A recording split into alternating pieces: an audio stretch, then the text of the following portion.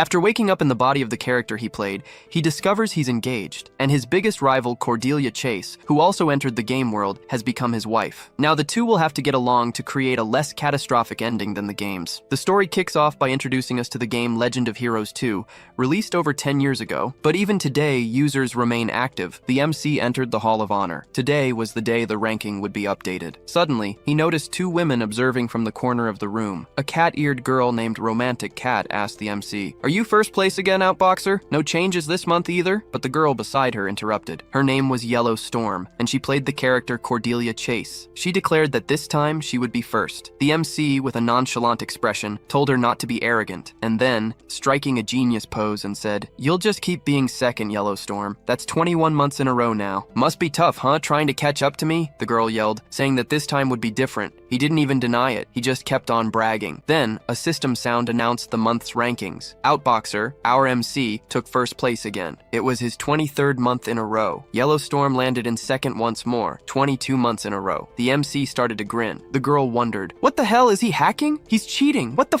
is this?" She started swearing left and right, but the system kept deleting her messages for abusive language. The cat girl told her to calm down, or else she'd get a chat ban acting like that. Suddenly a message popped up, showing that both Outboxer and Yellowstorm had logged out of the game. After that, a system message appeared, informing them that the two had entered the world of Pleiades. Now, in a mansion bedroom, the MC was struggling to breathe. He wondered, "Where am I? What is this place?" With a tremendous headache, he got up from the armchair and stopped in front of a mirror. "This is my character from Legend of Heroes 2, he thought. Not only that, but he's super young. But wait, is this a mirror? Is this me? He wondered. Suddenly, a sharp headache hit him. Memories were surfacing in his mind. Pleiades, within Legend of Heroes 2, was a fantasy world where many hero stories unfolded. Kingdoms warred against each other, and angels and demons descended upon the earth. After these pieces of information flashed through his mind, he realized he had been transported into the game world. Not only that, but also a younger, weaker version of his character, a swordsman and son of the respected Bile family. As he continued to stare at himself in the mirror, someone knocked on the door asking if they could come in. "Young master?" The MC was in shock to hear himself called young master. The person didn't hear a reply and then entered the room, seeing their master completely awkward and embarrassed. Her name was Maya, Jude Bile's personal maid. She bowed and apologized as she didn't know he was in there. Since there was no response, she thought he wasn't in the room. The MC, desperate, tried to remember her name. He coughed a bit and asked, "Never mind, why did you come?" He had no idea what was happening, so he needed to act normal. She replied that it was nothing, just that his fiancée had come to visit him and was waiting in the living room. Jude trembled. He had never been in a relationship with anyone before, and now he was engaged to someone. In the Bile living room, a girl sitting on the couch complained that he was taking so long. She was already tired. Jude's fiancée was the daughter of the magician family, Cordelia Chase. The MC knew Yellowstorm was her in the game. Hearing that Cordelia was his fiancée utterly freaked him out, but he thought positively. He needed to understand the situation he was in. It would be helpful if Cordelia was Yellowstorm now. The MC arrived in the room and introduced himself. "Nice to meet you. I'm Tox." "No, I'm the second son of the Bales, Jude Bale." He looked at Cordelia to see her reaction after his introduction. At that moment, the two made eye contact. Both were startled and speechless. The two shouted almost simultaneously, "Why are you here too?" They were still startled, embarrassed, and surprised. The MC started to calm down. He needed to think in that moment. Cordelia Chase was there because she was married to Jude, but he wondered why Yellowstorm popped into his head. The maid looked at him, asking if the young master was like that, so smitten. The two sat at the table, still unsure what to say. The MC decided to test her first. He looked at her and said, Hi Yellow, but she didn't react. If there were a hole in the room, Jude would dive headfirst into it. He didn't give up. But since there were other people in the room, he needed to find a way to talk to her alone. So, confident that she was indeed Yellowstorm, he spoke clearly. "Co-op initiation time, left side of the entrance, column 9 at 9 o'clock. She reacted. She knew it was information. It was the game code. The co-op startup time was 12 hours, and on the left side of the entrance, column 9 at 9 o'clock. She understood completely. Jude Bale looked at her. He knew that if she was truly Yellowstorm, she'd understand the code. Cordelia understood and got up from the couch. "Let's go, Dahlia." Her personal guard couldn't even understand anything. "What do you mean she was already leaving?" She ran after her, calling out to her. Before she left, the MC said, "I can't wait for us to meet again, Miss Cordelia." Jude Bale's personal maid looked at him, asking what he had just said. said. Jude Bale replied that it was nothing. He was already going crazy with all of it. After all, even Cordelia's demeanor was exactly like Yellow Storm's. Now in the garden of the Bile mansion, Jude Bile was freezing. It was the north, and it was normal for it to be cold despite it being summer. He wondered if she had managed to get there. Seeing her from afar, covered in a hooded outfit, he called her Yellow Storm. She took off her hood and looked at him, calling him by the name Outboxer. The MC approached her and said, "Should I tell you I've been thinking about something this whole time?" She replied, "Don't tell me. I think I even know what it is." "You too?" he asked her. "Hey, me too," she replied. The two stopped messing around and started talking seriously. She asked him when he woke up. Jude Bile replied that he didn't know exactly. Maybe 2 days and he didn't remember clearly. Cordelia wanted to know why he was so uncertain about it. He looked at her and asked if she didn't remember Jude Bile's situation. Jude Bile suffered from the blockage of the 9 yin pathways, a disease that arose from an abnormal level of yin qi. His body became extremely weak and it was impossible for him to use mana. He said he was very sick 2 days ago, speaking strange things while he was unconscious. "So that's why you're so uncertain about when you woke up?" Cordelia said. But suddenly she thought and angrily said, "Hold on, so you're not well now? I came here on the day you asked. Do you have any idea how hard it is for a grown girl to sneak out without her parents knowing? Why didn't you come to me?" He replied, "How could I? If the 9 yin pathways are blocked, I can't even jump a fence," and asked her, "Since when are you a woman?" She looked at him. "Since I was born, you woman, you psycho." He was speechless. "What do you mean Yellow Storm was a woman?" He couldn't believe it. Cordelia said she just didn't say it before because she thought it was unnecessary. "You're a man? You don't even look like it, so weak." "Of course I'm a man. I'm just weak right now," he replied to her. Changing the subject, Jude had another reason for calling her. She asked what it was. He started explaining that his father, Count Bile, had taken his brothers and vassals on an expedition. "So the mansion is empty now, decreasing the chance of us getting caught. He had seen them leave, so he was sure of it." Suddenly, he wondered, "What do you mean? You saw them leave?" Cordelia asked. "Are you like this too?" Then she began to explain. "You became the character you played for so long, so the first thing you feel is that you've entered the game. But the more time passes, the more it seems like your past life was that of Outboxer himself. So much so that your memories and Jude Bale's don't seem to clash, do they? It happened to me too. Calling Duke Chase father even feels natural, and you even called Count Bale my father. It's natural, and in fact, it became reality." The MC was spooked. They hadn't entered the game. This was now their reality. He thought about how dangerous it was. If this really was reality, it meant there was no going back. She confirmed it. And worst of all, it had to be this world, a world destined to be destroyed by the grand summoning ritual. Hearing about this, the MC said, "This vibe isn't so bad if you think about it." Cordelia, fuming, wanted to know what he was saying. "How could you laugh in a situation like this?" He replied that Jude and Cordelia were average to weak characters, though, coincidentally, he was a warrior and she was a mage. Then she laughed too. "This means we wouldn't have trouble splitting items. For gamers, that was the best thing." The two decided to form a party. Cordelia had never been in a party in 5 years. This would be her first. The MC said, "I mean, waking up in a game world is crazy enough, but having to party up with the person who's always second best is..." Annoyed, she asked, "What did you say?" He, dodging her, said that considering how things were now, it was better to cooperate with him. She kept coming at him. "What did you say? Say it to my face." Then he asked her to calm down and listen. "If this is really reality,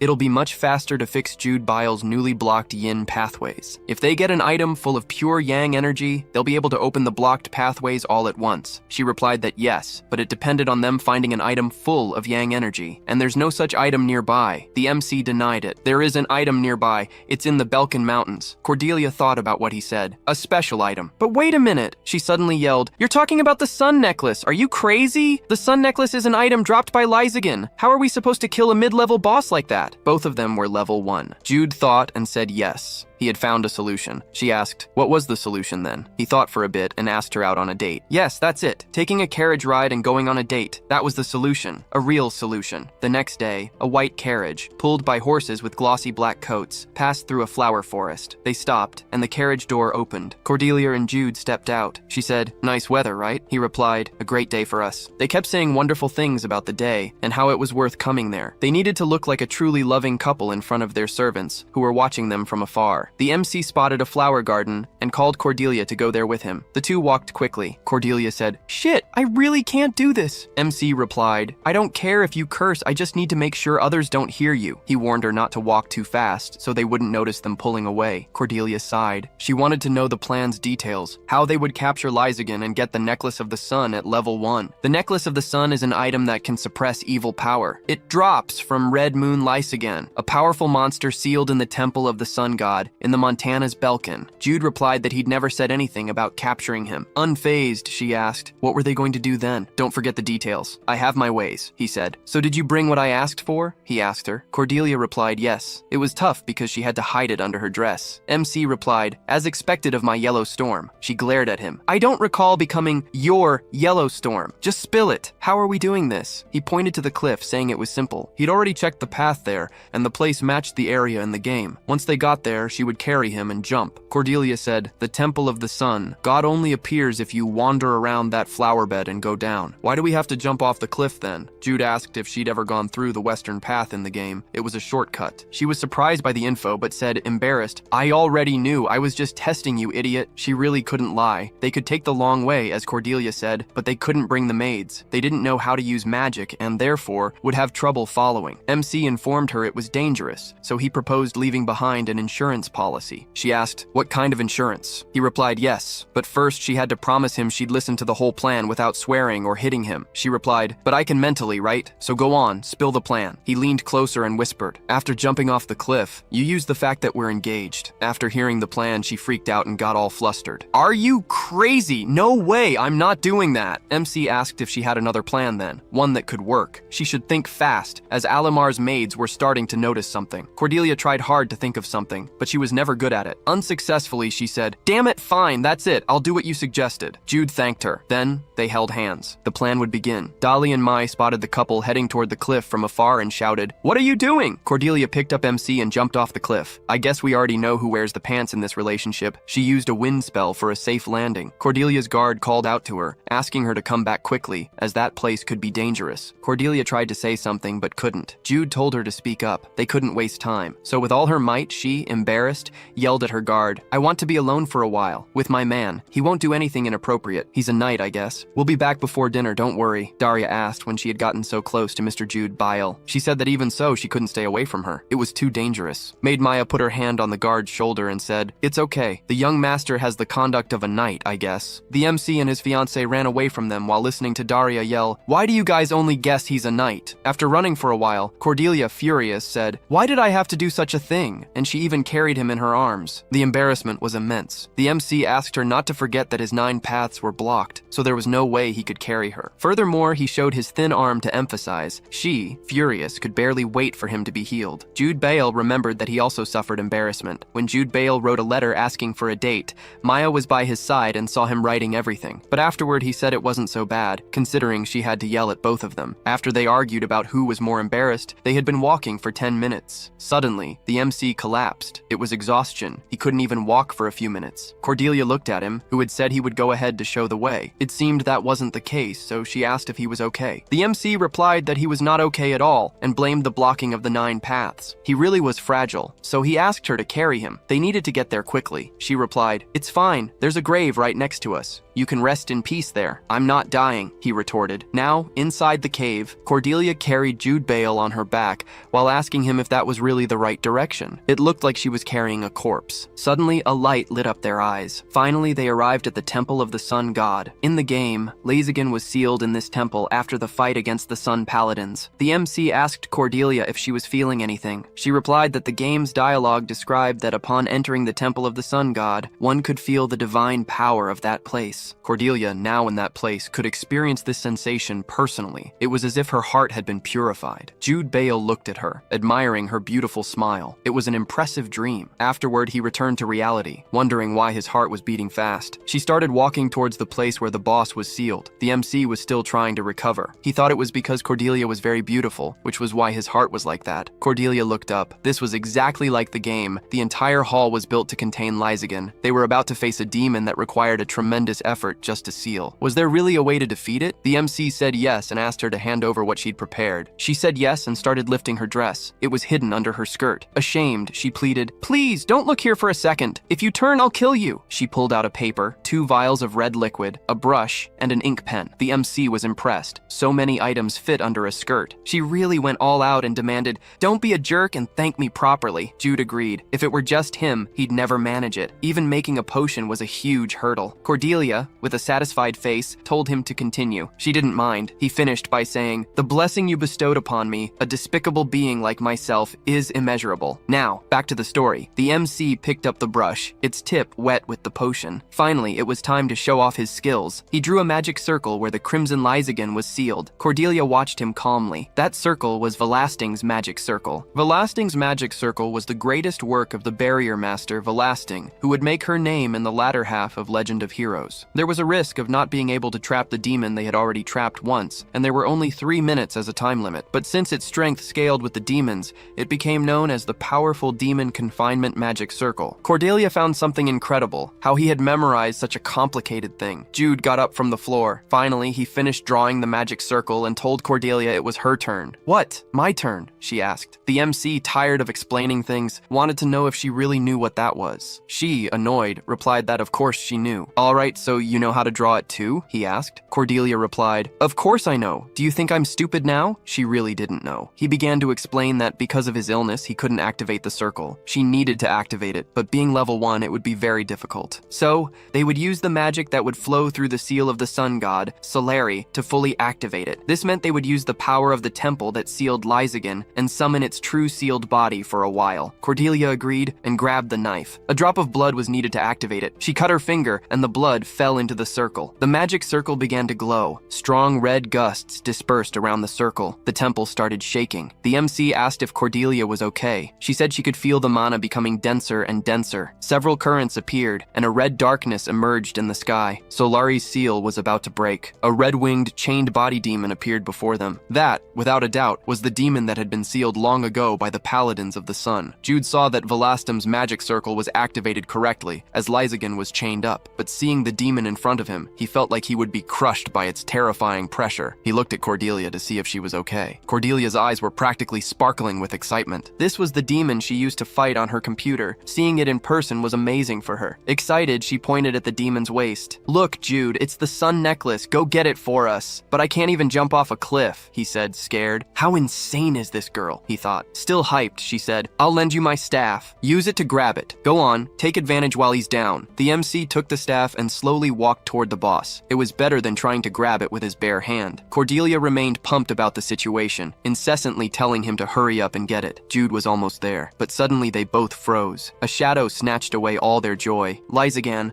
the crimson moon demon, finally awoke, glaring furiously at them. But the MC, before the demon could do anything, grabbed the sun necklace with the staff, and they both started running. The demon, utterly enraged, yelled at them, "Miserable insects!" It was so loud that everything around the temple trembled. Jude ended up face-planting. With his illness still active, he had no way to defend himself. He looked at the demon. Even sealed, the demon still had immense power. Faced with that, Jude couldn't get up. Cordelia shouted, "You're still chained up! You can't even move! Take that, you bum!" She activated a magic circle and unleashed several magic missiles at the demon, hitting it right in the face. The MC was in shock. Now they were definitely going to die after that provocation. He yelled at her, "Are you high? Why did you provoke him?" But suddenly something caught his attention. Level up effects were appearing around Cordelia. That was unbelievable. If Lysagan were like the original, he'd be such a strong boss that they wouldn't even be able to touch him. But thanks to Velastum's magic circle shortcut, this became possible. Even dealing just 1 damage was enough to level up, due to the massive level difference between the boss and them. The two calculated in their gamer minds how much they'd level up and smiled proudly. It wasn't a demon in front of them, but an experienced mind. The great demon roared in anger. "How dare they do that to me?" as he took magic missile after magic missile to the face. Cordelia didn't stop launching magic at the demon. She was smiling the entire time as she fired the magic missiles. She remained hyped. She had planned to run after grabbing the item, but got lucky that the tables had turned. The MC was impressed. She hit everything except the shackles holding the demon. "This crazy girl has absurd aim," he thought. The furious demon called them weaklings. "How dare they act like that in my presence?" he roared. Jude got up from the ground and yelled at the demon, "Shut up! I'm gonna level up too! An experienced mind doesn't talk, it just takes hits." So, with the sun necklace in hand, he began to cast the spell to break the 9 yin paths blockade. "By the powers of the sun god Solari, I have the strength." But even after breaking the blockade, he still couldn't use magic like Cordelia. So the only way to fight was to use the necklace as a weapon. He slowly approached the demon, glanced sideways, and chucked the necklace miss at it. It dealt 1 damage. Lysagan was fuming with rage at the situation. It was just too humiliating. Then the two, looking at the demon,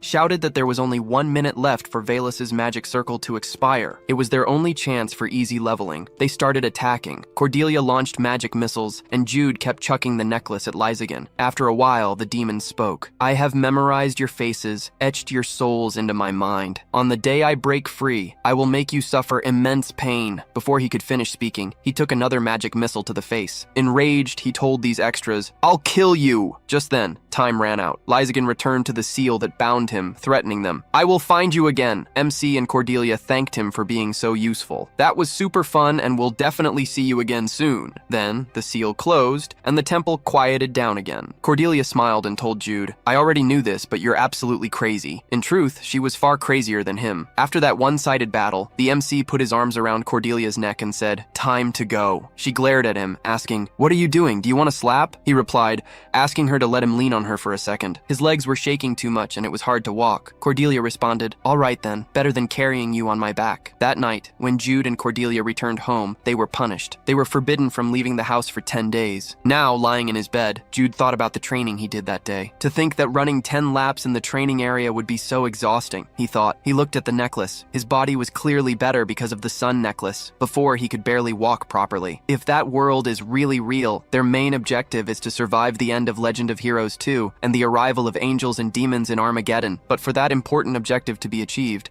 a weakling who can barely run and a 1-star mage aren't enough. Jude thought, no matter how rushed we are, now is the time to perfect the basics. He couldn't do it alone. Cordelia was very important. They needed to get stronger, just like their in-game characters. Still lying in his bed, he knew their punishment would end in 3 days. He needed then to slowly prepare for what was coming and contact Cordelia. Suddenly, Cordelia felt a shiver. She wondered, what was that? This bad feeling. Is that bastard Jude plotting something? Lying in her bed, she heard a knock on the door and said to come in. It was Cordelia's personal bodyguard, Daria. She informed that a love letter from young Master Jude Bale had arrived. Cordelia asked her why she was so happy. The guard replied it was great news. In the past few days, Cordelia had eaten all sorts of desserts. Dahlia thought it was because she was sad about not being able to meet her fiancé, but actually, it was because she hadn't had the money before to buy that many desserts. Dahlia also apologized for getting angry during the couple's last meeting. She was there to protect her, but all she did was worry. Then she understood that the young lady had found someone she could trust. She said that on that day, the maid Maya had taught her something very important. The book she showed had the same heartwarming scene. The MC, angrily, wondered what that maid had said, so she handed Jude Bale's letter to Cordelia. Cordelia thought it would be best to read it quickly and get rid of it. Upon opening the letter, it read, "To Miss Cordelia, whom I truly love." She cringed and clutched the letter tightly. What the hell is this? She thought. The guard imagined she must be in love. The MC thought better. Maybe there was some kind of secret message that could only be read by following the first letter of each line. She read, and the written information caught her attention. The note contained an intriguing message. Only the end was written in Korean. The text read, 2 days later, at 1400 hours, Varuna Temple's confessional. Varuna was the god of the hidden veil, the guardian and protector who presided over secrets. In Varuna temples, built across the continent, and not just in the kingdom, there was a place where one could confess both small secrets and state secrets. An impeccable confessional, the perfect spot. She looked to see if something was hidden there. Convicted he wasn't trying to confess sins to mock her and ask for forgiveness, she thought that if it were Outboxer, he wouldn't ask to meet out of the blue. So, she informed Dahlia that she wanted to meet young Master Jude Bale at Varuna Temple in 2 days. Dahlia was surprised and exclaimed,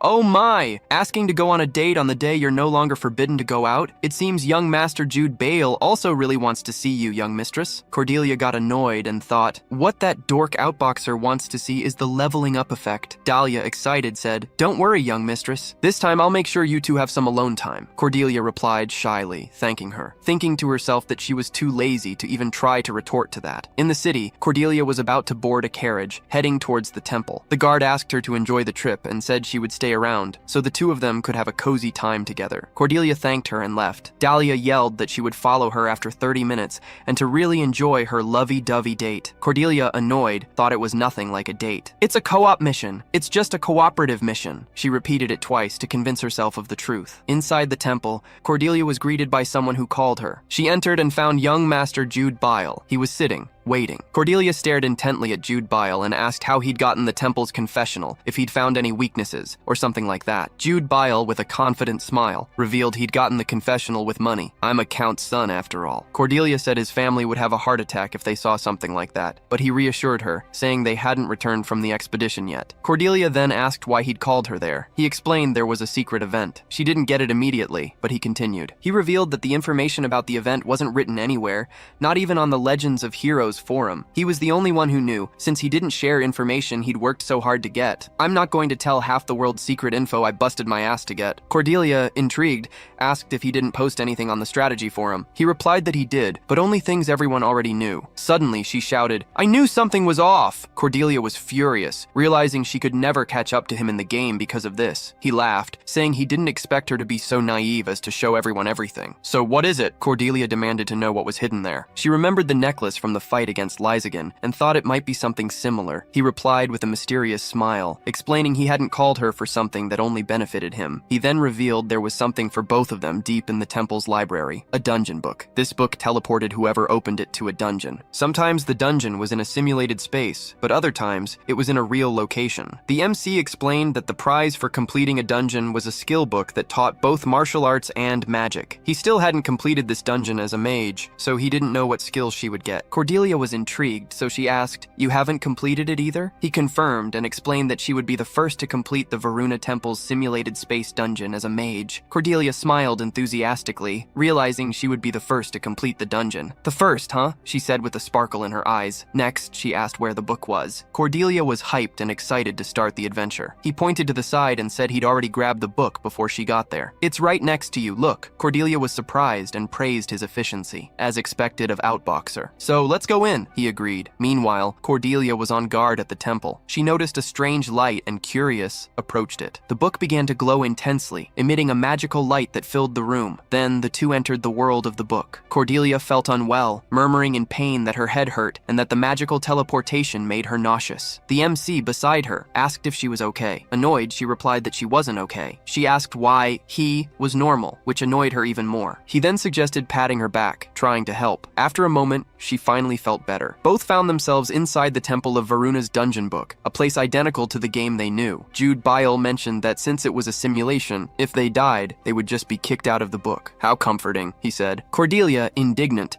declared herself the second best in the entire server and that she would clear the dungeon on the first try, demanding that he stop saying discouraging things. She emphasized that if she got hit, the pain would still be the same, questioning what he meant by comforting. He tried to reassure her, stating that they could have a realistic experience without risking their lives, which was a complete win. Cordelia agreed and asked if the new path blocking was improving. He said that, although it was little by little, it was progressing, especially with her beside him. Intrigued, she asked what he meant by including her out of nowhere. The MC replied that he preferred to look for people, events, and items instead of hunting. He was the planner type, who liked to analyze all game variables to achieve achievements. He added that she was the queen of battles, who got points just by dealing damage. He pointed out that if he only considered the number of monsters hunted, Yellowstorm was twice superior to Outboxer, something she should know. Therefore, since he had brought the dungeon book that only he knew about, he suggested that he would be carried by her in the combat parts. Cordelia agreed, and, confident, said that he would be safe because of what she had brought. She asked him to turn his back for a second. When he looked, he saw magic stones. She explained that in the previous battle, she had only been able to attack with magic missiles, but now it would be different. Excited, she said that when he called her, she had hidden those stones under her dress, predicting that something like this would happen. And they weren't ordinary magic stones, but rather made by her father, one of the 4 great powers of the North and founder of the famous House of Mages, the Chase family. He, trying to be sarcastic, stated that he felt very safe, thinking those stones were one of Cordelia's ace cards. She asked if he didn't feel safer now. The MC, seeing how she was revealing everything from the start, realized she really was Yellow Storm from the Legend of Heroes forum. Jude Bile took out the magic scrolls from his bag and offered them to Cordelia. They were 1-star magic circles, with lightning and light attributes. She was impressed by the complexity of the scrolls and asked if he had made them. He explained that he couldn't just stand behind her doing nothing, so he made the magic scrolls with various attributes that they could use at their level. The girl, surprised, noted how insane he was for memorizing all of them. The MC asked if she wasn't capable of drawing magic circles of that level, considering she was rank 2 and her family was famous for mages. Annoyed, she affirmed she could. He smiled, enjoying teasing her. Then he asked her to inject some magic power into the scrolls, because in their their current state, they were just pieces of paper. But before injecting magic, Cordelia, annoyed, questioned if he was asking a mage to be on the front lines. He explained that due to the Vim Path's blockage, he couldn't use mana. Even more annoyed, she asked if he lost the sun necklace before being able to use it for 10 days. Jude Bile said the healing wouldn't be instant, and asked her not to be so angry. Then, he pulled mana potions and armor he had brought for her from his bag. He had already planned to use her as a source of magic power from the beginning, but she refused the armor for being too heavy, preferring her current outfit. While preparing for battle in the dungeon, Jude Bile wondered if she was nervous, given it was her first real battle experience. She, however, thought that if she woke up from that world, she would be the first mage to conquer the dungeon. The two advanced through the dark and humid dungeon when a disturbing noise echoed down the corridor. The MC looked in the direction of the sound and warned Cordelia that when they turned left, they would be attacked. It was good to prepare. With a serious expression, she agreed. He was a little worried about her, but committed to protecting her back. Jude Bile already knew that the first goblins to appear would have the darkness attribute. The goblins then emerged, ready for attack, but Jude Bile quickly conjured a light spell, leaving them stunned. The MC, as if he were Ash from Pokemon, said, "I choose you, go, Love Store." The funny thing is she played along, imitating a Pokemon's voice. She launched a magic missile, followed by 4 more in sequence,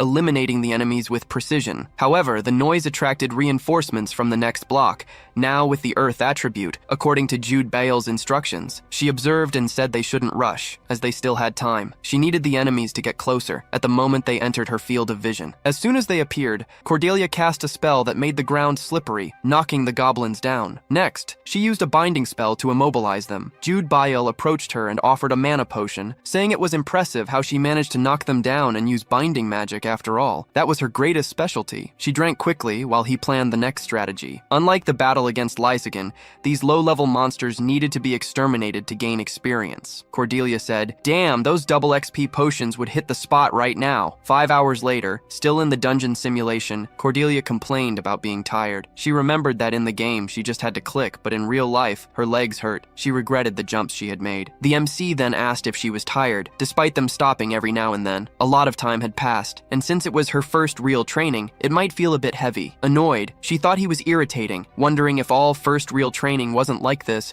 and why he was asking something so obvious. Meanwhile, she analyzed the situation. Originally, advancing so far at that level would already be a miracle, considering the monster's level and their varied attributes. She explained that, despite the extreme difficulty, killing the monsters was proving easier than expected. The Varuna Temple map, with its dungeons and monsters, was a constant challenge, but the knowledge provided regarding the monster's weaknesses and attributes was perfect, as was the terrain knowledge. Irud had planned everything with precision, anticipating what they would need and when they would need it. She thought that, in addition to dungeon strategies, he also offered well-thought-out magic support. Did he play support often? No matter how annoying it was, did she really have to be as good as him to reach rank 1? She wondered. The MC noticed how full of complaints she seemed, but knew that if she spoke them aloud, he would counter every single one, so she was holding back. "Anyway, we should rest for a few minutes before continuing," he suggested. Cordelia replied that she was fine, despite her foot hurting from all the walking and feeling bloated from drinking too many mana potions. But other than that, she was annoyed because he was a higher level than her, since he kept getting the last hit on the monsters. He observed that wasn't good and commented, "It's always like this, having to be in second place again. You must be pissed." She then exclaimed, "Damn it, you're so annoying," and, annoyed, asked if he was okay. He smiled and said he was fine, suggesting they continue, as the boss room was nearby. She, angrily, told him to stop laughing, threatening him if the reward turned out to be bad. As they walked, he commented that he had never cleared the dungeon as a mage,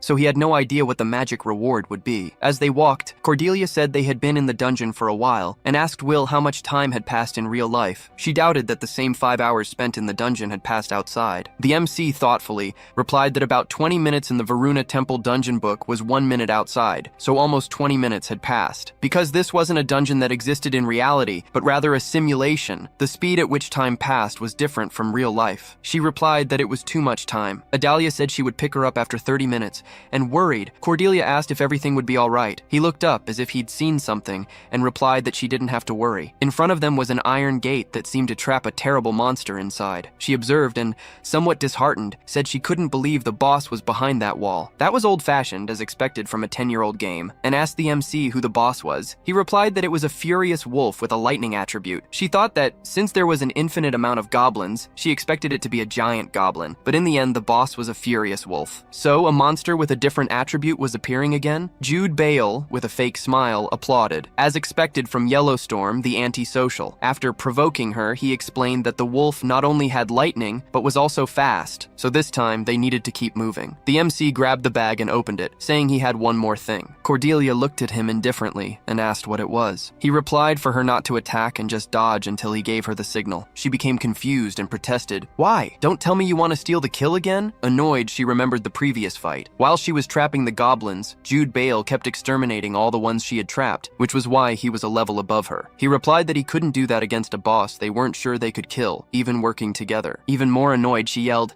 "I knew it! You were purposefully kill-stealing those goblins!" After calming down, she asked worriedly, "Is it different from a normal enraged wolf? There must be a reason you told me to wait." He crouched down, opened his bag, and grabbed some items while listening to Cordelia's questions. Then he pulled out more magic scrolls. He replied it wasn't quite that. He had something he needed to prepare beforehand while holding a mysterious pouch in his hands. Finally, they entered the boss chamber, stopping in front of the dungeon's boss. An enraged wolf emerged. It had a terrifying appearance and greenish fur, with lightning bolt symbols on its forehead. Its menacing presence filled the space with tension. The level 17 monster was ready for combat. The wolf stared fixedly at Jude, as if it had already chosen its first prey. Cordelia noticed and said, "He's looking at you. Looks like one puppy recognizes another." Jude replied, "Cut it out." The enraged wolf prepared for its attack. The tension rose as it quickly approached them. Then, the battle began. Cordelia said, "It's coming, get ready!" Meanwhile, MC analyzed every movement of the wolf. The monster charged with speed, suddenly appearing in front of them. The two dodged the swift attack, each moving to one side. Jude shouted Cordelia's name. That was the signal for her to immobilize the monster. Smiling, she said she already knew that wolf-type monsters are idiots who can only attack in a straight line. She then cast a spell. Take these two restrictions. Dual prison. The wolf was subdued by magic chains, leaving it unable to move quickly. Before it had time to react, MC cast another spell. This time it was a slippery liquid that prevented it from standing up. The enraged wolf's quick movements are their biggest concern,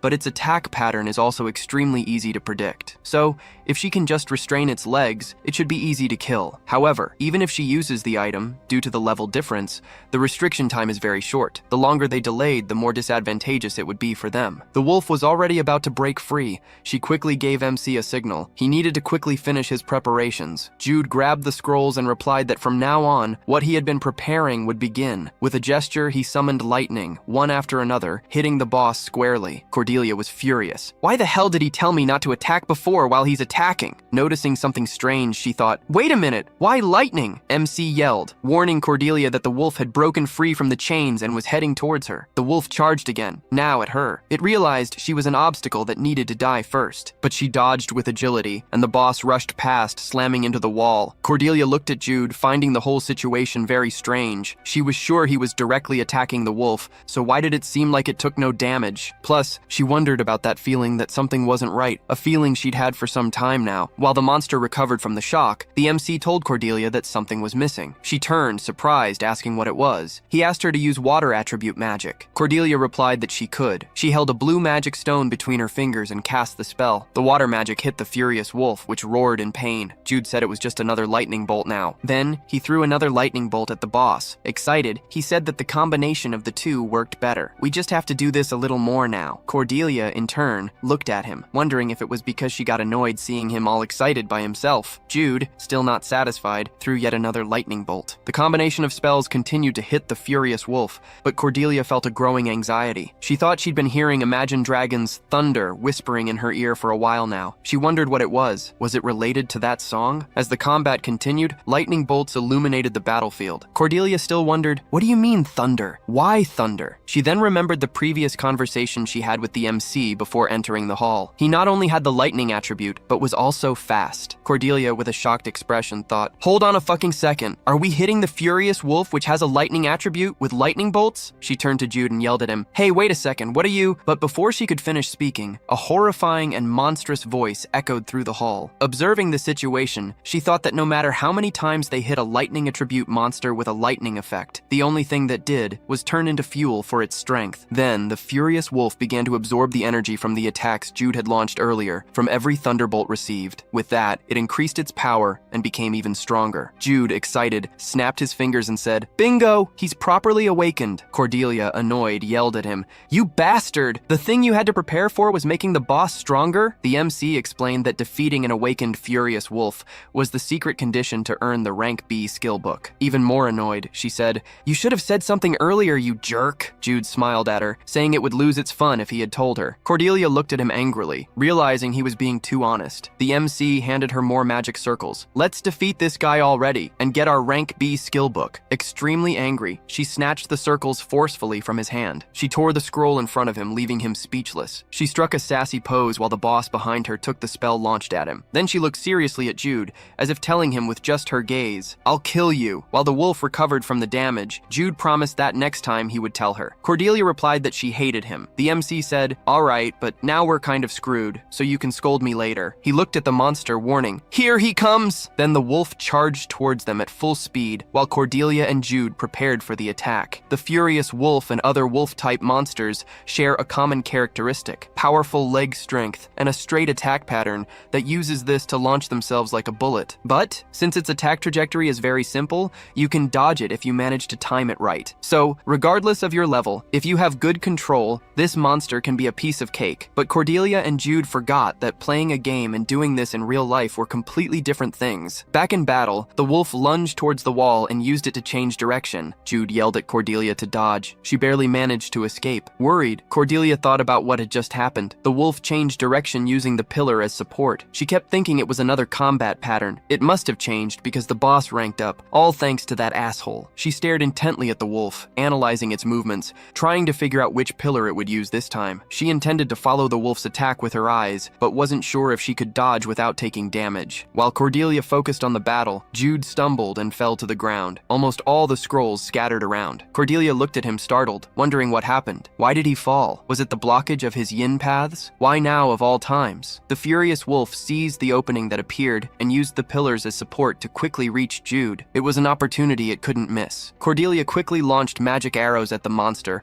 while yelling at Jude to be careful. But as soon as all the attacks neared the wolf, a barrier appeared around it, protecting it from being hit. Cordelia was perplexed as she watched the monster before her. She realized it had nullified her magic. Then the wolf, enveloped in a bright green aura and with lightning bolts emanating from its body, rapidly advanced on the MC, who was still on the ground. Cordelia desperately tried to think of what to do. Images of past moments flashed through her mind, the adventures they'd shared, the moments of camaraderie, and the battles fought side by side. Even if Jude was annoying, she didn't want to lose him. The wolf was too fast. There was no way she could stop it. Then, desperate, she screamed Jude's name. But suddenly she heard the wolf howl in pain and froze. She didn't understand what happened. The monster was on the ground, rolling and roaring in pain. It was trying to cover its nose at all costs. The MC then smelled something horrible and asked Jude what was going on. "No way, did you just crap yourself?" He replied, "No, you crazy fool." The MC said that dogs have a sense of smell 1,000 times better than humans. Now this furious wolf must have even better abilities after awakening, but there's no way it can handle the smell of this. He was holding a small special aroma bomb, created by fusing several items. He triumphantly explained that no matter how much experience he gained from goblins,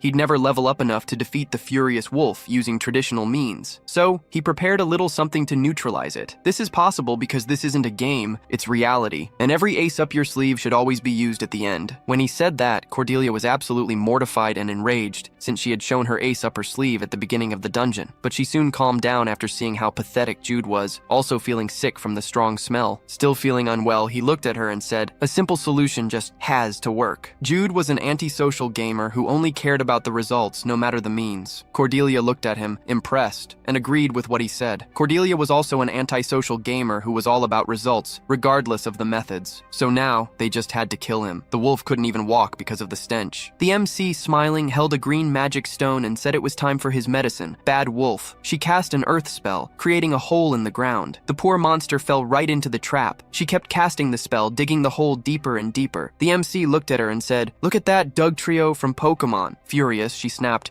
"Oh my god, you're hilarious. Seriously, don't do that again. How embarrassing for anyone watching us." The two, hyped up by the whole situation, grabbed the magic scrolls and threw them into the hole where the wolf was. Then, the MC shielded Cordelia from the explosion. She thought she was so flustered that she forgot Dandia was just a simulation. So embarrassed, she now remembered that even if she died there, she'd just be kicked out of Dandia. She worried about him for nothing. Suddenly, a magic notification popped up before them, informing them they had obtained the title Wolf Slayer. Cordelia was surprised. The MC thought it really was just like a game. Besides experience, there were also titles. Then, another notification appeared, informing them that all their attributes had permanently increased by 1 point. Cordelia asked if he heard that sound. He replied yes, but mentioned it sounded more like a phone ringing in his head. She laughed, saying she didn't know this would also give her a title, and the MC, seeing her happy, was relieved, because that would make her forget that he had awoken the enraged wolf without warning her. Then, sneaking away, he admitted she was right and suggested they go get their rewards. However, she grabbed her staff and cast a slippery ground spell. The MC fell flat on his face. With a menacing aura, she said, "Listen here, you bastard! Promise you'll always warn me before waking up a boss? You hear me, damn it?" He quickly promised that from now on, he would warn her. The MC got up, dusting himself off. He thought he couldn't tell her that he had fallen on purpose to attract the wolf's attention,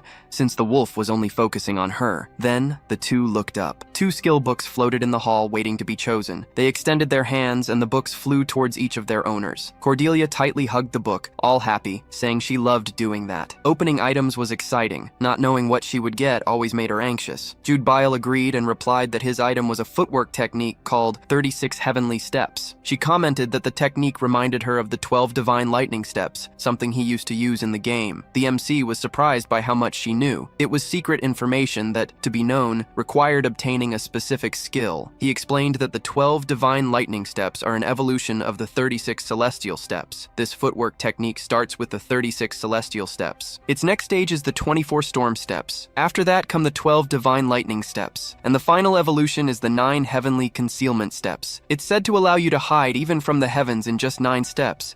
But Judy never managed to reach that evolution in 10 years of gaming. Cordelia interrupted her thoughts. She was super excited to open her item, wanting one that even Judy didn't know about. The MC smiled, seeing her so hyped up. She opened her item and found a Fire Michio, a rank B skill. She was ecstatic and happy to have gotten such a good skill. Saying she really liked it, she looked at the book and thanked the MC. She was really hyped. Judy sat down and commented that it was time to head back, but they were so tired they decided to take a break. Cordelia said the sun necklace must be working well. If it were a few days ago, Judy would have collapsed from exhaustion. Smiling, he replied, "Of course, it's an item I got thanks to someone special." She told him not to come at her with that sappy stuff. Cordelia commented that Indy and Jude Bale's 9 paths are slowly being healed, and they're above level 10 now. So she suggested it was time to move on to the next stage. By next stage, do you mean that one? He asked. They both said at the same time, the demonic hand invasion event. With a sarcastic tone, Jude Bale commented, "As expected of an antisocial, you already had the answer at the tip of your tongue." She immediately retorted, "That's my line." In Legend of Heroes 2, each character has their own main scenario, and the end of the world was a recurring theme. But putting that aside, the scenario that people said showed how rotten the developer's morality was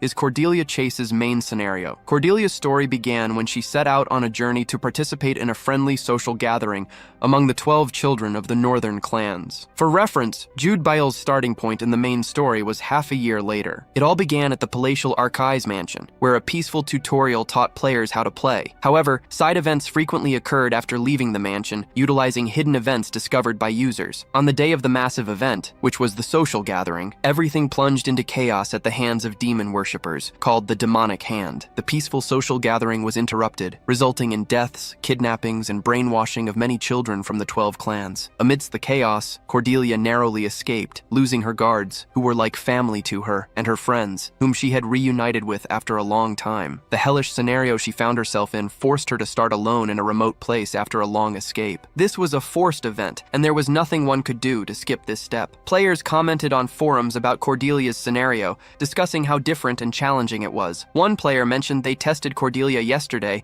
and liked how fragile she seemed. Others commented on the difficulties and how emotional the story could get. The MC realized there was only half a month until the demon hand attacked the social gathering. He knew that according to the game, Cordelia was the only one who would survive the attack. He decided he didn't need to follow a doomed scenario and vowed to change her fate. Cordelia agreed and commented that sticking to the game would only bring about the Armageddon ending. She declared, "We need to make a new happy ending, and the way to do that is to first stop the demon hand." Jude Bile agreed and stated they couldn't afford to lose a powerful ally like the 12 northern clans. Moreover, the MC was furiously determined to protect his friend, Guard Dahlia. He wasn't going to let her die as a sacrifice to protect Cordelia. Even after regaining her Earth memories, Cordelia still held on to her Pleiades memories. She clearly remembered playing Legends of Heroes 2 and the experiences of her life and growth in that world. To Cordelia, Dahlia was like a sister. master. Recovering these memories was like getting a glimpse into the future of how she would lose her family. Jude Bile reflected on her history, and the violence in her life probably weighed more heavily on her than anyone else. Even so,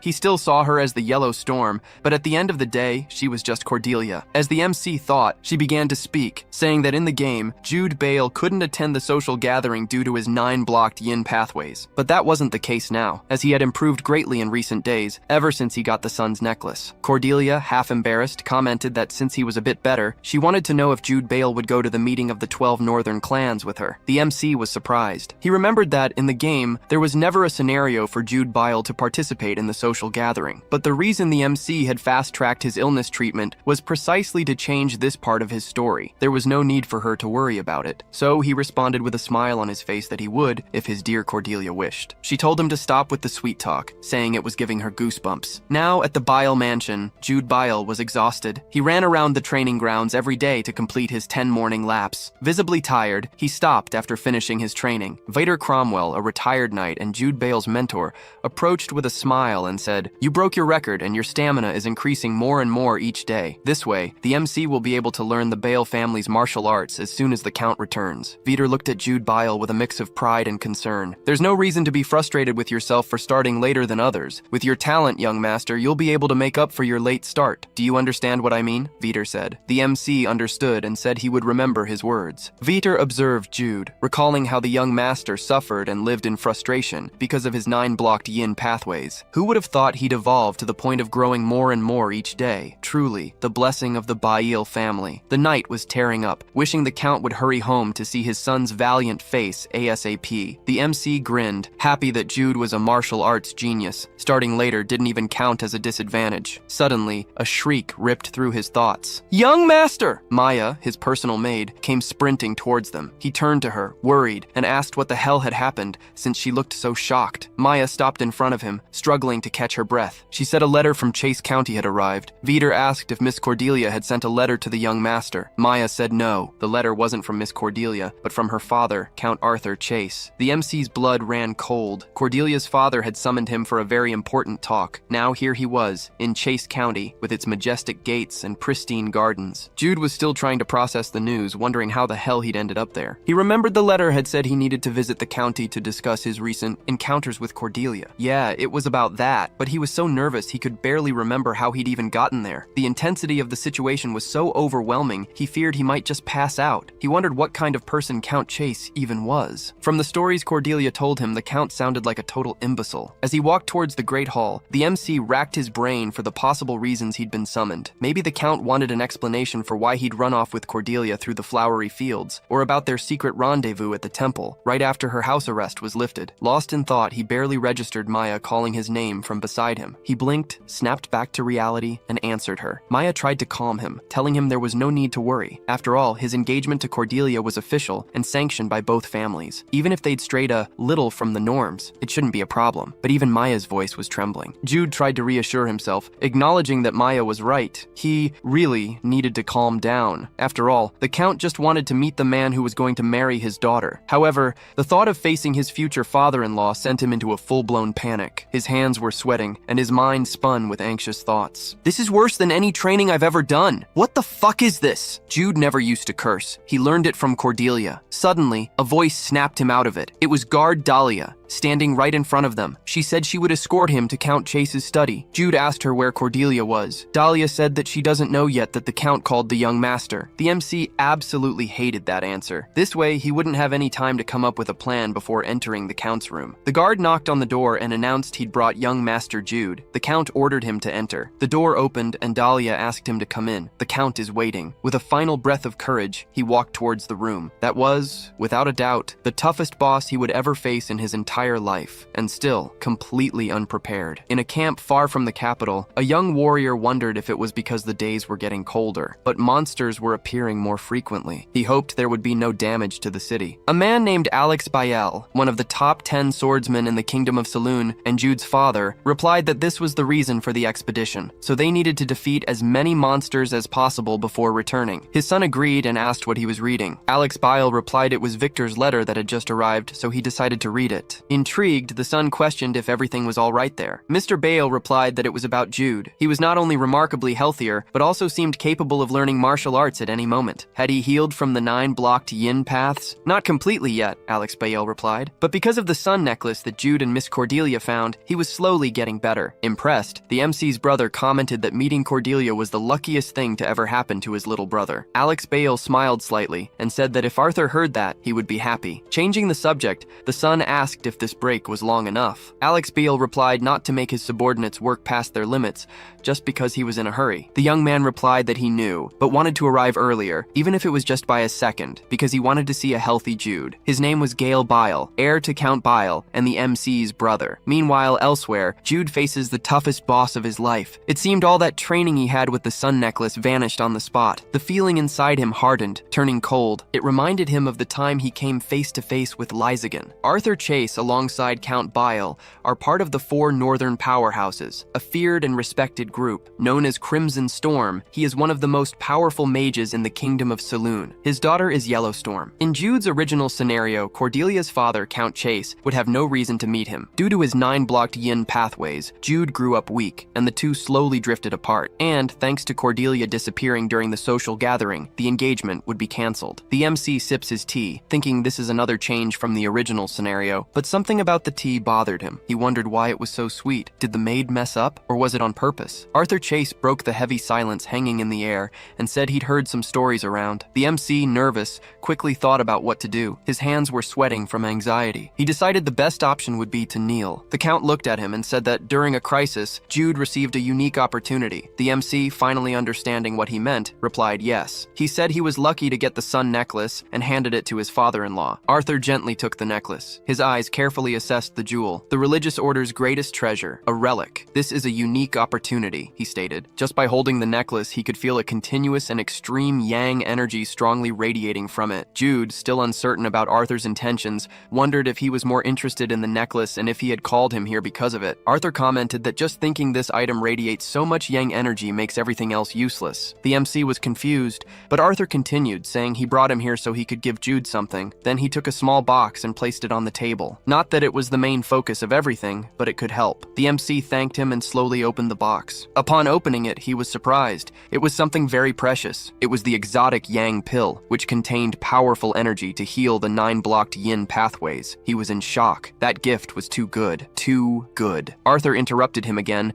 and said he'd also heard something. When the two of them went down that cliff, Princess Cordelia carried him and jumped, and he asked if that was really true. The MC stammered and confirmed yes, while thinking to himself that he couldn't exactly say she gave him a piggyback ride too. The Count, visibly annoyed, said, "You damned weakling. Take these fruits, they'll help you increase your strength. Since there are only weak mages who can't even hold their staves properly, you should eat them instead." The MC thanked him again. That wasn't a father-in-law, that was a dad. As soon as he received the box of fruits, Jude looked at them carefully. Upon opening it, it contained 2 grape-like fruits that helped increase the muscular strength of whoever consumed them. The MC was in shock again. They really were strength fruits. It was an item you couldn't even see in the early game, but the Count was giving it as a gift. Meanwhile, Arthur was saying that the extreme yen pill and the strength fruit tasted a bit bitter, so he advised eating them with tea. The MC then realized the reason for the extremely sweet tea Arthur had offered him earlier. Now, elsewhere in the mansion, Cordelia woke up in her room, stretching on the bed. She mumbled that she had slept so much, but still felt sleepier and more tired. Why do I get sleepier the more I sleep? She wondered. Back in the hall, MC continued to ponder Arthur's actions. He gave him an extreme yen pill and a strength fruit without mentioning how kind he was being. Was Arthur really a good person? MC looked at him and concluded that maybe the Count really liked him. Arthur, sitting in his chair, noticed something and commented on why he was still wearing that ring. MC looked at his hand and said it was because the ring was a gift the Count had given him earlier. For that reason, he was always wearing it. The reason Jude and Cordelia were dating was because Count Bale and Count Chase were longtime friends, so they promised and pre-arranged marriage. Since it was a marriage set without either of their consent, they had a strange relationship. MC thought that since they were nobles, they had to look like they liked each other. That's why he was still wearing the engagement ring. Count Arthur, with a cold voice, ordered him to throw away the ring. Jude, visibly nervous, asked Count Chase why he was telling him to do that. He replied that his son-in-law was the only one wearing it at that moment. MC, deep in thought, realized he had never seen Cordelia wearing the ring all this time, so he confirmed that he was indeed the only one wearing it. Arthur informed him that she had said the ring was accidentally lost. But with a carefree look, he commented that it was fine, as he'd have new ones made for both of them. So MC didn't need to worry too much and could throw the ring away. MC thought she probably just threw it away instead of losing it. Why the hell would I marry someone like Outboxer? He imagined her reaction would be exactly like that, and it was. Jude, still pondering, figured the Count would annul their marriage. He had gotten nervous for nothing. But now he was sure. He was just someone who couldn't be honest about his feelings. It was kinda obvious, but like father, like daughter. As MC was finally getting ready to leave, the Count mentioned the social event. He had learned that Jude would be joining Cordelia at the social gathering. MC respectfully replied yes and called him father-in-law. The Count was clearly surprised to be called father-in-law. After a small cough to clear his throat, the Count said he wasn't sure if MC could handle the long journey with such a frail body. He needed a bit more stamina to travel that far. Jude, clearly delighted, repeated to himself that it had to be the stamina fruit. I'm sure of it. He handed over the stamina fruit. The overly cheerful MC replied, "Thanks, father-in-law." After a while, the Count said that was all for today and dismissed him. Jude received several super valuable gifts from him. "Yes, I'll be going then, father-in-law," the MC said his goodbyes. As he left, Jude felt stuffed yet refreshed. But suddenly Cordelia called out desperately. He replied that she had finally arrived. She got frustrated with the MC's apparent indifference, asking him what time he arrived and why he didn't tell her he was coming. Trying to calm the situation, he replied that it was a sudden summons, so he didn't have time to say anything. And nothing big happened. "Why would my father call you if nothing was going on?" she insisted, clearly worried. The MC noticed the maids were listening to everything, so he changed the subject. Jude mentioned he took a look around the mansion, and the garden was very beautiful. She, now annoyed, asked what the hell he was talking about. The MC smiled and said that if it was all right with her, they could take a walk in the garden. As they walked through the garden, Cordelia questioned what he was talking about. Why did Count Chase give him items? Jude replied that he said to get stronger and be able to carry you. Cordelia scrunched up her face in disgust and said, "No, thank you very much, I can walk on my own 2 feet." The MC commented that Count Chase knew about that escape in the flower field, and that's why he used the word carry. She grumbled that he should have said that from the beginning. She worried for nothing. Jude reflected on how similar the father and daughter's behavior was, especially the way both made faces when displeased. Descending the stairs, the MC said that he was made to eat so much, with comments about a problem here and a problem there. It felt like his stomach was going to explode. Cordelia replied ironically that now he knows what she went through in the dungeon when she drank all the mana potions. Suddenly, she noticed something different about him. His dark circles were gone. This meant the 9 blocked paths must be improving. The MC was surprised she noticed such things. She's surprisingly observant. Awkwardly, he also noticed something. She was too close. So, changing the subject, he commented that Count Bael, her father, should be back in about 10 days, tops. Cordelia commented that this means she will now prepare for her father's test mission. After all, it's mandatory for anyone who wants to leave Baelun and start Jude Bael's main scenario. Jude Bael is a character from Legend of Heroes 2, who was largely ignored by players due to his extremely slow start and a major physical penalty. As the game's story progressed, few chose Jude because of his initial difficulty, despite him having powerful skills later in the game. Cordelia was also an unpopular character due to her tragic and sorrowful background, along with super difficult gameplay. Both characters, Jude and Cordelia, had complex appearances and backstories, but their initial difficulties turned away less persistent players. But the main reason players avoided Jude was that his character settings were utterly frustrating. One of the biggest problems was his 9 blocked yin paths, a significant obstacle that could only be naturally healed with in-game progress and by obtaining the Sunfire Fish. This crucial event only happened after half a year of gameplay, marking a turning point in Jude's story. If you asked what you could actually do playing as Jude during that half year, you could watch the last leaf fall outside your window while staying in bed all day. Jude could also faint while trying to control his fragile body, get out of breath after walking for more than 10 minutes, or even find creative ways to pass out. In the beginning, Jude was just a frail, sickly background character, needing to endure these hardships to progress in the game. Who would want to play a character like that? The MC reflected. Understanding Jude's unpopularity, he awakened a protagonist-worthy talent later on, but the beginning was an almost unbearable challenge. Plus, he knew that treating the 9 blocked yin paths was just the beginning. He couldn't leave his territory unless he completed his father's trial quest. The second reason Jude was an unpopular character was the quest to prove to Count Bael that his illness was cured. This quest, known as the Father's Trial, was essential for advancing the game's main story. To complete this quest, Jude had to be trained according to Bael's rigorous standards, which were way above average. You had to stay stuck in the mansion for up to a month or 2 after recovering,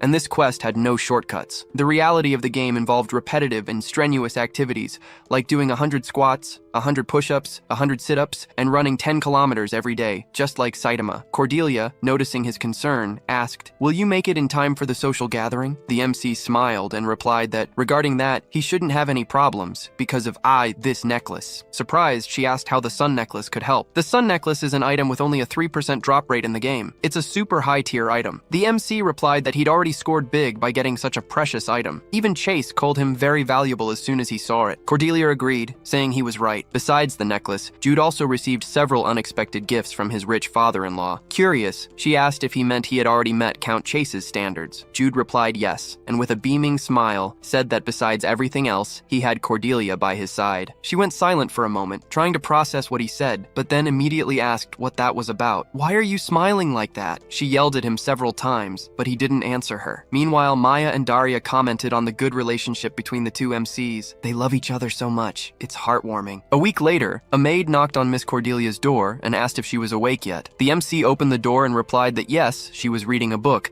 and asked what was up. The maid announced a letter had arrived from young Master Jude Bale. Cordelia was unfazed, but took the letter and thanked the maid. Intrigued, Cordelia held the letter, wondering what the heck was going on this time. She thought she wouldn't see the MC until the day they went to Langest for a social gathering. She then opened the letter, and the first line read, "To my beloved Cordelia, whom I miss dearly." The MC, reading that, immediately started cussing him out from the very first line. She decided to skip the fluff and get straight to what he'd written that was important. The letter stated that Count Bile would return from his expedition soon. She was then supposed to relay what he had written to Count Bile at their next meeting. Not quite grasping the message, she realized there was no date written for when they were supposed to meet. She wondered if she'd have to send him a letter to find out. Just then, guard Dahlia entered the room announcing a message from Count Chase. She informed Cordelia that the Count's friend, Count Alex Bale, would return that day from his expedition, and that Cordelia should prepare to travel to the Bale estate to attend the meeting. She was confused by Dahlia's words. 2 days later, at noon, at the Bile estate, Cordelia sat at the dining table, reflecting on how she'd gotten there. She remembered coming by carriage with her father, but why had she come to the Bile's house in the first place, she wondered. Meanwhile, Jude Bale observed Cordelia, thinking that, seeing her now, he imagined that was how he himself must have looked when he'd visited Mr. Chase's house previously. Gale Bale, a smile on his face, sincerely thanked Miss Cordelia for coincidentally finding the sun necklace while they were playing in the flower fields. Jude Bale aside, she was a goddess of fortune for the Bale estate. Visibly embarrassed, she replied that he was giving her too much credit. She tried to find the right words to address him and called him brother-in-law. With her head spinning, Cordelia thought that by the end of the meeting, she'd definitely throw up. Meanwhile, the MC's brother, noticing her discomfort, smiled, thinking how lucky Jude Bile was. Count Bile then addressed Cordelia, saying he'd heard from Jude Bile that she wished to ask him something and ordered her to speak. Even more nervous, she started to stammer. The words just wouldn't come out. The MC watched the situation closely and saw she was truly nervous. He then intervened,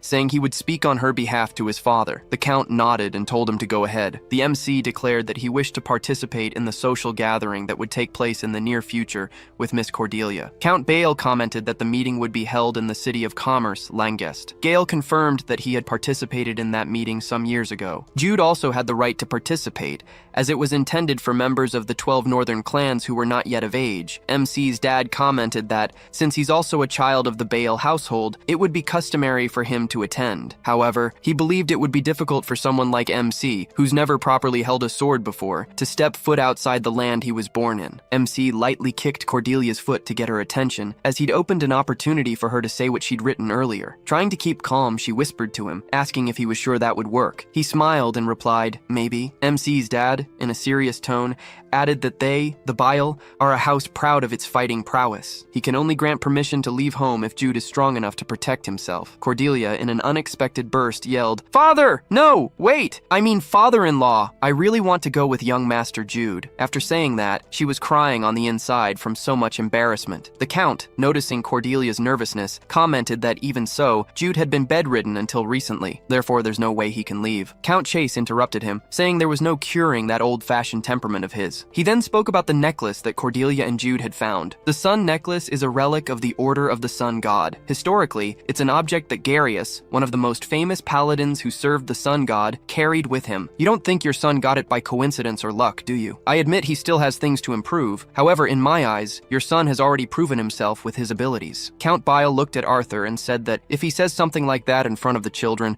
it will make it seem like he's a stumbling block in their way. Arthur replied that's what it looked like. Meanwhile, Cordelia looked at Alex and pleaded for him to let Jude go with her, saying she would only go if Jude went along. Count Chase, with a stern expression, asked Alex if he would deny it to the very end, with her begging like that. Count Bale, feeling the pressure, replied that since she was going that far, he couldn't deny her request. After a moment, Alex commented that he'd heard from Knight Victor that Jude was in a condition to learn the martial arts of the Bile household. Then, he asked what he thought about starting that afternoon. Jude and Cordelia were surprised by that sudden question. MC's dad, with a smile, informed them that he was a strict teacher and hoped Jude would endure the training. MC, incredulous, couldn't believe Count Bale would actually teach him. MC realized that had never happened before in the game and thought maybe it was a bonus reward. Later, Jude and Cordelia walked together through the palace gardens. MC, somewhat thoughtful, commented that he'd thought it would just be an annoying event, but thinking his dad would teach him, his eyes gleamed with determination and excitement. Cordelia watched and reflected on Jude's words. She was sure he was genuinely happy, since the Count himself would be teaching him. However, it was obvious he was also excited to experience something that hadn't happened in the game. The MC jokingly said that if he failed to pass the training, she would go to Langas alone. Then she wished him good luck in completing the main scenario by himself. She, angrily, said that if he didn't pass, she'd personally come kill him before the world ended. Cordelia was sure he'd figure something out to pass the training. After all, he was the top ranked. However, she asked him not to hurt himself trying to push his limits or anything. Jude, surprised by her concern, commented that she really was like her father. She looked at him, not understanding what he meant, and replied, "Of course I'm like my dad. Who the fuck else would I look like?" But he wasn't talking about looks. As she headed for the mansion's exit,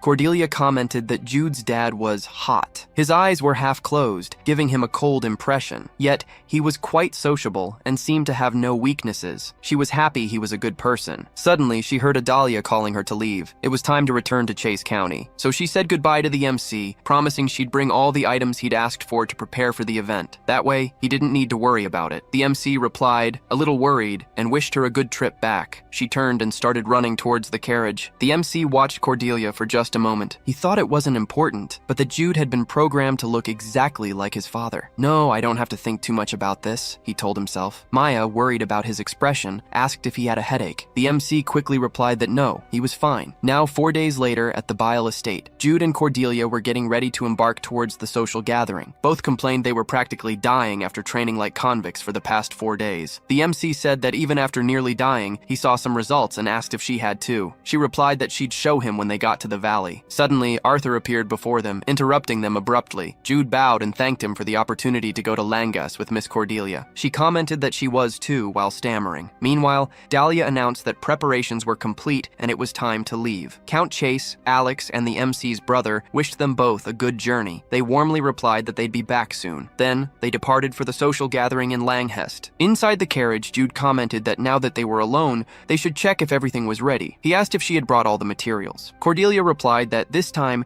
she'd hidden everything inside her bag and dress. So, she handed him the magic medicine and the towel he had asked for. She asked if he planned to draw magic circles on the inside of the towels. The carriage was shaking too much, and he might end up getting nauseous. The MC replied that he'd draw them when the carriage stopped, and that she didn't need to worry about him. He told her she should rest first. She agreed. The night before, she had spent the entire time reading magic tomes and couldn't sleep because of it. Jude looked out the carriage window and commented that if they followed the game's story, they would definitely be forced to take the longer route. The next morning, Dahlia asked if the path ahead was blocked. Jim, a guard assigned by Count Bile to protect Jude, answered yes. While patrolling the area, Jim saw people turning back. He asked why, and was informed that the bridge had collapsed. Dahlia understood, and said the only option was to take the long way around. Maya worried about young Master Jude, since they'd be taking a longer route. It hadn't been long since he'd been sick. The guard tried to reassure her, informing her that the young miss had learned healing magic from her fiancé. Therefore, she believed everything would be fine. Dahlia said that Cordelia had stayed up until dawn studying. She was truly dedicated to her love. The two cheerfully commented on how much they loved each other. The two were mistaken. Cordelia, in fact, had spent the entire night studying dark and paralysis magic. Suddenly, Guard Jim called out to Miss Maya. Embarrassed, he said she didn't need to worry. He would do his best to escort the MCs as comfortably and safely as possible, and as a guard, it was also his duty to protect Miss Maya. He finished by saying he would protect her with his life. She, coldly, said she'd rather it didn't come to that. Inside the carriage, Cordelia slowly opened her eyes and asked Jude if he had heard that. With a nonchalant expression, he said yes. The story was following the same path as the game. If they took the mountain path, they should be able to activate the hidden event, as planned. She looked at him, saying that wasn't it. She was talking about what the guard had said to Maya. He, without without reaction, replied yes, he had heard it. Cordelia, totally hyped, said that in the game they didn't hear that kind of conversation. Only a message appeared saying a path had been chosen as a countermeasure. She was super excited, thinking something might happen between those two. Jude, coldly, said that it didn't sound like a death flag at all. They should be careful. She glared at him, thinking that at times like these, she missed having a female friend around. So she decided to let it go. The MC then asked what he was eating and what the small bag next to him was. He commented that he was chewing on the medicine Cordelia's father gave him, and in the bag was the money pouch her father also gave him. She quickly asked when he got that and ordered him to split it 50-50. Jude Bile denied, saying his father-in-law gave it to him, not her. She, furious, screamed that her dad gave it to him so he could buy her delicious food and demanded he split the cash with her already. That night, at the camp, everyone was resting from their long journey, but Cordelia and Jude Bale snuck out. As they walked towards the forest, the MC said he was happy they managed to leave without getting caught. She commented that her hands were shaking so much she felt like she was gonna die. Cordelia then asked which way the valley where the event starts was, and the MC replied that it was definitely in that direction. After walking for a few minutes, they arrived at a beautiful waterfall surrounded by giant rocks. The hidden event that Cordelia Chase finds by deviating from her route and taking the mountain path occurs late at night when she sneaks out of camp. It was her first experience traveling on difficult roads, so it was hard to sleep in that place. There was the pressure of knowing she'd have to meet the heirs of 12 noble families, and the responsibility she felt for being the youngest daughter of the Chase family. Because of these reasons, Cordelia needed some alone time to clear her mind. She headed to a stream to wash the sweat from her face. What she found in the stream, far from the sight of others, was a moon so bright it outshone the stars. After witnessing such a beautiful sight, Cordelia began to sing. The sound of the music slowly spread through the surroundings of the dim stream. A mysterious being appeared before her in reaction to her voice. Because of this event, which seemed straight out of a fairy tale, Cordelia felt like she was dreaming. It seemed like just a cute little event made for fans, but ironically, it represented a core element for her players because of the event's reward. Back to the story, the MC commented that she probably already knew, but only Cordelia could complete it. He couldn't help. She wasn't even a little excited about the situation and replied that she didn't want to. Jude Bale said that even if she didn't want to, it was necessary after all. The reward was very important to her. He asked if she would give up on it now. Cordelia replied, "Of course not." She intended to seize every opportunity. The MC was relieved and said that that was why she brought soccer clothes and a swimsuit, and why he endured the carriage's rocking sickness while drawing the magic circle. She put her hand on her face and said, "Fine, I'll do it. Everything perfectly. Now stop bugging me." But Cordelia looked at Jude Bale and said that in return, he'd also put on his swimsuit. Jude Bale denied. He wasn't going to wear a swimsuit because the event wasn't his. Cordelia commented that even if it was her character's event, he was there too, so they should share the pain. He grumbled that it was nonsense, and besides, he hadn't even brought a swimsuit. She showed him the swimsuit she'd brought for him. It even had the same design as the item that could be bought in-game. Jude asked her to calm down. He didn't expect that. He swore he'd hide in the bushes and not come out. Cordelia didn't agree. She had gone through hell to get the sun necklace for him and said it was his turn now. She made a sad face, saying it was super embarrassing to be the only one wearing so little when both of them were there. After seeing that scene, Jude was speechless. There was no way to refuse after that, so he accepted. He replied he'd put it on. Cordelia cheered up, commenting it was his duty, and that since they were the same height, the clothes should fit. Suddenly, she noticed something and asked why his lips were blue. Jude replied it was probably because he was cold. His body temperature was naturally low due to the blockage of the 9 yin pathways, so he had never noticed. She looked at him worriedly and asked if he was cold. The MC replied that, now that she mentioned it, the air was pretty chilly. It'd be better to finish up quickly and head back. So, he asked for the clothes to get dressed. Cordelia quickly hid them. Jude asked if something was wrong. She replied that it didn't matter anymore. He didn't need to put them on. He questioned why she changed her mind so suddenly. Cordelia, a little embarrassed, said she didn't want him to catch a cold. She had no intention of letting a weakling get sick just because she didn't want to be embarrassed alone. She furiously threw the clothes on the ground, saying she'd brought them for nothing and why the hell would Cordelia take a bath in that weather. As he listened to her cursing, Jude agreed she had a point. Since he wasn't the only one who could end up catching a cold, he told Cordelia to just get on with it. After a few minutes from behind a tree, Jude asked if Cordelia was ready. She replied to wait, as she was still putting on her bikini, and said she'd kill him if he turned around right then. After a few seconds, he turned around and asked again if she was ready. Then, he started to say they'd do as planned, but he was speechless when he saw her. Cordelia was just in a towel at the edge of the stream, while timidly staring at him. It was a wonderful sight. The MC already knew she was beautiful, but looking closely at her at that moment, he found her so stunning. Cordelia asked what he was staring at, and made an expression that couldn't even be described. Jude quickly snapped back to reality, replying, it was nothing. She said she was was going into the water right then and asked him to hide in the bushes. The MC agreed. As soon as she entered the stream, she shivered from the cold. The MC wondered what was going through Cordelia's head for her to take a bath in a stream in the middle of winter. Hidden behind a tree, Jude told her to start singing already, or they'd both freeze to death. Cordelia was preparing to sing the game's song, but she couldn't remember which song was sung at the event. Worried, she figured it must be a song Cordelia had memorized, so the MC should know which one it was. She started to think it was about the moon, a song about the moon. Cordelia despaired. She couldn't remember the event's song, so she started to sing the first song about the moon that came to mind. Jude stared at her in disbelief. What was that? Why was she singing Twinkle Twinkle Little Star? He asked her to pause. She was supposed to sing the game's song, not Lynn or Baby song. She replied she couldn't remember the song, only knowing it was about the moon or a star. She added that there was no way to pause in reality, as this wasn't a game. He started thinking it was fine. The song might be different, but it was the same person singing. Maybe it would all work out because she was cute. Suddenly, Jude looked up. A bright green light appeared among the trees. While Cordelia continued singing lullabies, lights surrounded the stream. She was then interrupted. One tiny being commented she was so beautiful,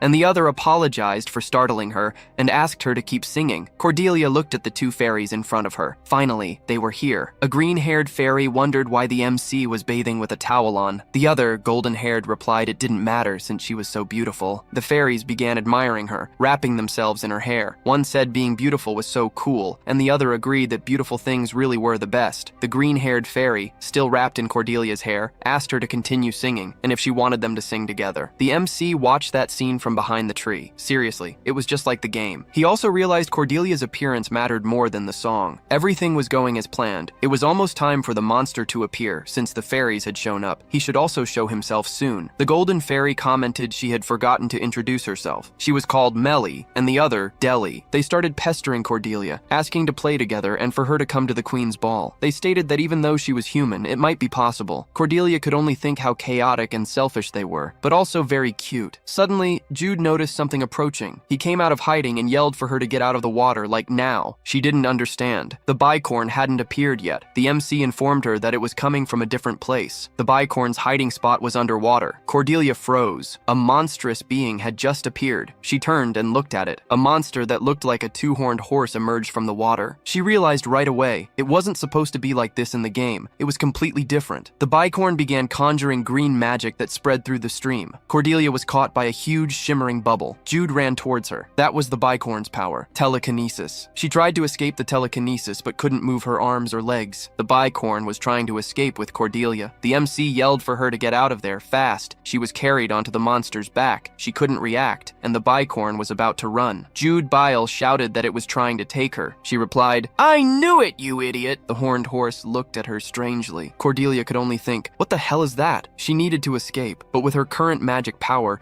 she couldn't break free from the telekinesis holding her. So, there was only one way out. She braced herself, and out of nowhere, she headbutted the bicorn's neck. Jude Bile and the fairies couldn't believe their eyes. The monster was knocked out for a few seconds, and Cordelia felt a massive headache from her blow. But thanks to that, she realized she finally wasn't trapped by the telekinesis anymore. She threw herself off the monster's back while taking off the towel she was using. She tossed the towel with the magic circles upwards before falling into the water. The MC watched. Fairy Mary asked if she got hurt after headbutting the bicorn before falling into the water. Suddenly, Jude Bile realized what Cordelia had done. In the sky, the towel with the magic circles she'd drawn for this event floated lightly. He smiled. As expected from Yellowstorm, when it came to battle, even he, the rank 1, couldn't beat her. Underwater, Cordelia cried out in pain after falling on her butt in the water. But holding her breath, she grabbed her magic staff she'd hidden earlier at the bottom of the stream. She stared intently at the monster, and then put her hand out of the water, as if signaling she was about to attack. Jude Bile closed his eyes. He knew he could count on her. Several magic missiles were fired from underwater. They hit the towel that contained the drawn magic circles. Then, a flash of lights shone in the sky. The bicorn was stunned by the light flashes in its eyes. It lost its balance and fell into the stream. Cordelia emerged from the water, gasping for breath. She looked at Jude Bale and yelled that it was his turn. The MC slowly opened his eyes, pulled out the sun necklace, and held it in his hands. He dashed towards the monster using the 36 celestial steps. The bicorn opened its eyes and saw Jude Bale in front of it, but when it blinked, he was gone. The MC swiftly braced himself against a rock on the monster. Then, he started to conjure the sun god's magic, but said he was out of time and would skip those magic words. He unleashed several consecutive blows. The monster fell into the water after the attack. The MC watched to see if it had taken enough damage not to get up again. But the horned horse got back up, and the monster quickly tried to attack Jude Bale. The MC dodged. He had purposefully attacked the monster's face, but because of the level difference and it being a mid-level boss, it wouldn't be defeated that easily. He reconsidered. He should be happy. After all, Cordelia would flip out if he defeated the boss by himself. Meanwhile, Cordelia was getting ready to cast fire magic. She grumbled about it being complicated to use that near water. Several circles appeared under her feet,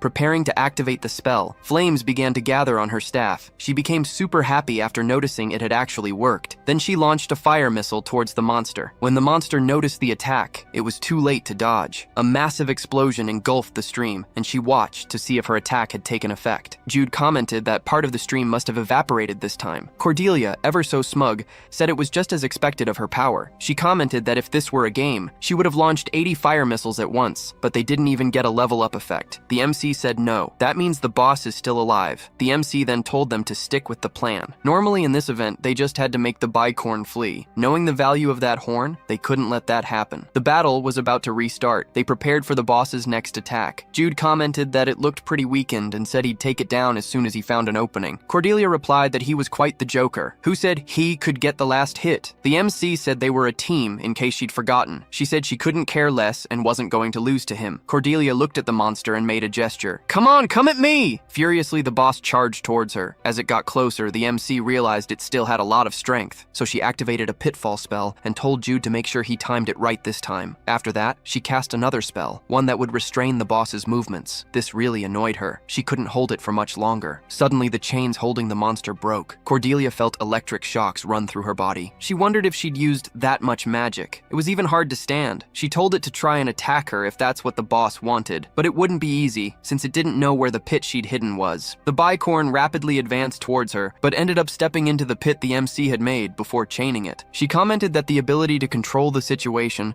transforming the battlefield, was basic knowledge for a mage, you idiot. After gloating, she collapsed, grumbling that her head hurt and her mana was all gone. Then, Cordelia told Jude she'd give him the last hit. The MC began to conjure the magic in his necklace, while replying that this time he'd land a decisive blow. A few days ago, at the training grounds of Bile House, Jude was being trained by his father. Count Alex said it was good to see him able to move freely, as Vitor had informed. The MC was extremely tired. Even though it had only been a training fight, his father had only used basic moves. Alex commented that Jude's talent for martial arts could be called a divine gift from the heavens. However, it's useless if he doesn't have enough strength to follow through with that talent. And before he leaves in 3 days, his father had the duty to teach him a few things. The first thing he was going to teach was how to use the Thunder Strike. Alex explained it's named that because it strikes 7 times, like individual lightning attacks. The second thing is that it would be difficult to do it right now, since Jude's body couldn't properly handle his Kai. He also warned that while preparing the magic, his body would be defenseless. However, this would become a massive strength against enemies who showed an opening. Count Alex remarked that it would, without a doubt, be the decisive blow. Back to the fight, Jude quickly advanced towards the boss. The bicorn had managed to escape the hole,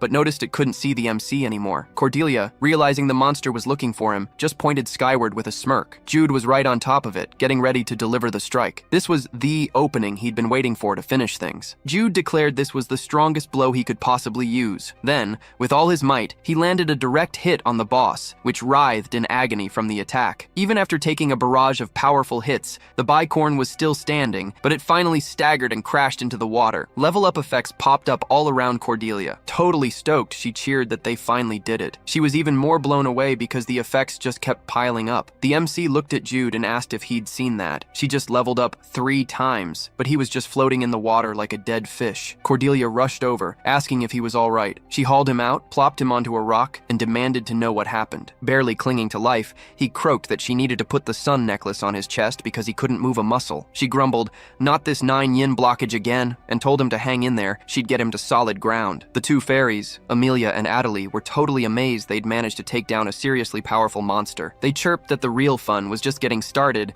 and urged them to come along right away. Adelie chirped that she was only inviting Cordelia because she was just so pretty. Emily agreed, adding that Cordelia had to come with them now, as she needed to see the queen. And she even called Jude because she thought he was cute. Cordelia pulled Jude out of the water, propped him against a tree, and put the sun necklace on his chest, just like he'd asked. She looked at him. He was seriously messed up after overtaxing himself to use that attack. Thanks to the sun necklace, his temperature quickly stabilized, so she figured this was the perfect moment to pull out her magic trick. Cordelia grabbed her staff and cast a healing spell. She asked asked how he felt now. Surprised, he replied that his muscles were relaxing and his bones felt like they'd popped back into place. He felt way better now and said they could probably leave in about 3 minutes. She understood, reminding him that the fairies were waiting, so they'd just rest for a bit longer. Completely drenched, Jude looked at Cordelia and thanked her for being there for him. She froze and blushed. Suddenly, she took a step back and questioned what that was, if he wanted to appeal to her protective instincts. Jude didn't get it at all. She told him to let it go. The fairies approached her and asked if the MC was okay. She replied that he just needed a little more rest. She commented that because he used internal energy to defeat the bicorn,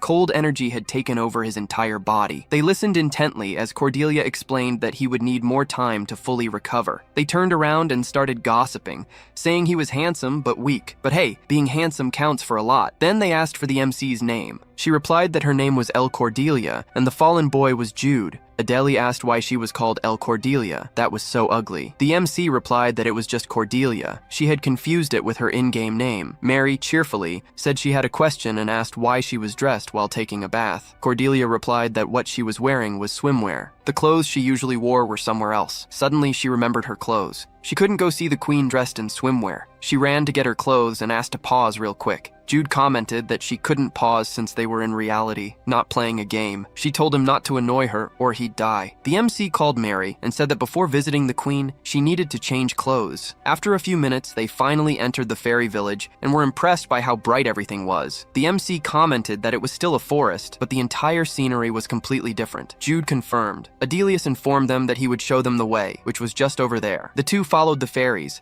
captivated by the dazzling scenery, but everything changed around them. The forest, the woods, gained even more vivid colors. Cordelia was saying how amazing it was. Every time they walked, their surroundings changed. Jude had no idea what kind of structure he was passing through, a place that exists everywhere, yet nowhere at all. Fairies were passing through walls of dimensions and space all the time. They were so rare to be seen they only existed in human tales. Jude thought that he and Cordelia had already seen them in games, so they already knew they existed, but it was hard to believe they appeared and disappeared in the blink of an eye. And now that he thought about it, they only appeared in Cordelia's main storyline. He might be getting his hopes up for nothing, but this rare appearance could be put to good use. The MC commented that the path was getting narrow. They saw a fancy door. She opened the door and invited Jude in. The MC thanked her and called her his bride. She told him to shut up, but a voice interrupted them. The fairy queen said the pink-haired girl must be the human child Amelie and Adele were talking about. The fairy queen was in a huge chair in the center of a cage-like building. Graciously, the fairy queen said she'd heard a lot about them from Adele and Amelie. They were enchanted by her immense beauty and delicate voice. She looked at them and said that in this autumn of abundance, the queen of autumn, Lorelei, welcomed the two. Meanwhile, back at the camp, Daria arrived on horseback. She said she came back quickly because she heard an explosion on the other side while patrolling. Suddenly, she spotted Maya and guard Jim talking about the young master's disappearance. Then she realized their tent was empty, which meant her calm night was officially over. The guard apologized for having slept, and he wasn't even that sleepy. He reported that he didn't know what happened. He just got sleepy after drinking young Master Jude's tea. Dahlia took the cup and sniffed it. She realized it was a medicinal herb Lord Chase prepared whenever young Lady Cordelia couldn't sleep. So she told everyone they should split up and search instead of waiting for them. If she was right, the plan had been orchestrated by the two of them. Back in fairy paradise, Jude and Cordelia greeted the queen. Lorelei. She stated it had been a long time since she'd seen human children, and was glad Adele still had a good knack for picking people. She asked if their names were Jude and Cordelia. The MC confirmed, but Jude was paying attention elsewhere. He'd noticed the two fairies who accompanied them had disappeared, but he didn't know when it happened. Lorelei informed them that Adele and Amelie were already in the banquet hall. While they were entering, they'd told her about the two before leaving. Since they're able to travel freely through space, not even time can stop them. The two were surprised. It was the same explanation they'd heard in the game. The queen commented that the bicorn had been a problem for a long time. Therefore, she would give a suitable reward for them having killed that beast. Cordelia was overjoyed, while Jude figured it was going according to his plan. If it were in the game, this event would be automatic, without any interruptions. Cordelia would have chased off the bicorn that was bothering the fairies, and would have been invited by the fairy queen. However, this scenario changed. Cordelia wasn't alone. Jude was there too. Instead of sending him away, they ended up killing the bicorn. Since the battle's outcome changed, it was believed the reward had improved too. Jude wondered what he could gain. A fairy stone or fairy powers like the Winx. He's someone who never refuses any reward. Jude thought the thing he needed most right now was the moonlight item. If he could get that, the powers didn't matter. The thoughtful queen pondered what she'd give to a mage and a warrior. After making her decision, she snapped her fingers and said the item should be enough. Cordelia and Jude noticed a green light appear in front front of them. For Cordelia, she granted the moonlight. It's an item kept for hundreds of years, a legendary staff created by fairies. To Jude, she handed over the fairy steps. She informed him that even though it was created for another race, it never found an owner as good as him. Smiling,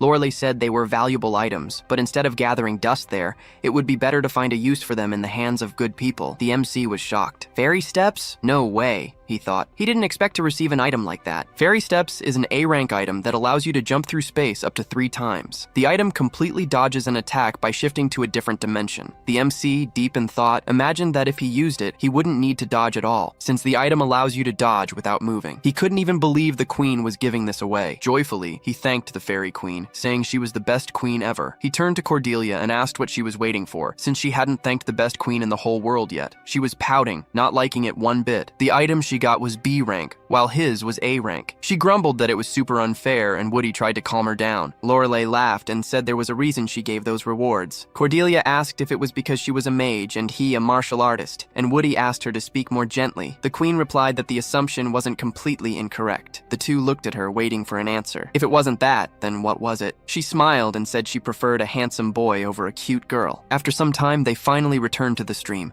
completely beat. Cordelia felt exhausted because the fairies kept bugging them to play. Plus, she couldn't say no when they insisted she sing about 40 times. Woody was also exhausted. The fairies had informed them that time flows differently in their world, and told them not to worry, but he hadn't imagined they'd have to stay there for 12 straight hours. The two hugged each other, saying it was finally over. The battle against the bicorn was easy, but having to go through the fairy banquet was weird. They cried because they finally didn't have to socialize anymore. Suddenly, the MC remembered something was missing. She looked at the lake and saw that the bicorn was still there. Cordelia asked Woody about its horns. Since it doesn't drop like in the game, it looks like they'd have to rip them off themselves. The MC confirmed that one of the horns was his. Cordelia said the other was hers. Super excited, she hadn't imagined that besides the moonlight, they'd get 2 bicorn horns and the fairy steps. She felt like things would only get better from now on. Woody apologized for ruining the mood, but it looked like they'd have to ask the guards for help. Cordelia's expression quickly changed. Now she was about to panic. The MC informed her that the light from the towel and the explosion probably woke them up. As she dusted off her clothes, Woody called Cordelia, but she was trembling. She then said that the two of them were now totally screwed. In the fairy world, Mary asked the queen if it was right to give them both moonlight and fairy steps. She was surprised there was a human worthy of fairy steps. Adele said there's a saying, too much power changes people. While the two asked various things, the queen just listened gently with her eyes closed. She remembered that the moment she saw those kids, a scene flashed before her eyes, something she'd observed through the gap in time. She couldn't see in detail with just her power, but she was sure of it, so she told the two not to worry. She knew as soon as she met them, those kids' destiny wouldn't end with just them, as they'd be one with this world. The next day, Daria stared blankly at Cordelia, asking if she understood what she'd done wrong last night. She commented that they had just made a detour from their planned path. They hadn't even inspected the spot, but the two went to the stream alone and without a single escort. The MC apologized and said she wouldn't do it again, but the guard spoke in a serious tone. There were only 3 more days until they reached Langhez, and as a guard knight, she couldn't allow the two to be exposed to danger again. So, until they arrived in Langhez, the two were forbidden from leaving their carriages. Cordelia nervously asked if she was mad. Daria smiled and replied that now that the two were stuck in the carriage,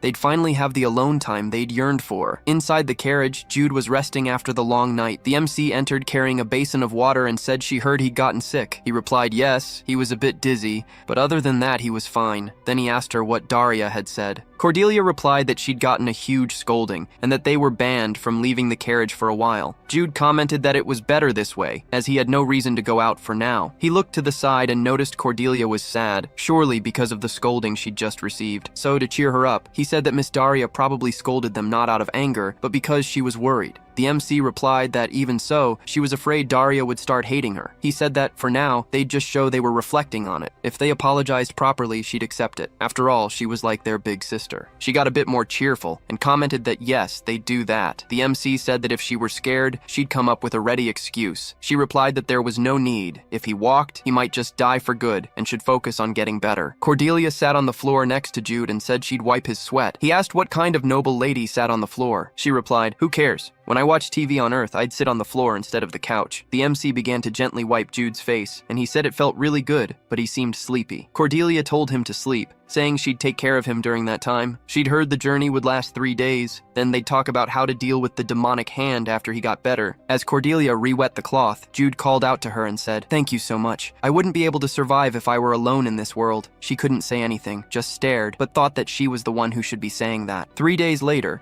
nearing their destination, Cordelia asked the MC if he was a scammer in real life. "Damn scammer!" she exclaimed. He replied that she was being too mean, then asked what she thought. She answered that the plan was perfect, and that's why she was calling him a scammer. Cordelia was still staring at the paper. This crap is completely amazing. This is rank 1 level, she thought. Suddenly, someone knocked on the carriage door. It was one of the guards, pointing for them to look ahead. Cordelia stood up, awestruck by what she saw, while Jude glanced. The city of Langhast was before them. The MC smiled excitedly to see it in person. There was even the city's symbol, the knight statue. The MC commented that it looked even more amazing than in the game. The two spoke at the same time, saying they even thought they could hear background music. They looked at each other for a moment, turned back, and started singing the song together. Cordelia asked, "How did you sing the same part? You're such a nerd." Jude replied that she was too. The trading city of Langhast is commanded by Duke Hesselk, but in reality it's led by the 12 northern clans. It's not part of any family's territory, and is also called the City of Beginners, marking the start of Jude and Cordelia's main scenario. Standing in a large mansion, the MC wondered what that was. Cordelia had stayed in a normal lodging in the original story, but what was this luxurious mansion? Maya informed them that Duke Hesselk had rented that place so the two could stay comfortably during the social event. Furthermore, even though they were engaged, he insisted they stay in separate rooms. So that's why her father-in-law was someone insanely generous, Jude thought. Suddenly he spotted something. Cordelia was apologizing to Dahlia. The guard opened her arms, accepting her apology. Then, Cordelia happily jumped into the guard's arms. Jude looked at that happy scene. It seemed they were fine now. He turned to Maya and informed her he was going for a walk. He asked if he could leave his bags with her. She replied, yes. Nia's guard, running happily,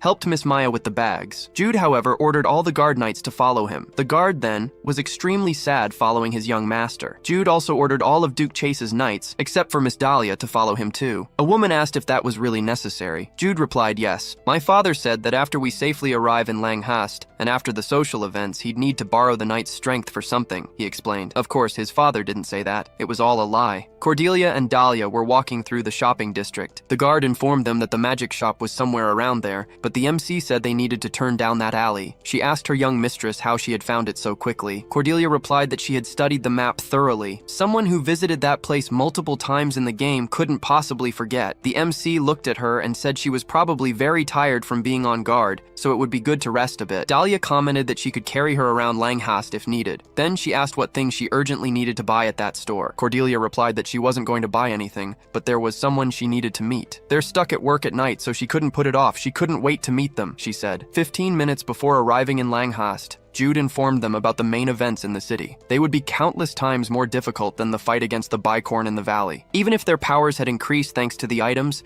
they wouldn't be able to win alone. Cordelia agreed, saying they would probably lose that fight. Jude commented yes, but to make sure that wouldn't happen, he was thinking of using his father and her father. The MC asked what letter he was holding. He replied that it was the forged document he had written, while imitating her father's handwriting. They would use it to unite all the mages of Langhast. As long as he had this document, the mages of the Crimson Dawn Tower would have no choice but to help them. Cordelia realized that he had not only copied his handwriting, but also his manner of speech and signature. That's incredible, she thought. The MC put away the letter, saying she wondered what kind of insane plan he would come up with. "So, you'll use my father, who is the master of the Crimson Dawn Tower, to get the mages' help?" she asked. Jude handed her a money bag and replied that she was right. Since mages were part of society's elites, even if the Tower Master's daughter asked directly, they would still need at least a reward. She looked at the money bag and replied that she would do it. Then she asked how he would use her father. Jude commented that on the last expedition, his father confronted a group of demon worshippers. When he checked one of their backpacks, he found a type of coded secret message. After deciphering the message's code, they discovered the place where the demon worshippers would meet, a specific spot in Langhast. The MC will deliver the forged document with this story he concocted to the Knight's Order in Langhast. His father has a reputation, and his son personally delivered the letter. The Knight's Order will have no choice but to believe him. Cordelia commented that then, they'll use the NPCs to grow stronger, and through the Knight's Order, they can take down some of them quite early on. Jude replied, "That's right. This method will only work because they are Jude Bayel and Cordelia Chase, and because it's reality, not a game." The MC smiled and said, "Not bad. It's a perfect plan." The MC also grinned screamed excitedly. "They'll bring outsiders into the event." At the headquarters of the Order of the Blue Lion Knights, a man, the commander, was commenting on why he needed to immediately check what was in that letter. To say there are demon worshippers hiding in Langhast, there's nothing more urgent than that. One of the guards wondered if he really heard correctly what Commander Baruso said. The guard next to him replied that they seemed to be secret orders from Alex Bael. Jude said that, due to the contents, his father told him to deliver it personally and to burn it after reading. Jude couldn't leave any evidence that he forged something. The commander replied that he would do it. With the remaining knights at headquarters, they would move as quickly as possible towards the demon worshippers' hideout. The MC raised his hand and said that this might sound immature and random, but asked if he could join the guards. He looked at Jude and replied that he could allow him to go with the guards,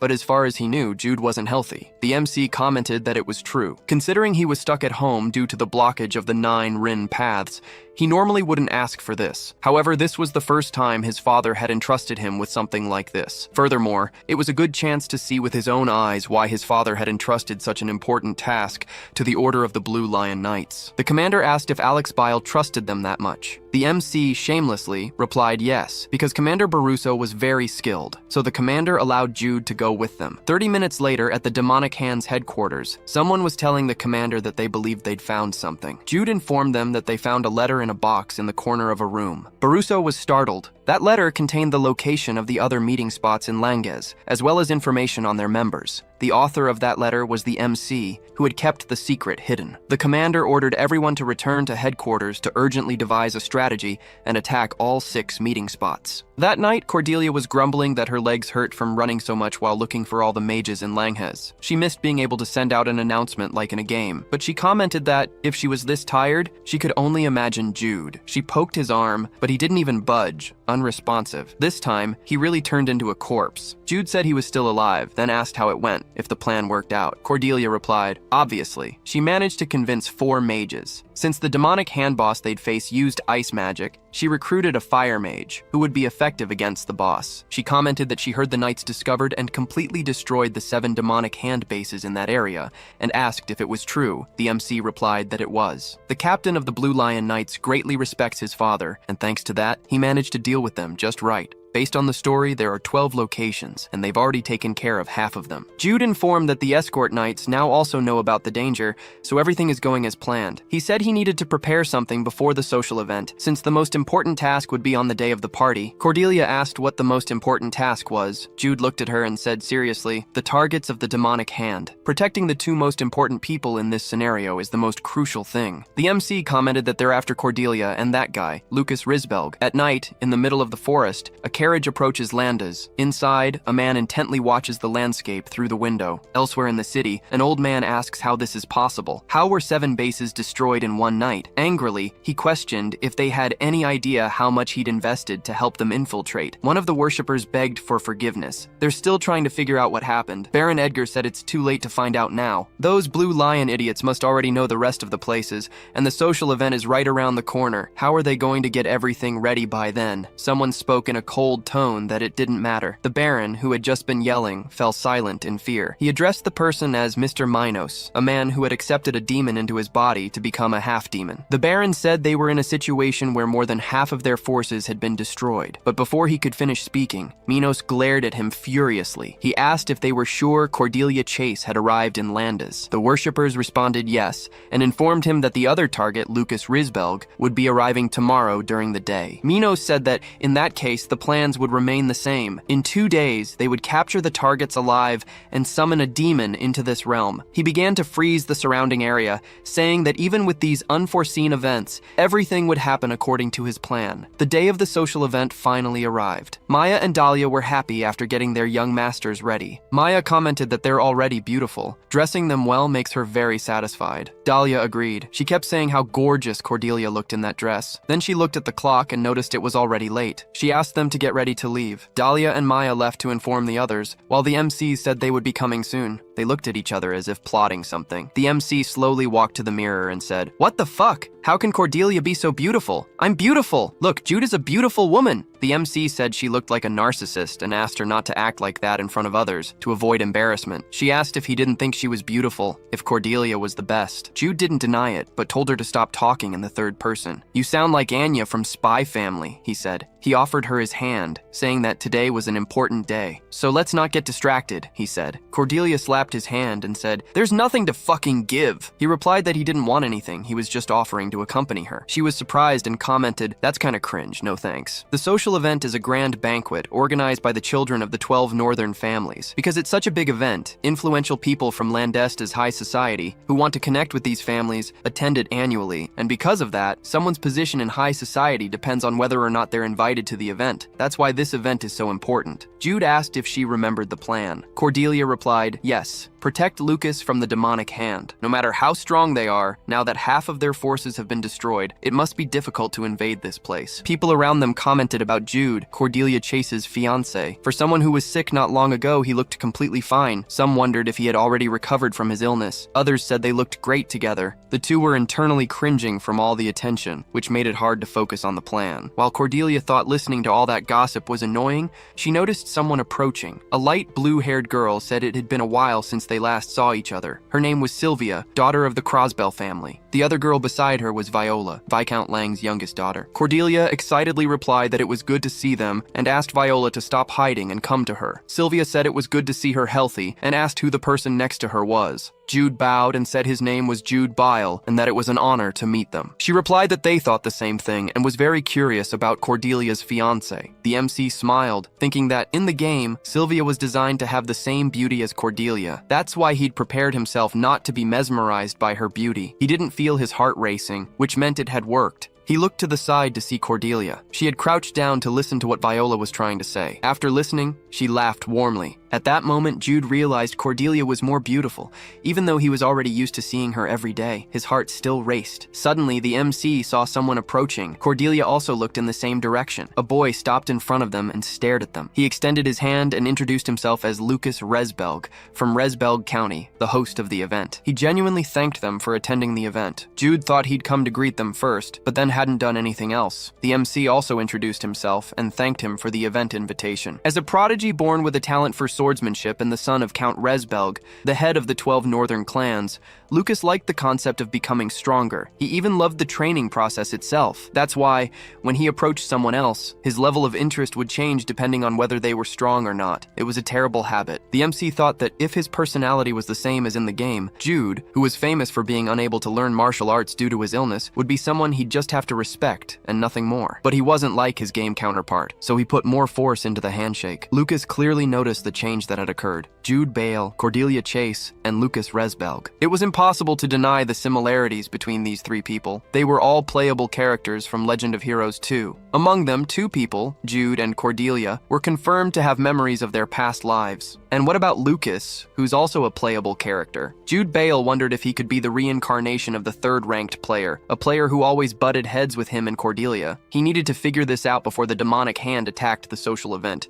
and he needed to be quick, without saying too much. The MC got closer and asked, "Hey, you too?" But Lucas didn't answer anything, just stood there looking confused. Jude Bale coughed a bit and commented that he had said something inappropriate. He still wasn't completely healed from the block of the 9 yin paths, so he apologized. Lucas accepted the apology and left to greet the other people at the event. Cordelia grabbed Jude Bale's arm as she said, "How embarrassing. That was so funny." The MC told her to shut up. She asked if he had gotten the answer about whether Lucas had memories of the modern world or not. He then repeated to her, "Shut up!" But it was as Cordelia said. It was technically a success, though he didn't know if that was good or bad. Just like when he met Yellowstorm and Pleiades, he didn't feel anything special. Judging by Lucas's reaction, he really found the situation weird. With that, however, he could confirm that Lucas didn't have memories of being ranked third. If a character like Lucas had memories of playing Legend of Heroes 2, he would have been a great help in solving the problem with the demonic hand at this event soon. So, it's a shame. But even so, Jude Bale had no guarantee that reincarnations of ranked players would be like him and Cordelia. He didn't know if they would want to work together. In this situation,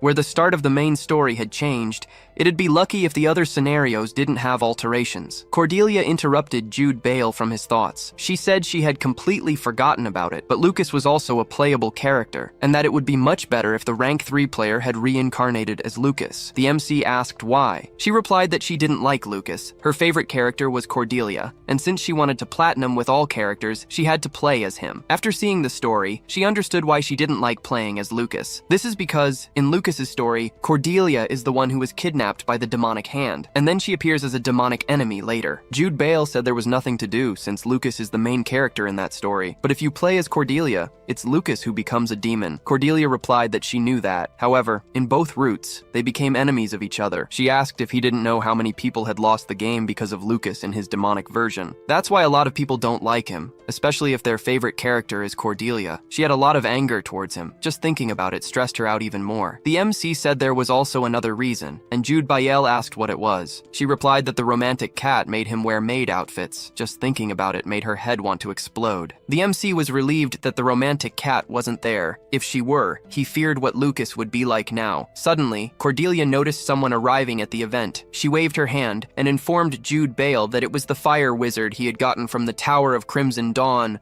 whose name was Ronan. However, it was the first time she had seen the two people who were with him. She reminded him that he would call a few more people to help. She looked at the MC and asked if it was really necessary to wait until those guys invaded. Jude replied yes. There was no guarantee that they would attack in the same place and at the same time. That's why it was better to keep an eye out. Cordelia looked to the side and commented that it was time to deal with that idiot who was hitting on Sylvia. Jude informed her that he was Felix Duran, from the Marquisate of Duran. Sylvia's face was so expressionless. He told the MC that Felix was the oldest among the youths of the 12 clans who would come that day. Cordelia said that even so, she would still win against that idiot. She quickly headed towards them, while he said it didn't matter. She could do whatever she wanted. Jude thought that, aside from Lucas and Cordelia, the youths of the 12 clans wouldn't influence the event much, whether they lived or died. Since it was like that, it would be better to save all of them. He looked at Cordelia, who was talking with Felix Duran, and saw that she was unable to control her expressions. It was so transparent, but he thought he even liked that completely bored expression better. The sad expression Cordelia had in the game didn't suit her at all. Jude noticed the music had changed. It was probably time for the dance. The demonic hand wouldn't attack yet, so he looked to the side and saw that people in the middle of the crowd were looking at them. He froze. He couldn't believe she was there. Cordelia commented that her servant was coming towards them. Suddenly, Daria, completely excited, also appeared. The two looked brightly at their young masters, and Jude just wondered what kind of brilliance that was. Cordelia questioned why Maya brought Daria too, but it wasn't just them looking at them, but all the youths at the event. The MC commented that it was understandable why everyone was looking. The social event's participants were kids and weren't dating yet, so they would dance with friends. However, he and Cordelia were already engaged, which meant everyone was eager to see a dance between fiancés. Jude thought there was nothing to do as he took off his gloves. He offered his hand to Cordelia and asked if she would grant him the honor of that dance. In her thoughts, she wanted to run away from there and didn't want to dance in front of them. But in reality, she replied, "Of course, young Master Jude." The two headed towards the dance floor hand in hand. Cordelia said that was so cringe and asked if he even knew how to dance. Jude replied that she already knew about Jude Bale's talent, which had been nerfed by the blocking of the 9 yin paths. He grabbed her waist and pulled her in, saying he was good at everything that used his own body. Cordelia was surprised by this sudden pull and said she knew that. She looked at him, wondering if Jude's shoulders had always been so broad and if he was tall too. The MC, realizing she was lost in thought, asked if something had happened. She replied that it was nothing. But just as they were about to start dancing, a huge explosion occurred at the event entrance. Jude shielded Cordelia in his arms, while also looking at Senna. The demon worshippers began invading the event, while people ran and screamed. Cordelia also looked and told Jude that he was there. Lucas was protecting Sylvia from a man who had just approached them. The silver-haired man said he finally found him, Lucas Hesbeld. Lucas quickly pulled a dagger from his coat and prepared for battle. He told Sylvia that at that moment, he wasn't properly armed, so it would be impossible to defeat him right then. Because of that, he decided he would block with everything he had so she could find a way out and escape. She was very scared and asked him not to do anything reckless. Minos began walking towards them while the ground froze with just the movement of his steps. He pointed his finger, ready to cast a spell, while Lucas was still in front of Sylvia, protecting her. Suddenly, the fire mage hired by Cordelia cast a flame spell towards the enemy. Sylvia shielded herself from the explosion behind Lucas. Cordelia pulled her arm and said, "We need to escape now." She told Lucas to escape too and asked asked him to follow her quickly that way. He asked what the hell she was talking about, leaving an enemy behind and running. As a knight, it was his duty to stay, but the MC angrily questioned, "What do you plan to do without a weapon? Have you ever fought a mage before? Are you that confident you can get through those flames?" She told him to think and decide quickly, and to remember the name the enemy said as soon as he appeared. After listening to Cordelia, he realized that when the enemy appeared, he clearly said his name. He clenched his fists tightly. Cordelia was right. Running away was the best option. So, they started following Cordelia, who was rushing them. The MC, running ahead, stopped as soon as he heard his name called. He spotted Maya standing in an area of the place. While Maya worried about her young master, one of the demon worshippers ran towards her to kill her. The MC became desperate and screamed her name, while Maya looked back, startled by a sudden attack. She closed her eyes in fear. Suddenly, Daria appeared in front of her, cutting down the enemy with a single strike, while Maya remained with her eyes closed. The guard told young Master Jude Bale that they would also flee, and asked him to escape with young Lady Cordelia first. More relieved, he replied yes. The MC looked at the event that had become a battlefield. The demonic hand's fighting power had significantly decreased. If it were like the original story, Minos would appear as the final boss of this ambush event. But since he appeared at the beginning, it proved the battle was in their favor. Minos, with bloodshot eyes, watched his targets fleeing. Jude Bale thought he couldn't stand the fact that they had escaped. Since Lucas and Cordelia were there, Minos would probably follow them. It was best to finish preparations as soon as possible. Cordelia pointed to some stairs and said they needed to go that way. She placed her hand on a specific spot on the statue. Meanwhile, Sylvia and Lucas watched, startled, as a door appeared in front of them. Sylvia asked what that was. "Why is there a door inside the wall?" she questioned. Cordelia replied that young Master Jude Bale had found a secret room, and it was better to go in right away. She lit up the place with light orbs. There was a staff in the middle of magic circles drawn on the floor, and also swords all over the place. Sylvia thought about what she had seen, circles she'd never seen before and a strange staff. She asked Cordelia what it meant, but the MC replied that they needed to run,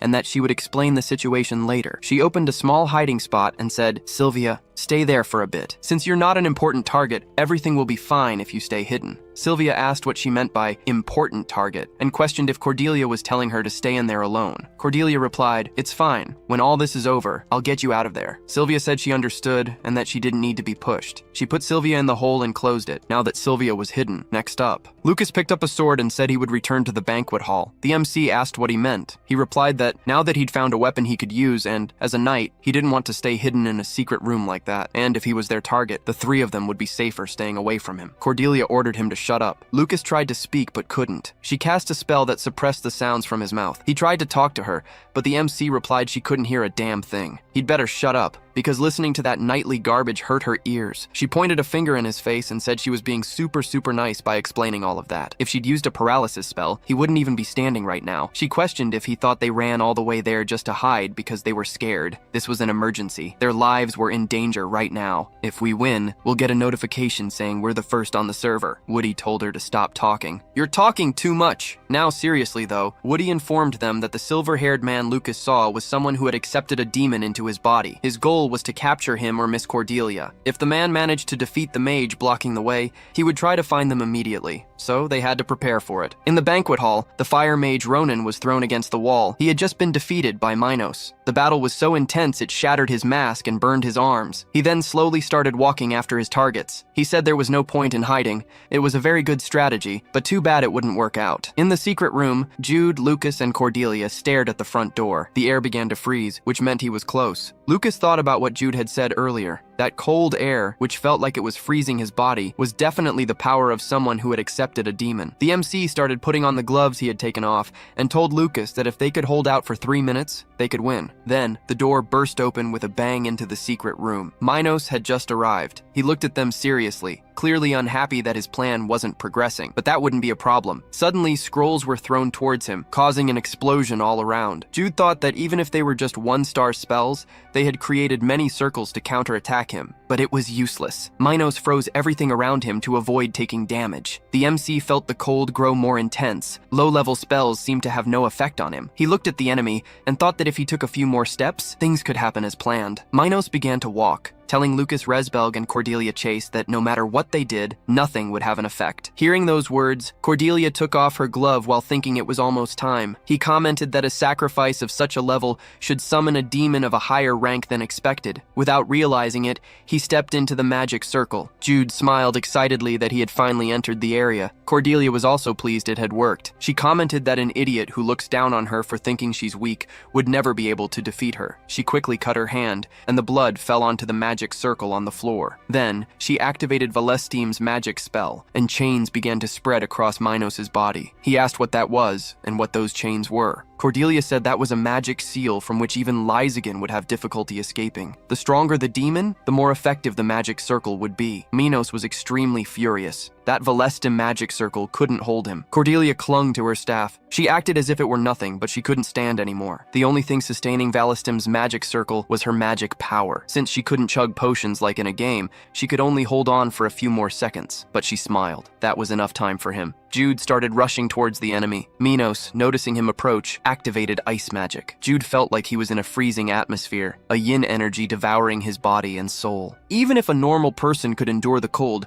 they'd freeze because of the yin energy. The difference, though, was that he was already used to yin energy. Minos couldn't believe he'd escaped his ice prison so easily. The MC prepared to attack, asking the enemy if he was used to yang energy. Holding the sun necklace in his hand, he unleashed several consecutive blows to Minos' face. Lucas was impressed by the MC's combo attacks. He knew Jude wasn't supposed to be able to learn martial arts due to his illness, but young Master Jude's skills were insane. After landing the blows, Jude quickly distanced himself from the half-demon. His hand was trembling. Valestim's magic circle must have weakened him, and he was still recovering from his fight against Ronan. Jude wondered how he was still standing. After becoming a half-demon, his physical capabilities improved, and his body's durability went beyond human limits. When he went to strike again, Minos stopped him with just one hand. He was slowly regaining his strength and getting ready to use magic. But Cordelia yelled at Lucas to help, like now, before Minos activated his ice magic. Lucas quickly grabbed a sword and ran towards them. Minos noticed the attack and threw Jude away. Lucas delivered a lethal slicing blow against the half-demon, who took a lot of damage to his left arm. Jude recovered and noticed Lucas's sword was glowing. Meanwhile, this skill of Lucas's was an ancient sword technique passed down only to the direct descendants of the Resbelg family. They say it was inspired by the sword of the Holy King Greyhan. With it,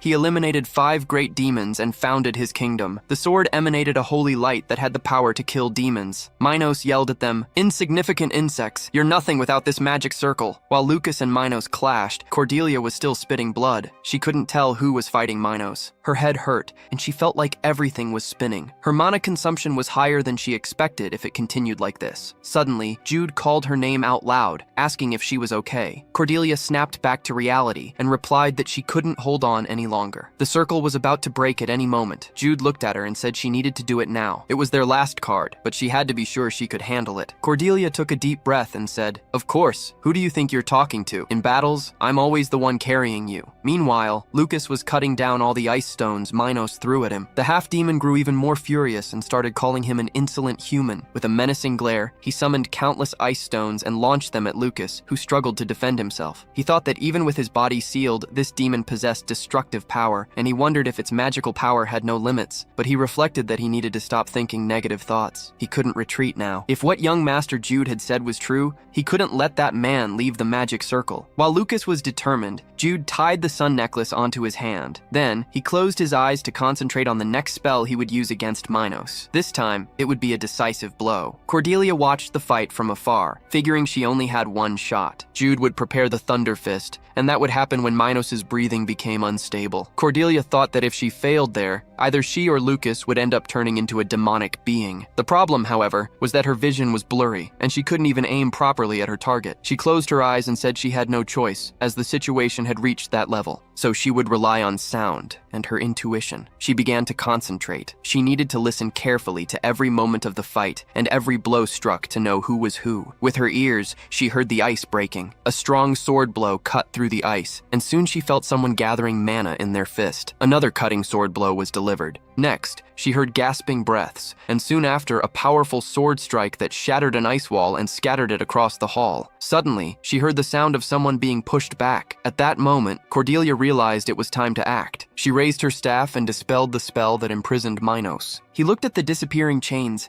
and thought the girl couldn't hold him any longer and that the seal had been broken. Lucas looked at the scene with concern. They were only able to fight him because of the seal. But suddenly, he heard someone loudly shout a spell. Cordelia began to cast a spell. She slammed her staff with all her might onto the ground, and a light began to emerge from it. Mana began to gather around the staff. A strong, intense light filled the place. Minos put his hand in front of his face, thinking that spell was moonlight, and that girl was full of tricks, one after another. Suddenly, Jude raised the sun necklace and began to absorb the moonlight. Minos tried to decipher what was happening. The moonlight was gathering in the necklace, and he wondered what that meant. Without realizing it, his hand began to burn, while Jude walked up to him and said there was no point trying to block it. That was the result of the combination of the moon's magical power, accumulated for centuries, and a divine artifact imbued with the power of the sun god Solari. Proudly, Jude said, "If we've been using a normal sword until now, I guess this would be like a Star Wars lightsaber." Cordelia questioned, "What the fuck is this? Just finish him already. I'm dying here, goddammit." Minos began to look for a way out of there and go somewhere where that dangerous light could be diffused. He turned and started to run, but Jude cast a spell and yelled, "Where do you think you're going?" A visual spell spread in front of Minos,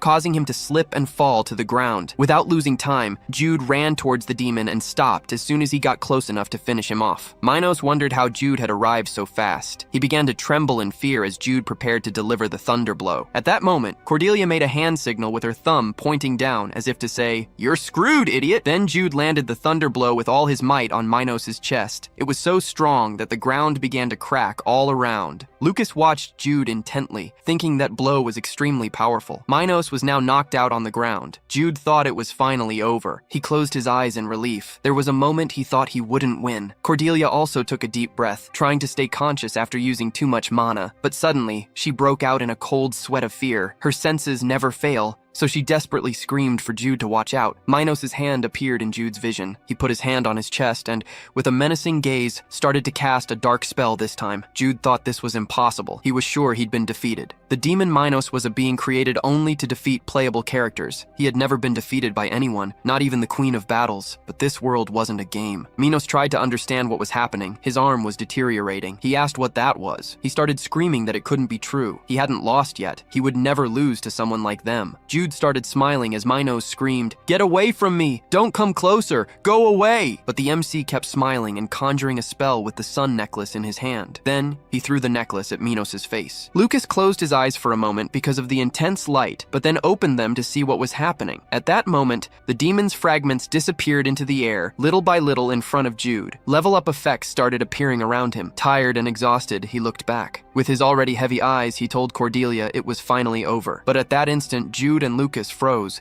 and a deafening silence hung over the place. Cordelia was collapsed on the ground. There was blood around her and her breathing was very weak. Jude was stunned to see her like that. He thought it couldn't be true. He started screaming Cordelia's name as he walked towards her. His vision started blurring, but he kept yelling for Cordelia to talk to him. Lucas ran towards him, trying to say something. However, Jude didn't hear him because all he could think about was if Cordelia was okay. Lucas held him as he spoke. "Please, save Cordelia, please." His eyes started to close. Suddenly, system messages appeared, but he only thought of Cordelia, and then he passed out. The next day, Jude woke up suddenly, screaming Cordelia's name. He calmed down a bit. Beside him was his personal maid, Maya. Still somewhat dazed, he wondered if he was still in Langhast. When Maya called him, he turned his face to look at her. Maya had tears in her eyes. For a moment, she thought he would never wake up again. She was so scared. She was really, really scared. She softly said it was a relief to see him awake and asked how he was. Jude replied that his body was a bit sore, but he was fine. No need to worry, and asked if she was okay. Maya replied yes, thanks to Dahlia, who protected her. He noticed by her face that she was pale, so he asked if she hadn't slept. She replied no. It was her job to monitor the young master until he was well. Jude thanked her and asked how the others were. She replied that young Master Lucas was sent to the hospital. Miss Cordelia, who was also unconscious,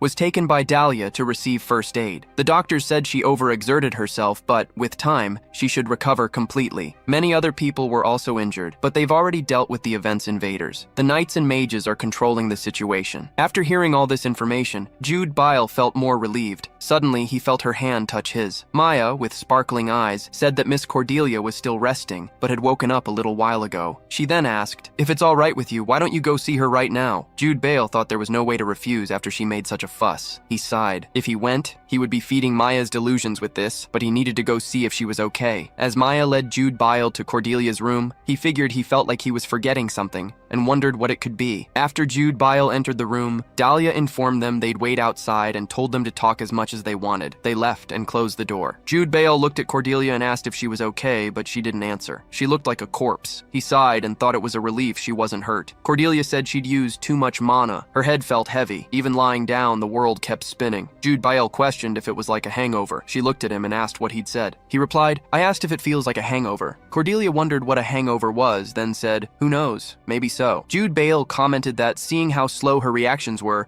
she didn't look well, and said that if it was that hard, it'd be better to just lie down. She replied that she was feeling better now, but in her thoughts, she still wondered what the hell a hangover was. Jude Bale asked if she'd heard that before she passed out. She didn't understand and questioned what he meant by that. He replied, "Your new title." Cordelia, now super excited, said she was so tired she thought she'd hallucinated. But it was really true that she'd gained a title. She thought she'd heard wrong. She asked if the title was the one that made the impossible possible. Jude Bale replied that it was indeed that one. Cordelia happily commented that it was so cool. If that happened in the game, it would have caused a gigantic commotion. That's how awesome it was. Jude Bale, seeing her act that way, was happy to see that she really was okay. Suddenly, he decided to torment her a bit, so he asked if she wasn't going to say anything about him leaving the last hit for her. Cordelia asked if that was really important right now. He commented that it had been very good for her to have gained her title, but he suddenly fell silent when he heard Cordelia say that Adaria was alive. Viola and Felix had been rescued. Counting the mages and knights who helped, more than 30 people had been saved. Excited, she said that some of the mages had been injured, but no one had died, and among the knights, no one was seriously hurt. Jude Bale was still silent, listening to her say that, in the game, many people had died, but now everyone had survived. Cordelia said they had saved many people and thought they were getting close to the perfect happy ending. Jude Bale stood still for a moment. Then, he gently placed his hand in her hair and suddenly started shaking Cordelia's head repeatedly. She furiously asked, "What are you doing, you bastard?" Jude Bale replied that she was being so admirable he couldn't hold back. He sat down in the chair and commented that he was happy they had managed to get out alive. Cordelia questioned if he had already thought of more plans. He replied that, for now, the game's scenario would continue as programmed. She commented that, if that was the case,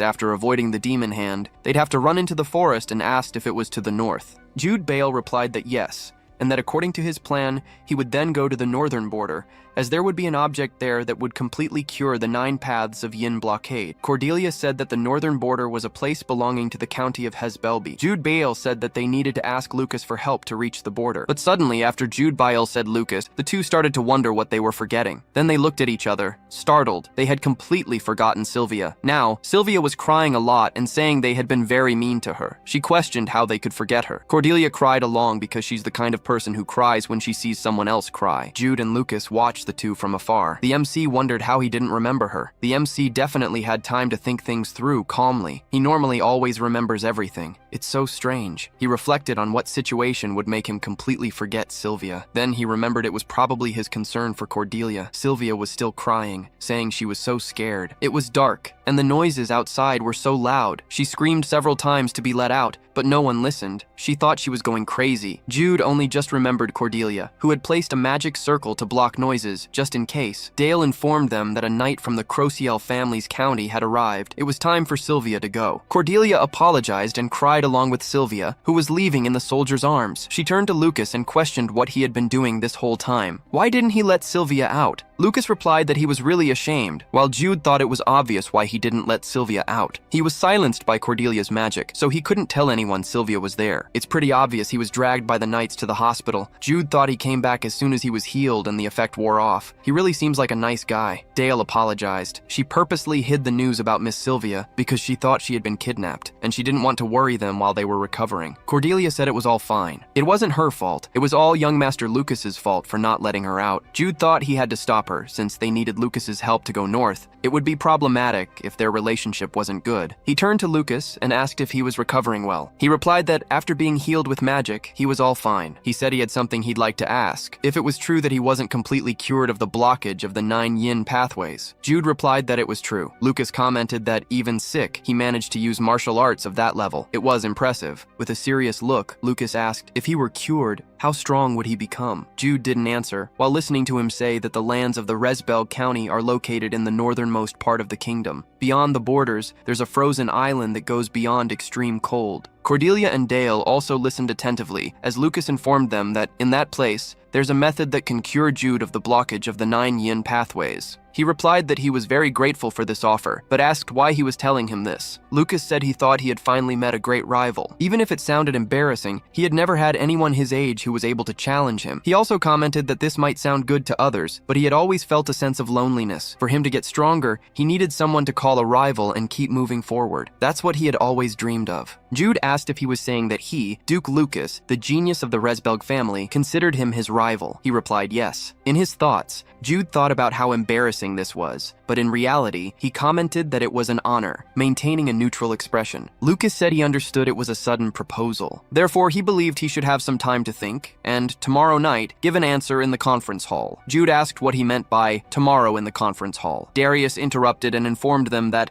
since they had just regained consciousness, she hadn't been able to tell them the news. The children of the 12 families remained in a weakened state until their family reinforcements arrived. There's still a possibility of more attacks, so the conference Duke Lucas mentioned is about the recent ambush. Many were injured, and several of them are minors. Because of this, there are many people who can't cope with it mentally. The conference, allowing everyone to rest, was suggested by the Blue Lion Night to happen tomorrow night. Jude commented that, okay, so what did he mean by tomorrow night? Lucas said that since they needed to give an explanation about the fight with the demons, their presence was required. The MC said that was fine. He'd give his answer after the conference. Lucas said he'd be waiting. Then, he said goodbye and left. Jude watched him walk away, thinking things were going just as he'd planned. Now, sitting in an armchair, Cordelia asked why he was hesitating if he was going north anyway. He replied that he needed to show he was still thinking. That rebel Lucas has been waiting for a rival for years. He must be worried he'd refuse his offer. Cordelia questioned if he really thought that. Jude replied yes, but now they had to come up with a story for tomorrow's conference. She asked how they defeated Minos. Jude said that even if Lucas had helped, Minos was too strong for just the 3 of them to defeat him. Cordelia commented if they couldn't just say it was after the fight with Ronan,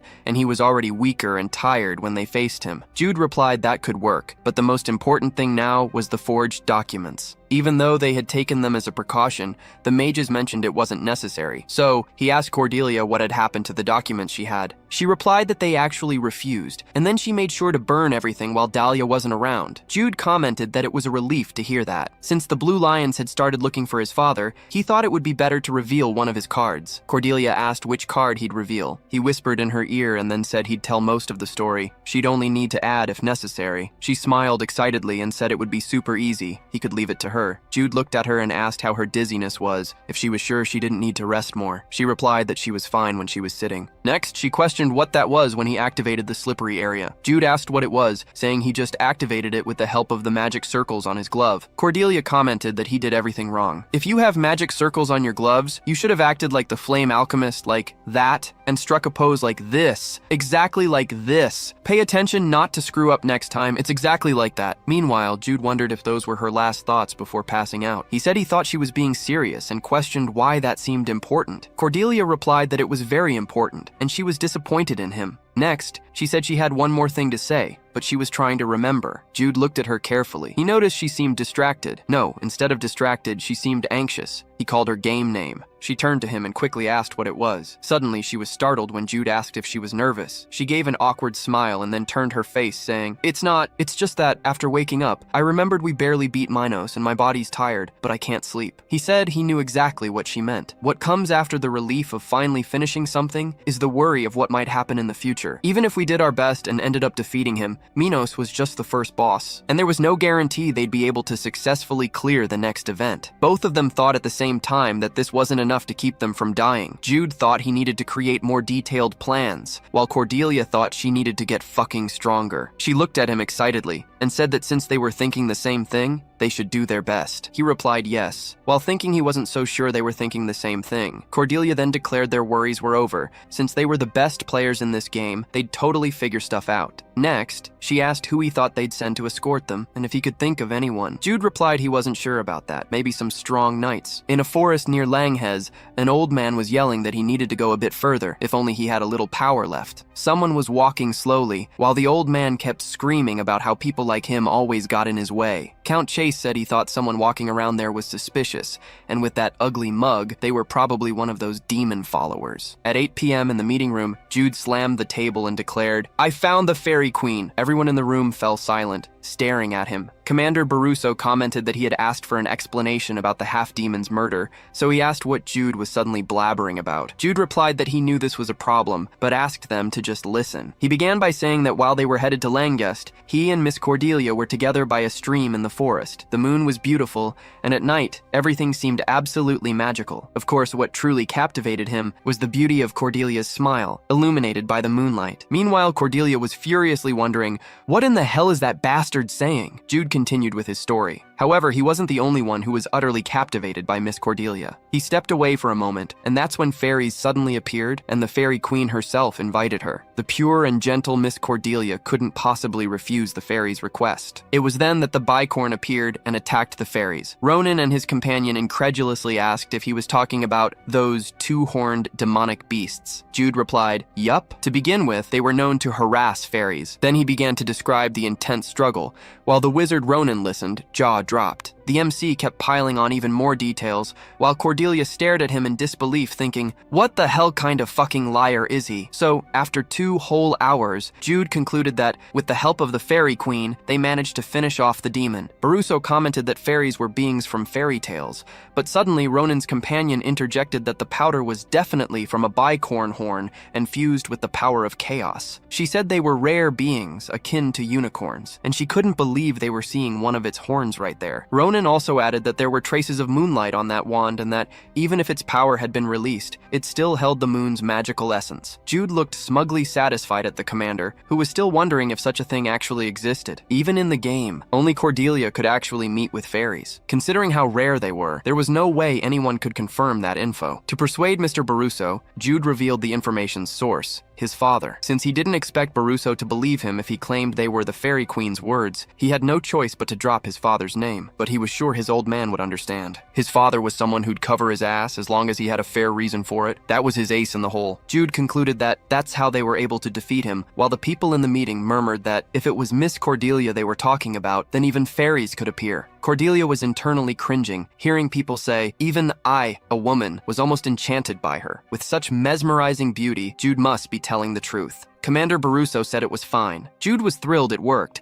but Cordelia, deep down, was still cringing from so much embarrassment. Baruso then commented, however, that the half-demon's objective was still uncertain. Therefore, he'd like to take them to rest in their quarters now, until reinforcements arrived. After everyone left, Jude and Cordelia chatted, while Silvio walked up to them. Cordelia turned around as soon as he called her. He said he was so busy he hadn't greeted them properly, and thanked them for saving her life. The MC replied that there was no need to thank her. After all, they were friends. Silvio commented that she was fine now. The story of fighting the demon was scary, but he wanted to hear more about the fairies and asked if she could tell him about them. Cordelia excitedly said of course, she'd tell him everything about them. Then, she turned and told Viola not to just stand there, calling her to chat together. Jude slowly backed away, letting them chat comfortably. Afterward, he started looking for Lucas, when suddenly Lucas appeared in front of him. Lucas asked if Jude had already solved his problems. Jude noticed Lucas was clearly anxious, so he decided to poke at another one of his weaknesses. Jude replied yes. However, besides the idea of having a cure for his illness, he was happier that Lucas saw him as a rival. Lucas was speechless, while Jude thought that this was a secret part of Lucas's past. Ever since he was little, he was obsessed with hero stories. What Jude had just said was from Lucas's favorite story. It was what the rival said to the protagonist in the book Heroic Legends by Bill Teen. That's why as they talked, Lucas would remember what he admired and yearned for, and would feel as if he had become a hero. Jude extended his hand and said he had just begun to walk a warrior's path, but he'd like to meet his expectations. Lucas shook his hand and said he eagerly awaited him in the north. Suddenly, Daria looked aside and intently observed the conversation between young Master Jude and Duke Lucas. That night, Cordelia opened the door to Jude's room and yelled that they had a huge emergency. He asked what was going on. She replied it was about following Lucas to the north. He's going to cure the blockage of the 9 yin yin pathways, but what about me? Jude didn't understand. Cordelia explained that someone was coming from the main family, so what excuse would she have to go north? Then, she asked him if he didn't know what Daria had said. Earlier, Daria had commented that, seeing how happy young Master Lucas was, it seemed young Master Jude planned to go north with him. Daria asked if Cordelia wouldn't feel a little lonely. Cordelia didn't understand and asked why. Daria replied yes, since Cordelia would have to go back home. Back in the present, Cordelia said that's what Daria had said. Then, she asked what she would do. Jude closed his book and said he was wondering what Cordelia would say. He commented that he had been invited, and that's why Cordelia would go too. Cordelia didn't understand, as she listened to him say that she just needed to do what she had done last time, and everyone would understand. She told him to wait a second. You can't be saying I should do that again. Jude said, after you go north and get cured of the blockage of the 9 yin pathways, you'll be hugged, carried, thrown up high. I'll do all that for you. He smiled excitedly and added, to send back all the people coming for you with spears, I hope you put on a good act. Cordelia, fuming, grumbled that he was super annoying. Jude apologized and said he loved her very much. She screamed, love my fucking ass! A few days later, Cordelia was writing a letter. She said that 4 days had already passed since the demonic hand's attack. That morning, the knights of Count Crosbull and Viscount Lang arrived to escort Sylvia and Viola. Although it was sad to see them go, she was sure they would be able to meet again. Later, Felix and other nobles also left, leaving just me, Jude, and Lucas. The people from the Bale family and the Chase family would only arrive the next morning. Cordelia stopped writing for a moment and sighed. She grumbled, I don't want to do this again. It's so embarrassing. The next day, Jude and Cordelia couldn't believe he had come personally to pick them up. She asked what her father was doing there and why her brother-in-law had come along. Jude's brother approached him and said he knew everything. You seem to have gotten stronger since I last saw you, he commented, and asked if he was okay. Jude replied that he was and asked why he was there. He whispered that he'd heard Count Chase would come personally, so they had no choice but to send the successor of the Bale family. Suddenly, Arthur said he'd heard that Jude had dealt with a half-demon alongside Cordelia. Jude replied that that was exactly right. With Cordelia and Lucas, they managed to win, and with the help of the wizards from the Crimson Dawn Tower, the Count asked if he couldn't defeat it alone. You still seem weak. I can't just stand by and watch this, he added. He handed a gift to Jude and said, it's nothing special, and don't get me wrong, it's not like I prepared this just for you. While Jude was still receiving gifts from his father-in-law, Cordelia nudged him and told him to stop extorting her father and just talk about what they discussed. Then, Arthur and Gale looked attentively at Jude when he called them. Jude commented that he had some things to tell them. After listening to what Jude wanted to tell them, Count Chase said it would be a long journey since it was far north of the kingdom. The MC said that even so, since it was Lucas's own request, he intended to accept. His brother informed him that in that case, he would prepare an escort team for him. Meanwhile, Cordelia was trying to say something. Suddenly, the Count was caught by surprise when she yelled, I want to go too! I want to go with my beloved man! I don't want to leave your side! He promised he'd pick me up and throw me up high! A deafening silence fell over the place. Everyone's gaze fixed on her. Gale tried to say something, but didn't quite know what to say. He noticed Cordelia was hiding in embarrassment behind Jude and thought, she's so cute. Arthur looked seriously at them and said he had his doubts if that weakling could protect his daughter. He then commented, I'll prepare some items for Jude. He's too skinny, so grab them before you leave. Jude thanked him. You're the best father-in-law. A few hours later, Maya asked to come along, if possible. Gale replied that he understood her, but she couldn't, because she wasn't a knight. Jude also agreed and asked her to stay home. It's too dangerous. She replied that it was fine. She would wait until he returned. She also informed him that Count Chase had asked her to deliver him something. He asked what it was. She handed him a small box and said it was a new engagement ring. He took the rings and informed her he would give them to Cordelia when the time was right. Dahlia approached and asked Maya if she could borrow the next volume of the book she'd lent her last time. Maya replied, of course, I'll send it to you soon. After saying goodbye to her young master and Dahlia, she departed back to the Bile Mansion. Dahlia informed him they would start preparing to leave, but Jude asked if it would be okay if he visited Lucas first, as he had something important to discuss with him. Lucas asked if he was really talking about the witch's forest. Jude replied yes, that the Fairy Queen had said Cordelia's destiny was in the witch's forest, and that she recommended visiting it when they had the chance to go north. Lucas commented that if that was the case, they would have to change their route. He informed them that various types of monsters appeared in the witch's forest. Prioritizing safety, it was difficult to recommend this route as an escort. Jude said he knew it was dangerous. However, deep within the forest, a poor witch's soul had been sealed by evil beings, and the only one who could release her from the seal was Cordelia. Cordelia said, a bit awkwardly that it was true,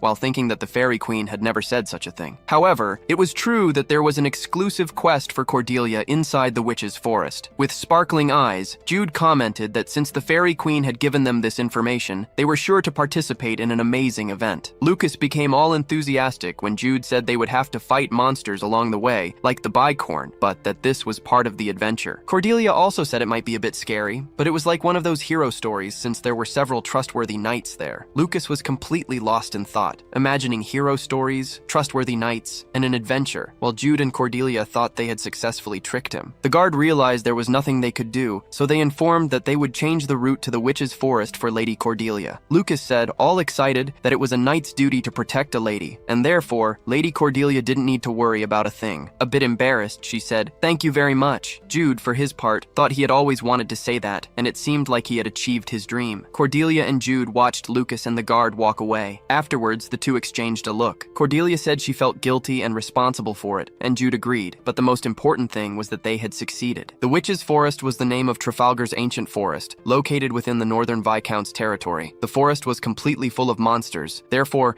not many people lived near that place, and because of the dirt roads, carriages couldn't enter. Lucas's personal guard informed them they would continue on foot from there, and that they would send all carriages to the Northern Viscount. Jude told Lucas it would be better to greet the Northern Viscount after the adventure, while Cordelia thought that guy was super sly. He was manipulating Lucas and convincing him that it was an adventure. Lucas wasn't suspecting a thing. It seemed he already trusted Jude. Cordelia wondered if he had planned all of that beforehand. Now that she thought about it, something seemed off. That strange tone of voice he had used with Lucas, his reaction during that meeting, the fact that he had mentioned they could forge documents, and how he had perfectly copied the handwriting of her father and Count Alex. If all that had been planned because he trusted his own skills and charisma, then it better not be true that Jude's job on Earth was to be a scammer. Jude looked at her, imagining he already knew what she was thinking. Jude said he was a normal citizen who followed the laws and paid his taxes, and asked her to stop thinking weird things. Cordelia asked if he paid taxes. He asked if she just wanted him to dodge taxes then. Cordelia thought that earlier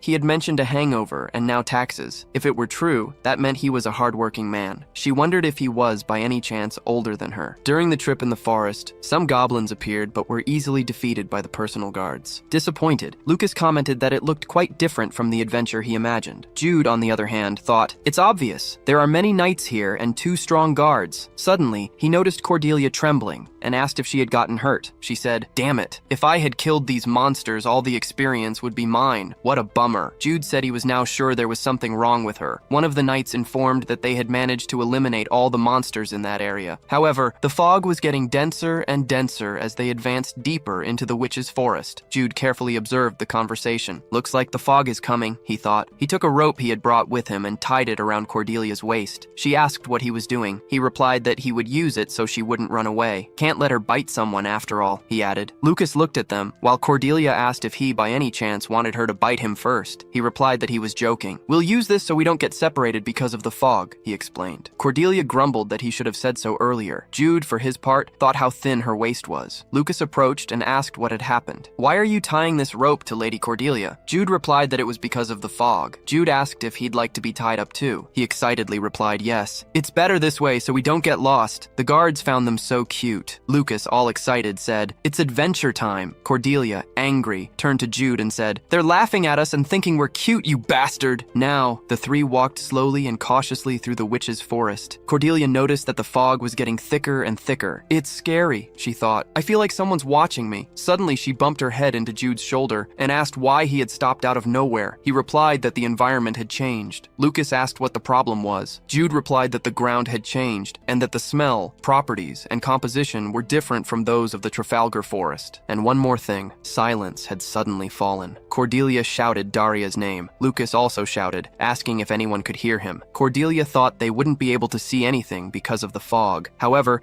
they were transported to a completely different forest, a place separated from everything. Worried, Jude looked at Lucas and said that the adventure he so desired had just begun. As they walked, sounds of crows hung in the air. The fog then slowly began to disappear. Suddenly, Cordelia spotted something in the forest. A skeleton was leaning against a tree, next to some swords. Jude observed the brooch on his clothes and informed that it was very old, but it was an emblem of the Guardians of the Holy Cross. Lucas asked if he was referring to those guardians who hide in the shadows to protect the continent. Jude replied yes. Given the circumstances, it looks like a small group got trapped inside inside this barrier, he concluded. Lucas questioned if he was saying it was easy to enter the barrier. The MC told him not to worry. All we need to do is find the witch's seal and undo the barrier, he said. As the two talked, Cordelia had a sad expression. Suddenly, the two startled when Cordelia activated the digging spell. They looked at her. Cordelia said she would bury them. They needed to bury them before moving on. With her magic, digging holes was easy and wouldn't take long. Lucas said it was a good idea. After all, these people risked their lives to protect the continent. Jude also agreed. Leaving them like that wouldn't be the right thing to do. As she dug the holes, she stopped as soon as she noticed something. She asked what that was. Jude walked over to her and asked what the problem was. She replied that she found a wooden chest while digging. When she opened it, there was a book and a scroll. Jude said the scroll seemed to contain an attack spell that eliminated demons, and the book was about divine martial arts. Lucas advised Cordelia to keep the spell and thought it better for Jude to have the divine martial arts book, since he used a sword. After a long time, they finally managed to bury all the guardians of the Holy Cross. Cordelia commented that they would probably be happy. Jude said they had already repaid them by giving that spell and book, and also said it was all thanks to Miss Cordelia's kindness. Embarrassed, Cordelia asked them to talk about it later, as they needed to keep moving forward. But suddenly, Cordelia heard someone whisper in her mind. Lucas was walking ahead when he heard her ask to wait a second. In her head, an unknown voice called for Cordelia. Jude asked what that was, and she replied that she was hearing voices. She pointed towards a direction in the forest and said that the unknown voice was asking her to go to the large forest with exposed roots. Deeper in the forest, a witch waited for them, asking Cordelia to follow her voice, and she would find her. Cordelia walked happily towards the witch's voice, while Lucas and Jude followed behind her. Lucas asked if Miss Cordelia could hear the witch's voice, because he didn't hear anything. Jude replied that they should trust her and follow, but Jude honestly thought that, for some reason, he also heard it. He couldn't see anything, but that weird voice in his head was probably the witch's. He wondered if anyone besides Cordelia was supposed to hear it,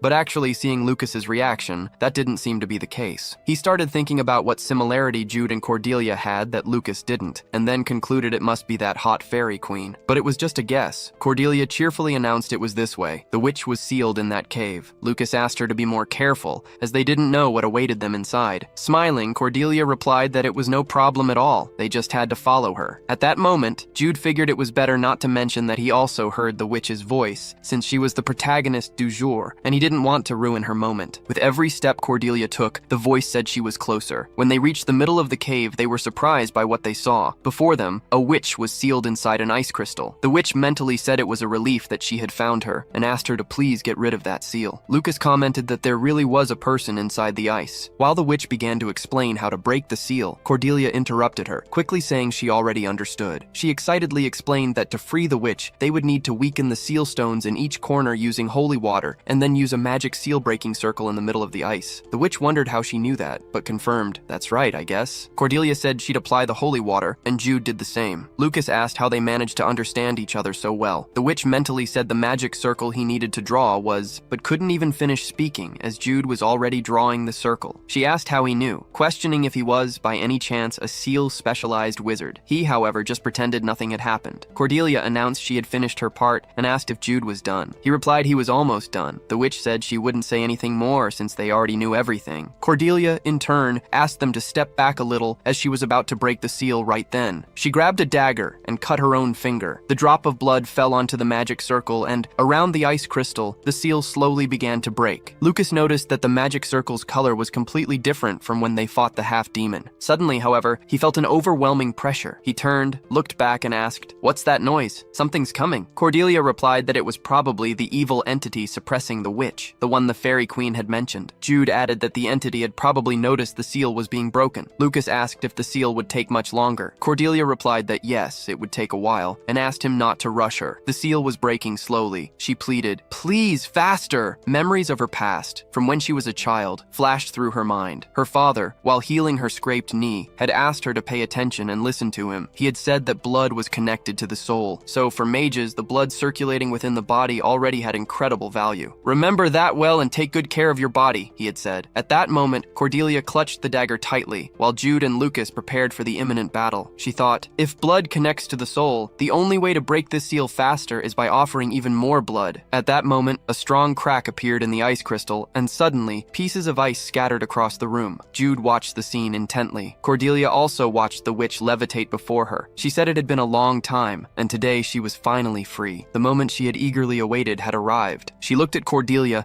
and thanked her for freeing her from that horrible seal she had endured endured for hundreds of years. Cordelia tried to say something, but heard a thunderous crash behind her. The door holding the witch's enemy had been knocked down, a red, menacing gaze fixed on them, full of rage. Cordelia grumbled, "This is the worst possible timing." Meanwhile, the witch said, "It seems I've put you in danger. I'll give you a little help." She approached Cordelia from behind and hugged her delicately, while saying she would teach her how to escape that danger. With cold eyes, the witch asked her to accept her soul. Suddenly, Cordelia felt as if thorny whips were entering her body. She broke out in a cold sweat and was paralyzed, as the witch began to link her soul to Cordelia's body. At that moment, Daria felt a chill and turned towards the forest, wondering what that was. With a bad feeling, Daria wondered, "Where are you, Miss Cordelia?" Jude looked back and thought, it's the same game progression. After being freed, the witch temporarily binds herself to Cordelia to deal with the monster, then breaks the connection. After that, once freed from her restraints, the witch's soul simply ascends. By accepting her soul for a moment, Cordelia learns the witch form. That's how the automatic event happens in Cordelia's story. Now, Cordelia's hair slowly changed color. She felt her soul connecting with the witch's soul, and then opened her eyes as soon as the connection was complete. Her appearance changed completely, as did the color of her clothes. Her hair was black, with bright green highlights and light green eyes. At that moment, she thought this was, undoubtedly, the witch's power. Jude Bale reflected that if things happened normally, by borrowing the witch's power, Cordelia would be able to defeat the monster, but he managed to learn one thing about her. Worried, Cordelia said, "Shit, we have a problem, a huge problem. I feel the power in me, but how the hell do I use it?" The witch asked incredulously if she didn't know how to do that. Cordelia replied no and asked her to spill the tricks. The witch asked, "What are tricks?" The thing Jude Bale learned about her was that Yellow Storm is terrible at following events. Now, the two ran towards the two-horned monster, while Jude Bale said they would need to buy some time. The monster roared loudly. With every step it took, the ground shattered. Jude Bile and Lucas stopped advancing. The MC closely observed the boss. Then, Jude Bile used the 36 heavenly steps to get behind it, but the monster followed him with its gaze and turned around quickly. Jude Bile was speechless. "He's too fast!" At that moment, Lucas shouted for him to dodge and threw his sword with all his might. The sword hit the boss's hand and bounced off. Jude Bile took the opportunity to get away. He thanked Lucas for the help. Lucas replied, "It was nothing, but now we need to retrieve your sword to face him, though I don't think we'll get a chance for that." Jude Bile was worried. Even though they had leveled up after defeating that half-demon, not even Velastum's magic circle would help, since they hadn't prepared the battlefield. In the end, they had no choice but to rely on Cordelia. Cordelia was still trying to use the witch's power. She kept repeating, "Take the mana, use the mana, F key, F key." Then, she screamed loudly for the magic to come out, but nothing happened. The witch was amused watching her. Annoyed, Cordelia told her to stop laughing and just tell her how to use it. The witch apologized, explaining, "It's just that you were so cute." She approached Cordelia and said, "It's pretty easy. You just need to do this. Feel it slowly. Even though it's someone else's mana, your body is the vessel that holds it." Cordelia's eyes sparkled at that moment. With the witch's help, she invoked a magic circle and pointed it towards the monster. Meanwhile, Jude Bale was thrown away after taking a hit. Lucas shouted, "Are you okay?" Cordelia took a deep breath and then said excitedly, "This is easy if you know how. Now the real fight begins." But suddenly, she saw that Jude Bale had already been defeated and asked, "How did he get wiped so fast?" She pointed at the monster and yelled, "How dare he defeat Jude Bale? I won't forgive him." The monster's mouth suddenly began to glow. Lucas shouted that it was dangerous. Then, the boss began gathering mana in its mouth to create a large fireball. However, Cordelia simply made a gesture with her hand, and suddenly, the monster's mouth closed. Even so, it managed to fire the spell, but Cordelia launched the attack upwards. Stones began to fall, but she stopped them and made them levitate with wind magic. Then, she closed her fist and launched them towards the boss. A wind tornado trapped the monster, which began to howl in pain and hatred. Meanwhile, Cordelia started bleeding. The witch advised her, saying that it was still too early to use her power as she pleased. She told her not to wield the power, but to use her magic. Tired, Cordelia asked her to say a spell. The witch questioned, "You don't even know that? Even though I want to teach you, we don't have time." As she spoke, the boss's hand appeared. Cordelia was too tired to dodge, but suddenly, Jude Bale threw himself towards her and caught her in his arms. Right after, he activated the fairy steps. The moment the boss attacked, they teleported away. Jude Bale still held Cordelia after falling to the ground. He asked if she was okay. She didn't reply and started spitting blood. The witch commented that her reckless use was making the side effects worse, and going beyond this was dangerous. Cordelia said she knew, but she was the only one who could hear her voice. Suddenly, Jude Bile picked her up in his arms and called her name. At that moment, she stared intently at him, while Jude Bile looked seriously at her. Then she smiled, saying, "You should have said something sooner." As she undid the witch's soul connection, she commented for him not to forget that she was the one making him win. Then, she handed the witch's power over to Jude Bile. Jude Bile's appearance also changed as soon as he received the power. His hair grew with green streaks and his eyes became even brighter. The witch looked at him and said, "If you're thinking of using the Sacred Cross Guardian's technique, know that it's incompatible with my power. A huge side effect will hit you." Jude Bile replied that he knew that well. Then he looked at Cordelia and said that even so, he no longer had time to hold a spell. Jude Bile activated the Sacred Guardian's spell, shouting angrily, "This magic might work!" The monster howled and quickly advanced. Jude Bile launched the spell, but the boss wasn't pushed back easily. Meanwhile, Jude Bile thought it wasn't the technique that was missing. What was missing was his body. He still hadn't fully recovered from the 9 blocked yin paths. The witch warned, "If you keep this up, you'll make the same mistake as the girl. You won't survive this way." But suddenly she was surprised and wondered how it was possible. Cordelia pointed her finger at the boss while activating the magic missile. She said, "I can't even rest for a bit, but it seems like without me, you really can't win." Cordelia shot the magic missile with all the mana she had left. The spell flew like an arrow and hit the monster's eye. The boss felt intense pain and lost its balance. It was the moment Jude Bile desperately needed. He began to gather mana, activated the Golden Cross spell, and quickly launched it at the monster. The monster exploded as soon as the attack hit it. Lucas watched the scene intently. The boss howled in pain as the Sacred Cross light surrounded it. The red glow vanished from its eyes, and slowly, its entire body began to disintegrate until it disappeared. Lucas realized it had turned to dust, just like the half-demon they defeated before. He spotted Jude Bile and Cordelia fallen on the ground and ran to them. System messages appeared, but Jude Bile was completely out cold. As Cordelia looked at him, she reflected that they had leveled up and also gotten a good title. After all, the monster was dead now, and Lucas was safe. Suddenly, Lucas asked if they were okay. Cordelia replied, "Nope, I can't even think right now. I'm gonna sleep for a bit, so please take care of the rest." And just like that, she fell asleep. The witch's voice echoed in Jude Bile's head. "If you can hear me, open your eyes, wake up and look at me." Both he and Cordelia woke up at the same time. The two exchanged surprised and confused glances, asking each other if they were okay. The witch looked at them and commented, "It's great to see how you take care of each other, even here." She informed them that this was their mental world. Their bodies had fallen into a deep sleep, and she had transferred their consciousnesses there. Jude Bile said, "That's why we're together." She replied, "That's right, so let's talk. Should I tell you about my past?" Cordelia answered, "No need, I already know." The witch, a bit awkwardly, asked, "Seriously? You also know why I was sealed?" The MC replied, "I know it all." Disheartened, she replied, "I see, so you knew that too." At that moment, Cordelia realized the witch was about to cry. So, Cordelia ran up to her and said she didn't know that much, and pleaded for her to tell all the details. Now excited, the witch asked, "Are you for real?" Cordelia replied, "Yes." The witch smiled and said, "All right then, let's start from the beginning. A long time ago,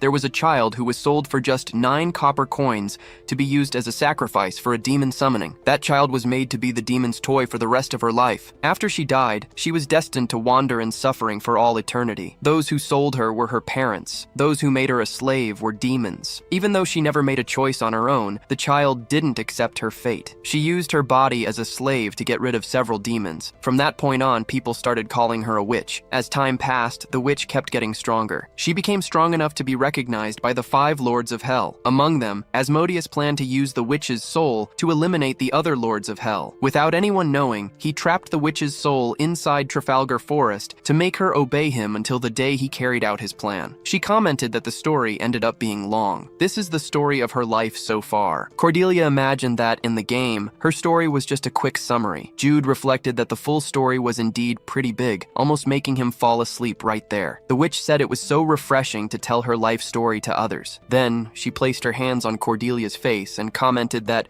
however, the past was in the past. She moved even closer to her and said, "Let's start talking about the future, my dear child. Even if it was just for a moment, you were with my soul. During that time, I was able to learn the potential of your body and soul." She gave Cordelia a kiss on the cheek and said that the potential she has is equal to hers. The MC, embarrassed, asked what she was doing. The witch replied that she left a trace of herself in the MC's soul and asked the MC to remember the feeling of when she used her power and use that to evolve her own power in the future. Afterward, she looked at Jude and said she had something to say. She said that even if she wanted to give him something, he wasn't compatible with her. Jude felt a bit disheartened and replied that he understood. But she said that instead, he possessed a different potential. Suddenly, he was surprised by what she said. Then she looked up and said she had stalled too much. It was time to go. As her body transformed into several several flower petals, she told them they would meet again. Jude and Cordelia looked at her in surprise as she added, "This isn't goodbye, so see you later." At that moment, they realized the game informed them that, after being freed from centuries of imprisonment, the witch ascended. After that, she never appeared again. However, what she just said meant that the main story of the game was changing. When Cordelia woke up, Daria was calling her, asking if she was okay. She was still regaining consciousness after the conversation with the witch. Daria asked again if she was okay and if she was hurt anywhere. Cordelia replied that she thought she was fine while looking at her bandaged hand. Jude, sitting near the wall, said that she had woken up then. Daria informed them that everyone was safe and no one had serious injuries. Just as she was about to talk about young Master Lucas's situation, a voice reached her, catching Cordelia's attention. Lucas was recounting what had happened in the battle. He said that Jude jumped in front of the attack to protect Cordelia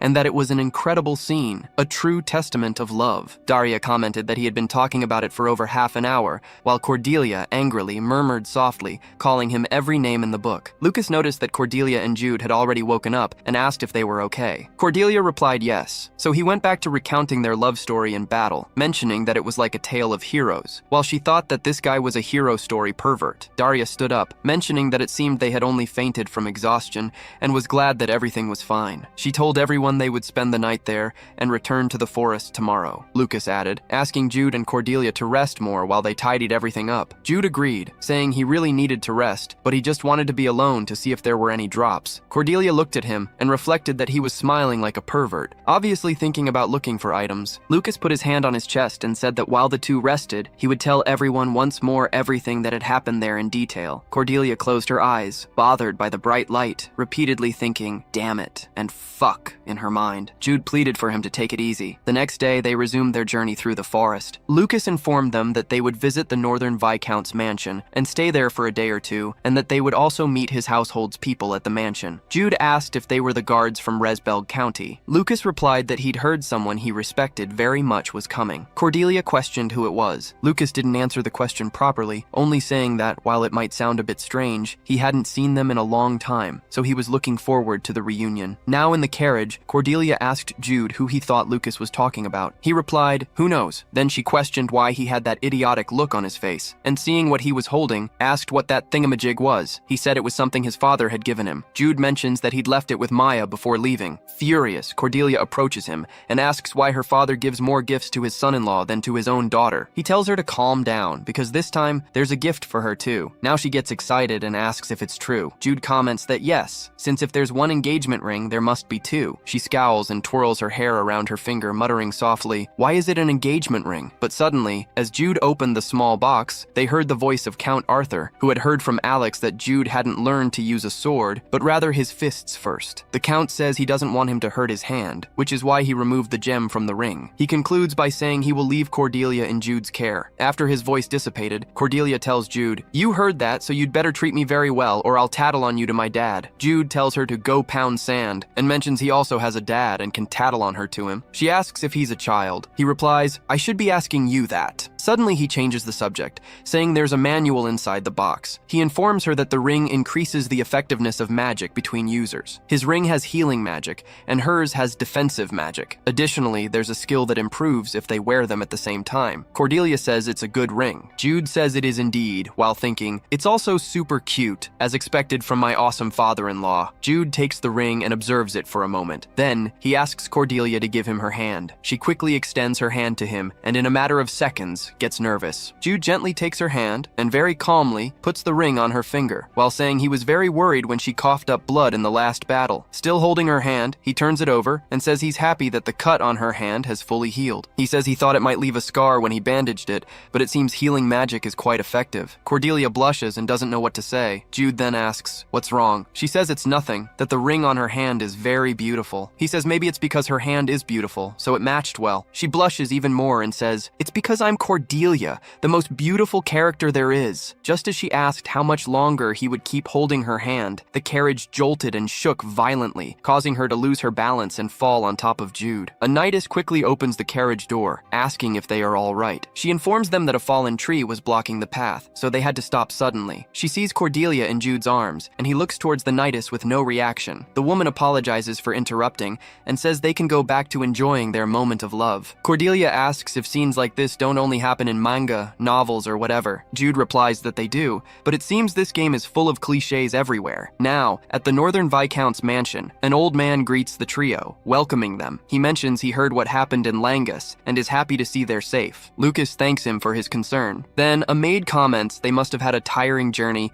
and asks them to rest well for the day. She says she'll lead them to their rooms, but before leaving, the Viscount mentions the two make a beautiful couple, just as he heard. Jude thanks him for the generosity, while Cordelia feels super awkward. After leaving the old man's room, she whispers to Jude that the Northern Viscount isn't super relevant in the original work, but seems like a good guy. He says he seems like a chill dude. Suddenly, something catches Cordelia's eye. Dahlia approaches and asks if she's already heading to her room. She replies yes, and asks if the knights also got their rooms. Cordelia gets hyped when Dahlia says yes, but that they're going to gather to drink on the first floor first. However, she thinks about refusing, but with a smile on her face, Cordelia orders her to have fun and eat well, since she also needs to enjoy the trip. Dahlia says she gets worried if she doesn't stay on guard to protect her young mistress, but she'll follow orders and rest well tonight. After Dahlia left, Lucas also says goodbye and enters his room. As Jude was about to enter his room, Cordelia calls him, asking him to wait a minute. She makes a gesture with her hand and softly says that, before sleeping, she just wanted to wish him a good night and sweet dreams. Naturally, he doesn't miss the opportunity and asks Cordelia to dream of him. She gets furious and asks, "What the hell is this mongoloid talking about?" In the middle of the night, Jude was sleeping peacefully in bed when an intruder appears at the room's window. The mysterious person smashes the window and an explosion happens the moment it shatters. The intruder is on the floor, coughing due to the smoke. He asks what that was while trying to catch his breath, but looking at the bed and seeing no one, he wonders where Jude is. Jude took advantage of the masked man's seconds of distraction and attacked from behind. The intruder gets knocked out after taking a kick to the head while Jude observes his clothes. He realizes they're the same clothes as the members of the demonic hand who attacked Langus, and thinks that those who fled are attacking again and that he needs to find Cordelia ASAP. But suddenly, Cordelia barges into the room. She's different from usual. Her hair is black with pink highlights, which makes Jude ask if she's okay. At the same time, Cordelia activates a magic spell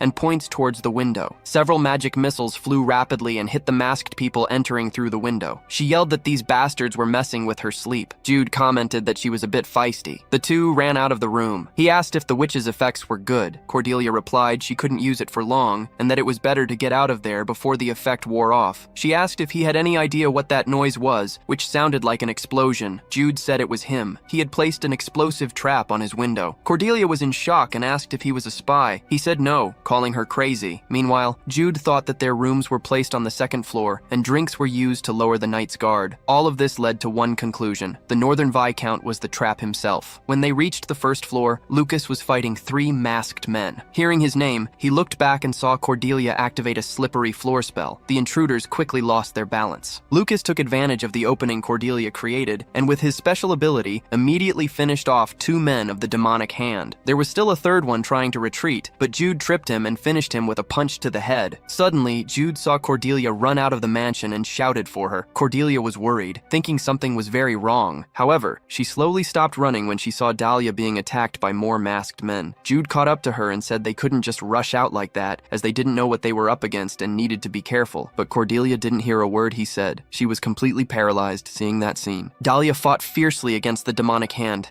but her right thigh was hit by an arrow, which Cordelia thought was poisoned. She screamed, calling for her knight, ordering them to get off Dahlia immediately, while activating a magic fire circle. But suddenly, she felt a strong, sudden pressure and became motionless. The entire mansion was affected by this strange pressure. Cordelia fell to the ground, and Dahlia asked her young mistress to hang in there, while Jude thought that this sensation of his body being crushed by an invisible force could only be a gravitational field. The Northern Viscount advanced towards them, calling them insolent fools. He said he was very worried to learn that they defeated Minos, but thanks to King Spelg's brat, it was possible to resolve this easily. He congratulated Lucas for trusting him so blindly. The Viscount waved his hand and ordered them to only capture the children of the 12 clans. As for the knights, they could kill all of them. Cordelia tried to stand up and asked if he really thought she'd let him do that. She said that if she used too much witch power, she could destroy the gravitational field, but Jude asked her not to, as it would mean her self-destruction. Cordelia said it didn't matter because the lives of the knights,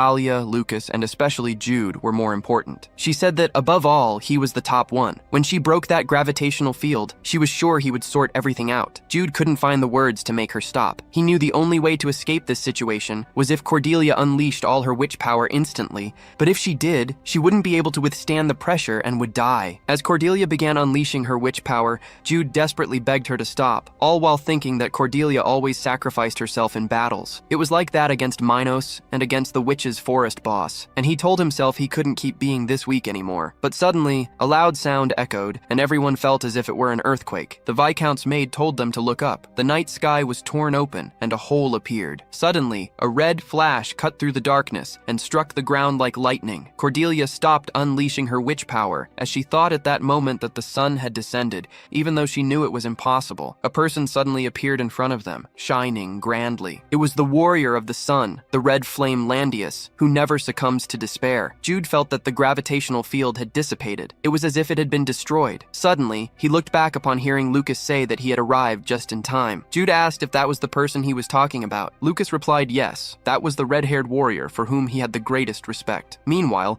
Landius gathered Kai in his left hand, and with a punch, sent everyone rushing towards him flying away. The Viscount ordered them not to approach him and to attack him only from a distance. Countless arrows and fire missiles were launched at him. Landius laughed, saying it was a good choice, but it wouldn't work. He breathed and sighed deeply. Then, he roared like a lion, charged with Kai, creating a windstorm all around. Cordelia tried to hold on so as not to be thrown away, but her feet wavered for a moment. The strong wind pushed her while Dahlia tried to reach her. Luckily, Jude was further back and caught Cordelia in his arms, looking at the scene before his eyes. He thought Landius hadn't used martial arts. He had only punched the ground a few times and put Kai into his shouts. That was enough to take out the demon hand combatants. This man was known for having a tragic end. He was one of the true protagonists of Legend of Heroes 1. Landius turned his gaze back and asked if they were okay. Suddenly, something caught his attention. Cordelia and Jude were standing still, watching him. Then the man walked slowly towards the two, while Cordelia gripped Jude's shirt tightly, seeming very scared. Her hair had returned to normal. He raised his hand towards them and said he couldn't ignore that. Cordelia turned her face and buried it in Jude's chest. It was the first time she had felt so much fear since she entered the game. Jude, for his part, couldn't do anything but stare at the 2-meter-30 man in front of him. Landius's hand then grabbed Jude's shoulder and, smiling cheerfully,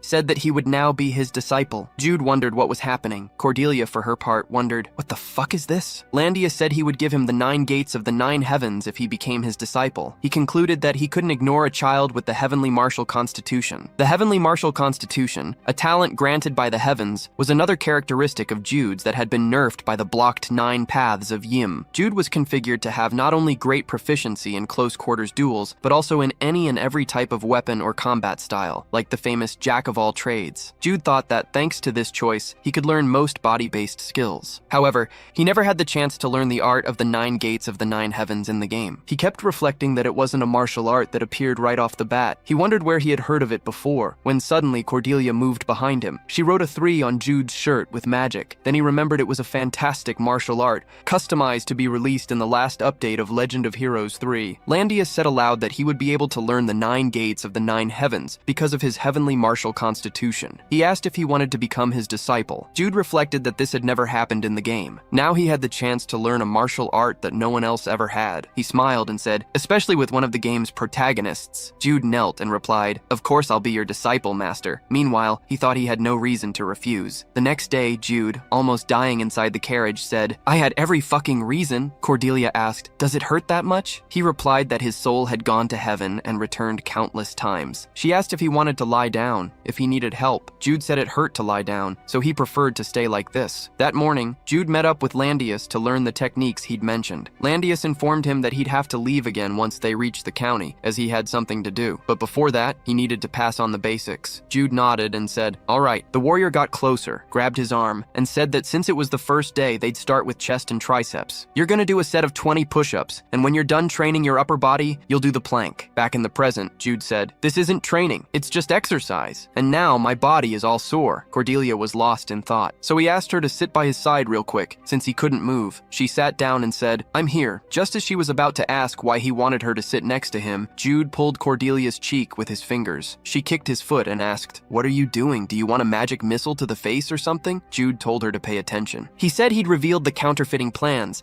the capture of Minos, and even the fact that the witch's soul could come to her. She She asked, "What are you talking about?" He mentioned that she got really mad last time when he woke up the boss monster without telling her. Cordelia remembered that this happened in the book's dungeon. In a serious tone, Jude said he was telling her this now because he didn't want to make new plans without her knowing. So, from now on, don't be reckless with yourself, like I was with you. He asked what she thought would have happened if she'd overloaded herself with the witch's power. He said she knew perfectly well she would have died, and asked her not to make him worry anymore. Cordelia replied, "All right," and apologized for causing trouble. He finished by saying that when she ate, she shouldn't skip her vegetables, and that she should also sleep and wake up earlier. Cordelia asked, "Are you going to be my mom now?" Now, in a room, someone knocked on Cordelia's door. She opened it quickly and asked Dahlia how she was, if the doctor arrived on time. But the woman, named Sileon, apologized for not being Miss Dahlia. She informed her that young Master Lucas said he needed to talk to her and asked if Cordelia could join him. Cordelia asked why only her. The guard replied that he wanted to tell young Master Jude the same thing, but right now he didn't want to interrupt his training with Mr. Landius. Now, Lucas, sitting in front of Cordelia,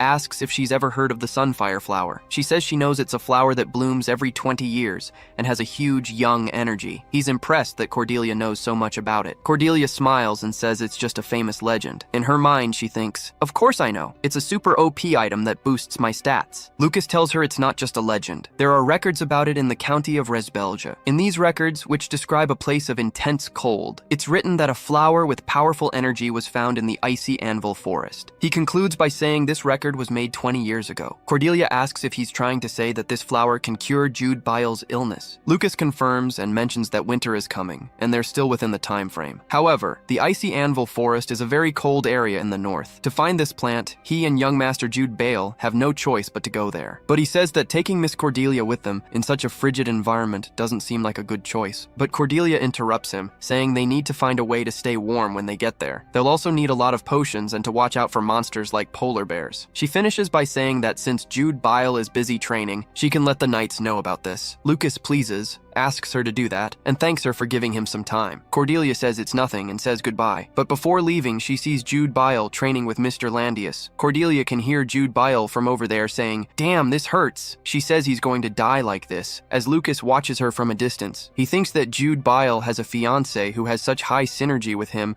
that they seem to share the same soul. On top of that, he became the disciple of Mr. Landius, whom he's always respected. Lucas murmurs that he's a little jealous of young Master Jude Byle. Seeing that he seems shaken, the guard Celian says that Mr. Landius's art can't be learned without a heavenly martial constitution. She tells him it's not because Lucas doesn't have talent. Even Mr. Landius acknowledged him. In terms of sword talent, he's on the same level as the ghost swordsman Kamael. Lucas comments that he's happy to hear that, but he can't help but be jealous of him. Then she asks if he's just going to sit there and watch him evolve. He stood up from his chair, determined, and said, "No way," because finally he has a rival at his level, and he can't afford to stand still while he's training. Jude Bale falls to the ground and says his legs are dead. Landius smiles and says he's already in the right position to start his upper body workout, so let's go. Meanwhile, Cordelia watches Jude Bale cry, and Landius tell him not to cry, otherwise you'll get dehydrated. But suddenly the warrior thinks of something and asks his disciple to listen to what he's about to say. He says they'll reach Resbelge County tomorrow. It's already been 6 days since Jude Bale became his disciple, and unfortunately, it looks like they'll have to stop the muscle training, as they only have 1 more day left. Landius adds that now they'll begin training the 9 gates of the 9 heavens. Jude Byle then questions what he's been doing until now. Landius replies that it was just basic muscle training, since Jude Bale is too fragile and also needs to sculpt his body to get ripped like this. Jude Bale cries, thinking that right now he really wants to curse him out. Cordelia feels bothered, reflecting that Jude Byle is just doing body training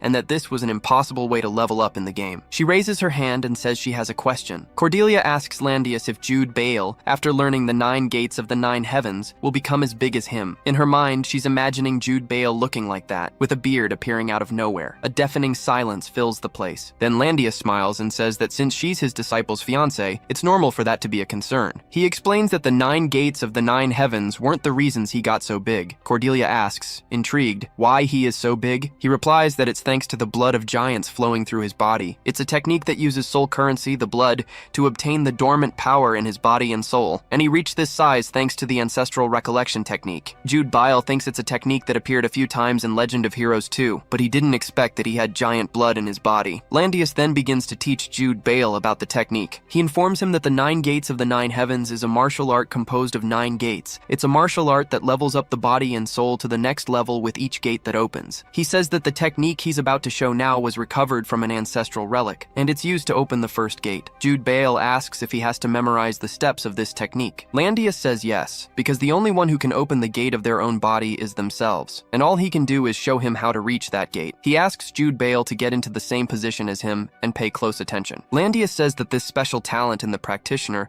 is necessary to fully learn this martial art. Jude wonders what a practitioner is, while his master mentions that, with his celestial martial constitution, he will be able to fully master the technique and become an immortal. Jude felt a chill. He thought the technique was so powerful that it could make him immortal. Landius asked him to close his eyes and memorize what he was about to say. He closed them as ordered and heard his master say, "This isn't a martial art for attack and defense, but it's also not a breathing technique. You must create the 9 gates with your body and soul, and each gate you open will level up your body and soul to another level." While Jude was learning Landius's technique, Lucas's guard watched through the window. She mentioned that Resbelge County is very cold, and it will be difficult to protect Cordelia in that environment, while she recovered from injuries caused by demon worshippers, injuries that can't even be healed by healing magic. Cillian told Miss Dahlia that he understood how she felt, but hoped she would return to Count Arthur's mansion before her situation worsened. Jude slowly opened his eyes. His vision was still blurry. At that moment, he clearly heard a voice call him. His vision cleared the instant he saw Cordelia's face, who was asking if he was okay and if he could hear her. Lying on the bed, Jude asked what had happened. She replied that he had finally woken up. However, to make sure he was all right, Cordelia made a gesture with her hand, showing 2 fingers and asking, "How many fingers do I have?" Jude replied, "It's your rank." She became furious and told him to fuck off. Suddenly, Landius interrupted them and mentioned that he didn't know what they were talking about, but that the 2 of them made a lovely couple. He said that Jude woke up as soon as Cordelia called him. Jude tried to remember what had happened. He felt a strong headache and questioned his master about what happened. Landius commented that a day had passed since he memorized the technique. He fell asleep one night and woke up the next. Cordelia informed them they were on the outskirts of Resbelga County, in the merchant city of Vidufanir. She said he had been unconscious for a while, but Landius stated there was no need to worry, so they put him in the carriage and came there. Jude observed Cordelia for a moment and noticed she looked a bit tired. Landius then told him that he had opened the first gate in just 1 day. He said he knew it would be easier for Jude, but it was faster than expected. Landius concluded, muttering, "Just as I thought, that practitioner also had the celestial martial constitution." Hearing what his master said, Jude questioned himself again. Who is this practitioner? Setting that aside for now, he told Landius that the martial art he gained in the book dungeon reacted to the 9 gates of the 9 heavens. Jude explained that the martial art was called 36 celestial steps, but after he memorized the 9 gates of the 9 heavens, it evolved. While he wondered if there could be a connection between both techniques, Landius got excited and asked him to talk more about it, suggesting it might even be that practitioner's martial art. Unable to bear the curiosity any longer, Jude said, "In training, and now you keep talking about the practitioner. Who or what is that?" Landius sighed lightly and replied that they needed to know this. He asked the 2 of them if they knew how many lords of hell existed.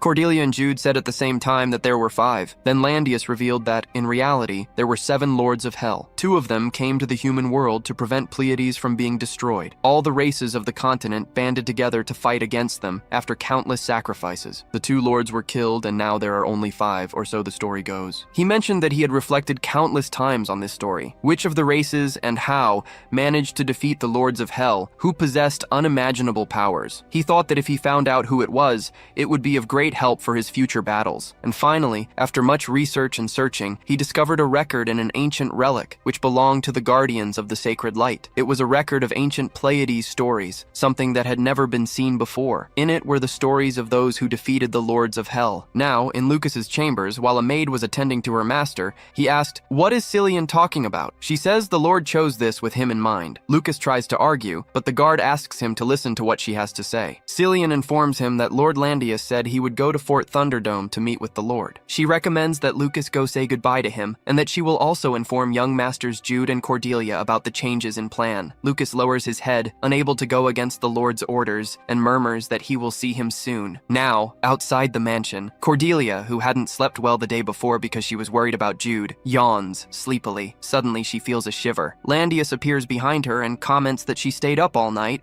worried about the love of her life. Then, he asks her to go rest. Cordelia replies that it's fine, kidding herself that she just woke up too early. Landius's gaze turned to the sky. He tells Jude, although you don't have what it takes to complete it, you can't give up on the 9 gates of the 9 heavens. To even awaken the 8th gate, you had to go through an ancestral memory. However, that wasn't enough for you to learn the martial art completely. Landius recounts that in the last millennia, fewer than 10 people were born with the celestial martial constitution. Finding Jude here and seeing his potential made him very happy. He smiles and says there's nothing more he can teach because only Jude can open his gates. However, that doesn't mean he'll stop being his master, as there are countless things he can teach beyond the 9 gates of the 9 heavens. Jude remains silent for some time. Then his eyes show deep sadness. In Legend of Heroes 1, there were 5 MCs, and all of them met a cruel end except for one. Among them, the details of Landius's death remained a mystery, so he never appeared in Legend of Heroes 2. In the game, some executives of the demonic hand spoke about Landius's death. Because of this, several players believe he died at the hands of the demonic hand. Jude thinks that the only suspect for killing Landius is one of the demonic hand's top brass, the Duke. However, it seems much more likely that Landius could easily kill the Duke, and not the other way around, but he's still not sure. So Jude calls his master and says he has something to say. He explains that when he found the witch's soul in Trafalgar Forest, he couldn't understand what she was trying to say. Now he believes it's a prophecy about Landius. Cordelia looks at Jude and mentally asks if he's going to tell Landius about that. Jude looks back at her and mentally replies yes, asking if she agrees with it. Cordelia agrees and activates stirring the pot mode, swearing she also heard the witch talking about it. She reflects that she managed to meet one of the MCs from Legend of Heroes 1,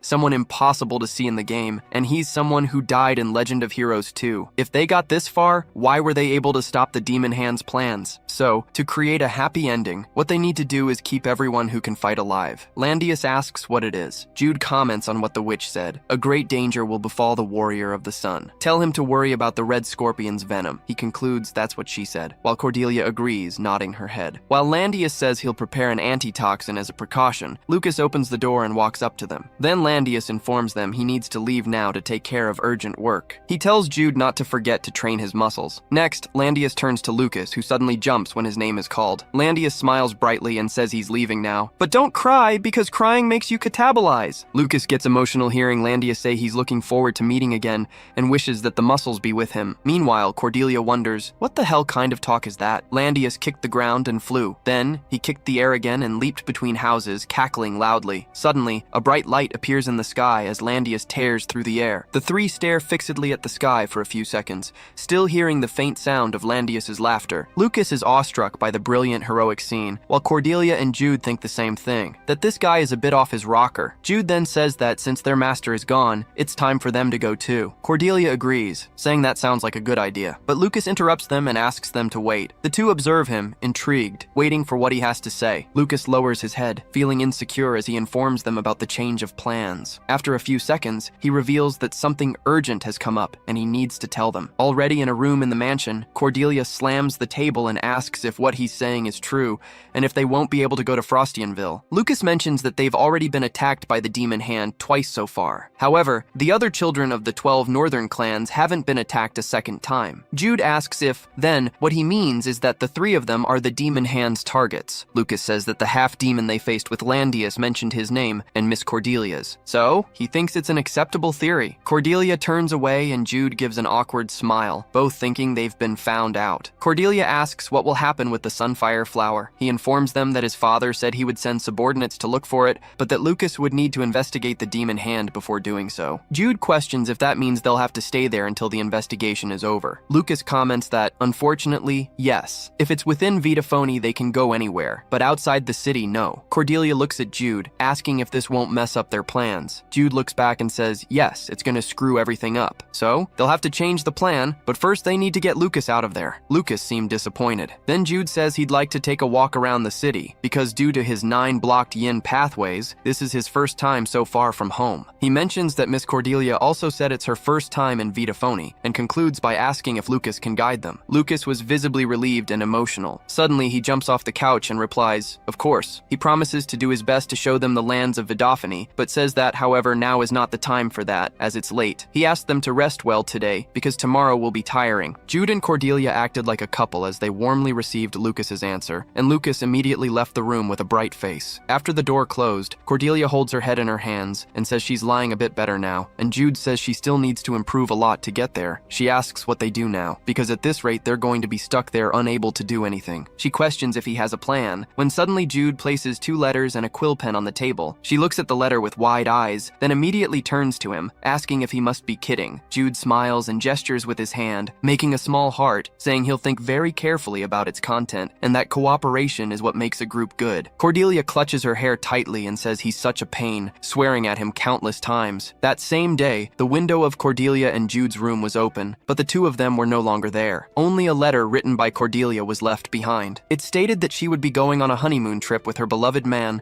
and would be back in a few days. It asked them not to worry about looking for them, as she didn't want to be interrupted during such a romantic moment. While walking through the city, Cordelia grumbles, asking why it's always her who has to be embarrassed. Jude tells her to think for a bit. He mentions a riddle. There's a beaker with black ink and a glass rod. What do you think will happen if you put the rod in and take it out? She says she's so pissed off she could explode, and asks why the hell he's coming up with a random riddle like that. Jude smiles and asks her to just answer. She thinks about the question, and then comments that the stick will turn black. If she does it again, it'll turn even blacker. Jude says she's right, and that means the first time it was obvious. But if she keeps repeating the same thing, they'll be sure she loves him too much. An enraged Cordelia starts hitting Jude's back, asking if he wants to die and if he's gonna shut the fuck up now. With his back aching, he grumbles that he's going to report her for assaulting her fiancé. Cordelia tells him to cut it out. She's already pissed off enough. Then she questions what they're going to do now, explaining that they didn't even prepare for the cold and still need horses to get to Frostianville. Jude replies that he already has a plan for that. Cordelia sighs deeply and says that if it doesn't work out, he's fucked. As Jude watches her,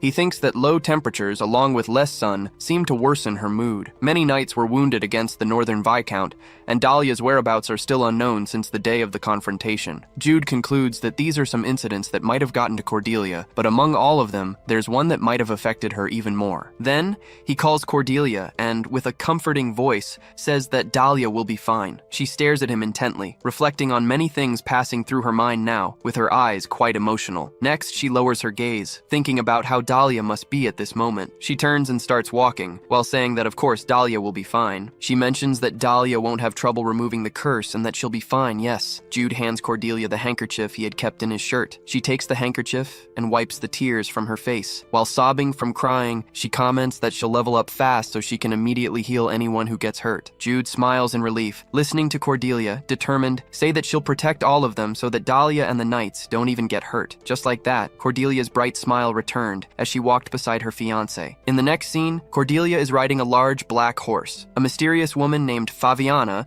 who deals in anything worth money, asks what they thought of the horse. She informs them that he's quite strong and should easily be able to carry 2 people. Jude replies that he thinks the horse should be able to handle it. With him, they won't have any trouble getting where they want to go. Then, the woman says that the gate guards have left to rest, so it's a good time to leave on horseback at this hour. But she questions if he's fleeing to avoid punishment for a crime, or just going on a honeymoon trip. Jude smiled lightly and remained silent. Faviana figured that, given his silence, he wouldn't speak. So she says she won't complain about him not answering her, and wishes that luck always be on their side. Cordelia watched the woman walk away and murmured softly, asking why she said luck and not muscle. Jude replies that only the master says that. The 2 left the city, riding on the black horse. Cordelia smiled excitedly, and Jude asked if she was feeling better now. She replied that she had spent the day thinking about Dahlia, so she hadn't been able to focus on anything. Now, though, she was very happy because she was slowly accepting that they had done the right thing. Cordelia also said that she really wanted to save Landius and asked if, with the hint the 2 of them gave, he would be able to survive. Jude replied by asking if she liked him. She replied that among the MCs from the first game, he was the second one she liked the most. Jude questioned if the first was Helena. Cordelia asked how he knew. He commented that his favorite character from the second game was Cordelia, so that was already expected from her. Cordelia mentioned that she knew both of them were quite beautiful and all. Jude smiled and said, of course, thinking that she only chose characters for their beauty. She smiled faintly, reflecting that somehow the hint they gave Landius would save him in some way. Suddenly, she turned her face and got very close to Jude's lips. Cordelia asked if they would be able to save more characters from the game. Right after, a bright smile spread across Cordelia's beautiful face, enchanting Jude, who just observed every detail. He answered the question, saying yes, they would save all of them. Then, Cordelia asked what they would do after getting the sunflower. He replied that, after eating the sunflower, his 9 blocked yin paths would be healed. After that, he thought it would be a good idea to go see the Northern Barbarian Invasion event from the main story. Cordelia agreed that it was a good idea to visit the outskirts of the barbarian land. She asked about the death of the character Helena. If her death didn't happen at the same time as the invasion. Jude commented that it happened in barbarian territory, so they had to follow everything strictly. After they saved Helena, he said they would do something Cordelia would like. She became intrigued and asked what it would be. Jude gave a first hint and said the word master. Cordelia spent a moment reflecting, but couldn't remember. Then he gave a second hint, saying that just as they revealed throughout the story about the martial celestial constitution Jude had,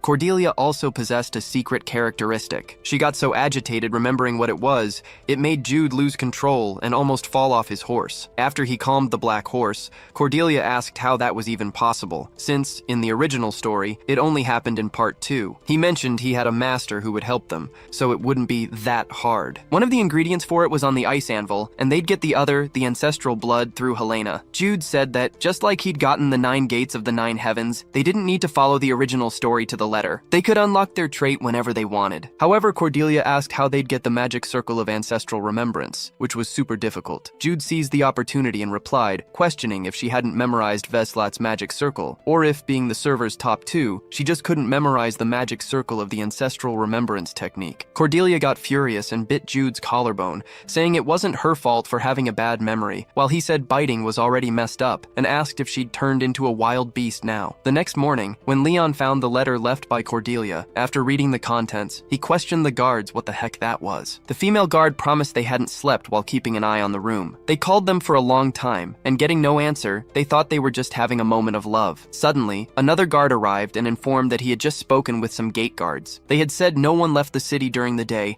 and that the runaways must have escaped at night through some hidden part of the main gate. Leon thought it didn't matter if they left on their own or not. Since they were guests, if anything happened to them, the responsibility would fall on Risbeldo County. Meanwhile, the 2 guards responsible for watching them were mentally screwed, thinking that if Adarum found out, they'd join the unemployment statistics. Leon ordered everyone to search the surroundings, as they probably hadn't gone that far, and to notify young Master Lucas so he could join the search. By a stream, Jude was finishing setting up a tent. Cordelia said he was good at that, and asked if camping was one of his hobbies in real life. He replied he just liked it a lot. He sat next to Cordelia, mentioning they'd have to stay there for the night, and asked if she was too cold. She replied she was fine, just letting him know she wasn't going to shower. Jude said she didn't need to justify herself, as he knew what happened in that event. Cordelia removed her hood, and without meeting Jude's eyes, commented that the Silver Fairies event only happens if someone stays alone at night in that icy valley, with no one around. Night fell. Cordelia and Jude were watched by 2 fairies murmuring to each other. They said the 2 were so beautiful, and one of them asked if they would like to play with them. In front of them, 2 winter fairies floated, smiling cheerfully,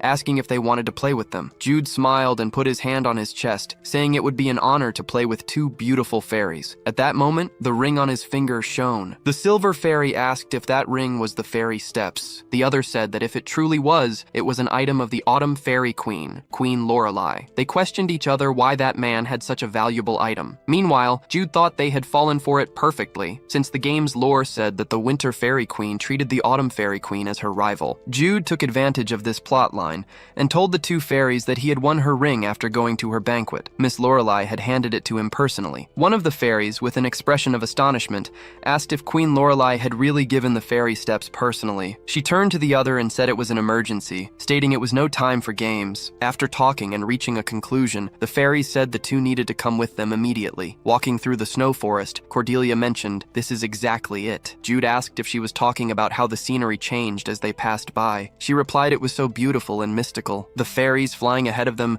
smiled cheerfully, asking if they were keeping up and if they were almost there. A brilliant blue door opened. Cordelia squinted due to the intense light, and after a few steps, the same thing happened again. This time, their vision seemed to blur for a moment. Suddenly, Jude and Cordelia arrived at the Winter Fairy Queen's room. The queen appeared before them and made a beautiful bow, mentioning that the 2 must be those who had met her sister Lorelei before coming there. She smiled and said that within this cozy winter, the Winter Fairy Queen, Gerude, welcomed them. Jude and Cordelia tried to greet her but didn't have time. The queen flew towards them and fixed her cold eyes on them, observing every detail. Then, she commented that it was as she'd imagined. While smiling, she said they both possessed the beauty needed to be invited to the Autumn Fairy's home. The queen asked if he really possessed the fairy steps. Jude replied yes, he'd received them directly from Queen Lorelei. Plus, she'd also given him the sacred moonlight staff, he concluded, commenting that he thought it was an exaggeration to have gotten so many things. But Lorelei had insisted, saying she always treated her guests appropriately. When Gerude heard Jude's answer, her expression got complicated. She thought she should at least do what Lorelai had done. Otherwise, she felt like she'd lost to Lorelai. She quickly passed between them and,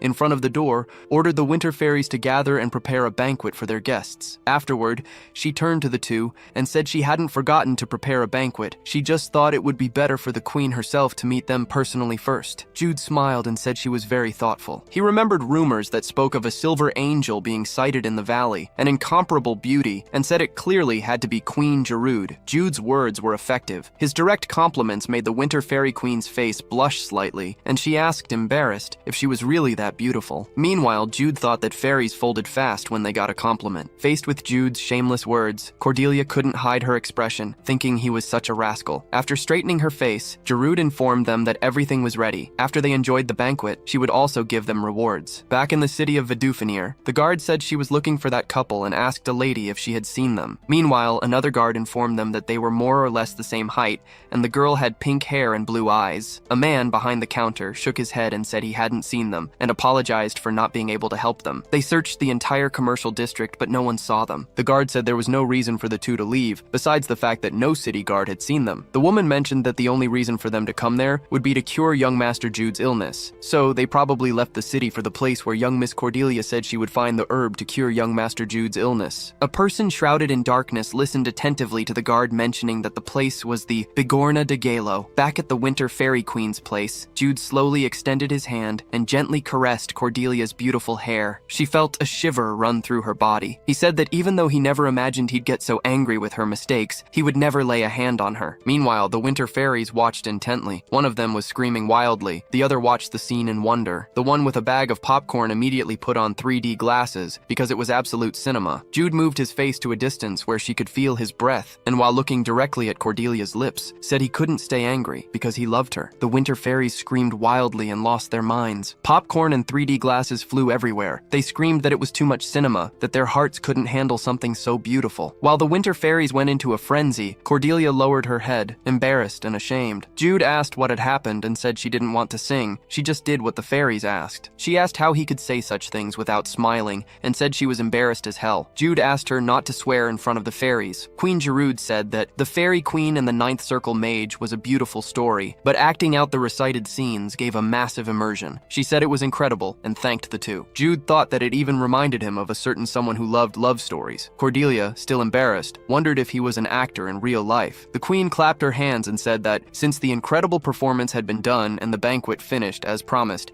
she would give them both the fairy unit and the Winter's Blessing. The Winter's Blessing granted resistance to all kinds of cold. Cordelia, now hyped up, thanked her for the generosity. Jude said that with this, they wouldn't suffer so much at the Bigorna de Galo. The queen paid attention to their conversation and said she'd been wondering why they had come there. Then she realized they were going after the Bigorna de Galo. She snapped her fingers and said she would help them with that, ordering that the item be brought. She smiled proudly, mentioning that she would burn into their minds that the Winter Fairies never lose to the Autumn Fairies. After a few minutes, the Fairy Knight brought a mystical feather that allowed them to traverse space. Gerude said that the ancient dwarves who created the Bigorna de Galo and them, the Winter Fairies, were very close. Thanks to this, she also knew the exact coordinates, and the feather would allow them to reach the Bigorna de Galo immediately. Cordelia responded with a smile to the Fairy Queen, while Jude thought that she had given them 2 bracelets, but only 1 magic feather, which was a single-use item. Gerude explained that, unfortunately, there was only 1 fairy feather left. At this rate, they could only use the simple method. Cordelia curiously asked what simple method the queen was talking about. Gerude closed her silver eyes thoughtfully. Thinking it was a really easy solution,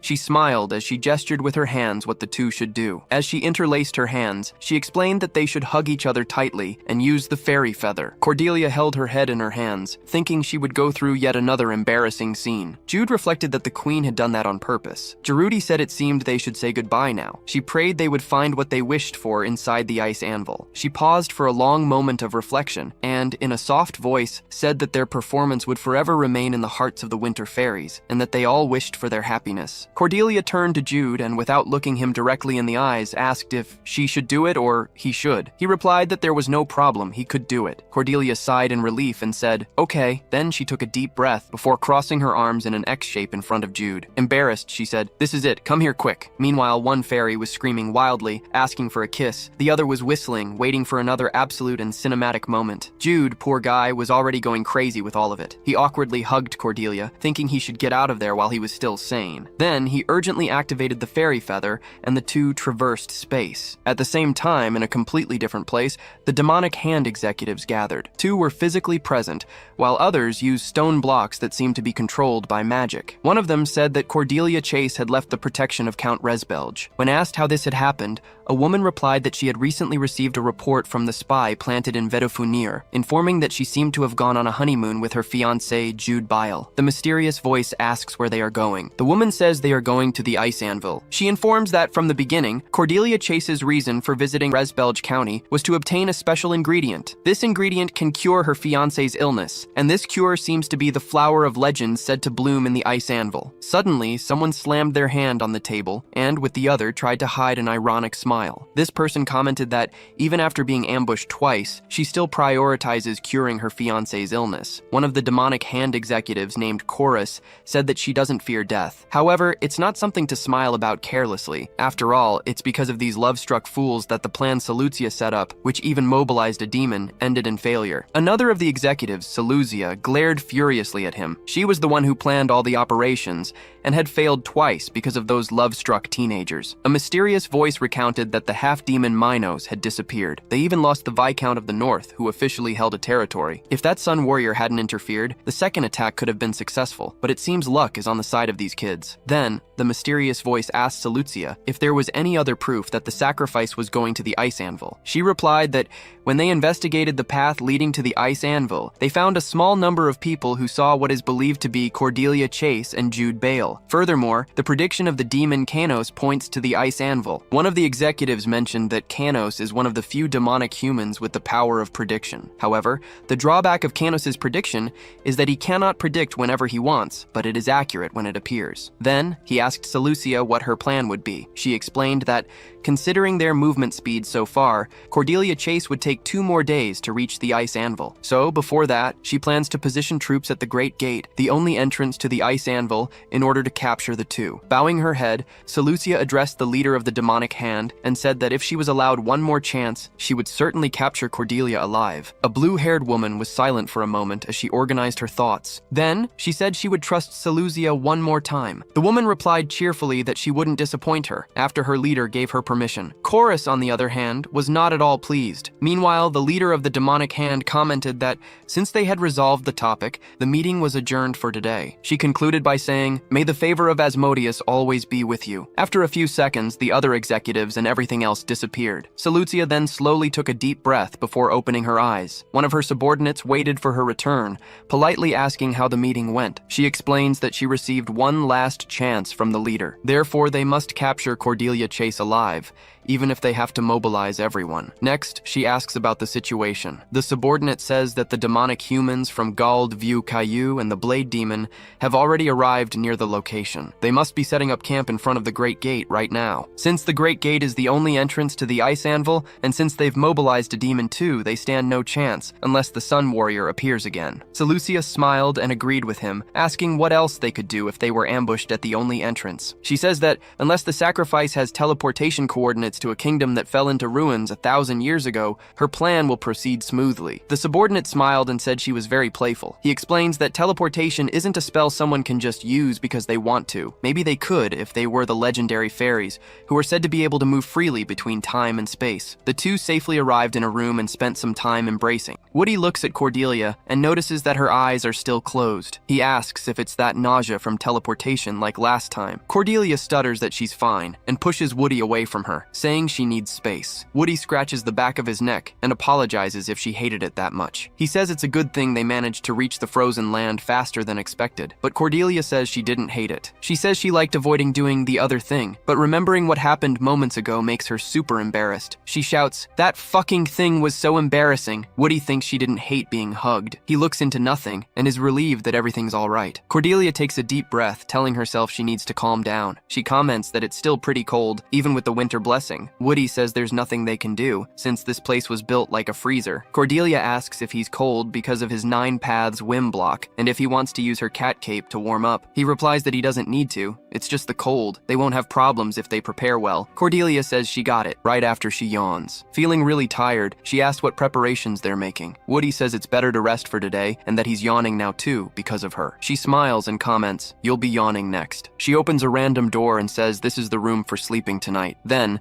they start cleaning up all the mess in the place. The two flop onto the bed, exhausted. Cordelia mentions that it's so good to lie down like this. Woody, feeling in paradise, comments that there's nothing better than lying in bed. Cordelia says he should sleep right there and can't cross that line, and if he does, she'll rat him out to her dad. Woody says he has a dad too. She asks if he's a child by any chance. Woody replies by asking if they haven't had this same conversation before. Cordelia smiles, says yes, and that she's going to sleep now, wishing him good night. After a few hours, she wakes up still drowsy. Woody asks if she's awake yet. She answers, yawning, that she is. He asks her to go back to sleep a bit more and informs her that he just started drawing the map. Cordelia asks what map that is. He replies that it's the internal map for the frozen land. Although the indications for each room are already marked in ancient script, they might get confused after passing through so many similar corridors many times. She asks if, even though he knows the ancient script, he's making a map. Woody says they have plenty of time, so it'd be good to prepare properly. Cordelia slams the table and says she doesn't believe him. He gets startled and questions what she means. She explains that she let it slide in the dungeon book, but the frozen land isn't a dungeon. It's an ancient underground city. She asks how good his memory is. Woody asks if she's ever heard of the Mind Palace. She asks if he's talking about that thing that appeared in Sherlock Holmes. He says it's a memory technique used since ancient times, a way to store information in one's mind. Cordelia asks if he has a book about ancient script in his library. He says it's similar to not being able to remember what's in a book before opening it. He adds that she'll probably be able to do it if he teaches her. She asks if he's serious. Woody replies, of course, because Cordelia is really smart. She gets furious and says that Yellowstorm is smart too. He asks her to calm down and that it's good to eat something since she just woke up. She holds herself back and says she'll let it slide since she's really hungry. Woody, observing her, thinks it's been a long time since he last heard Nick and Yellowstorm. He wonders if Woody and Cordelia's personalities are getting stronger because they only recently awakened their past life memories. He mumbles to himself that if things keep going like this, their Nicks will just be pet names they call each other at specific moments. Cordelia didn't quite hear what he said and asked if he'd said something. He replies that it's nothing. He's just overthinking. At the entrance of the ice anvil, in front of the Great Gate, a demon subordinate of Seleucia known as Paragold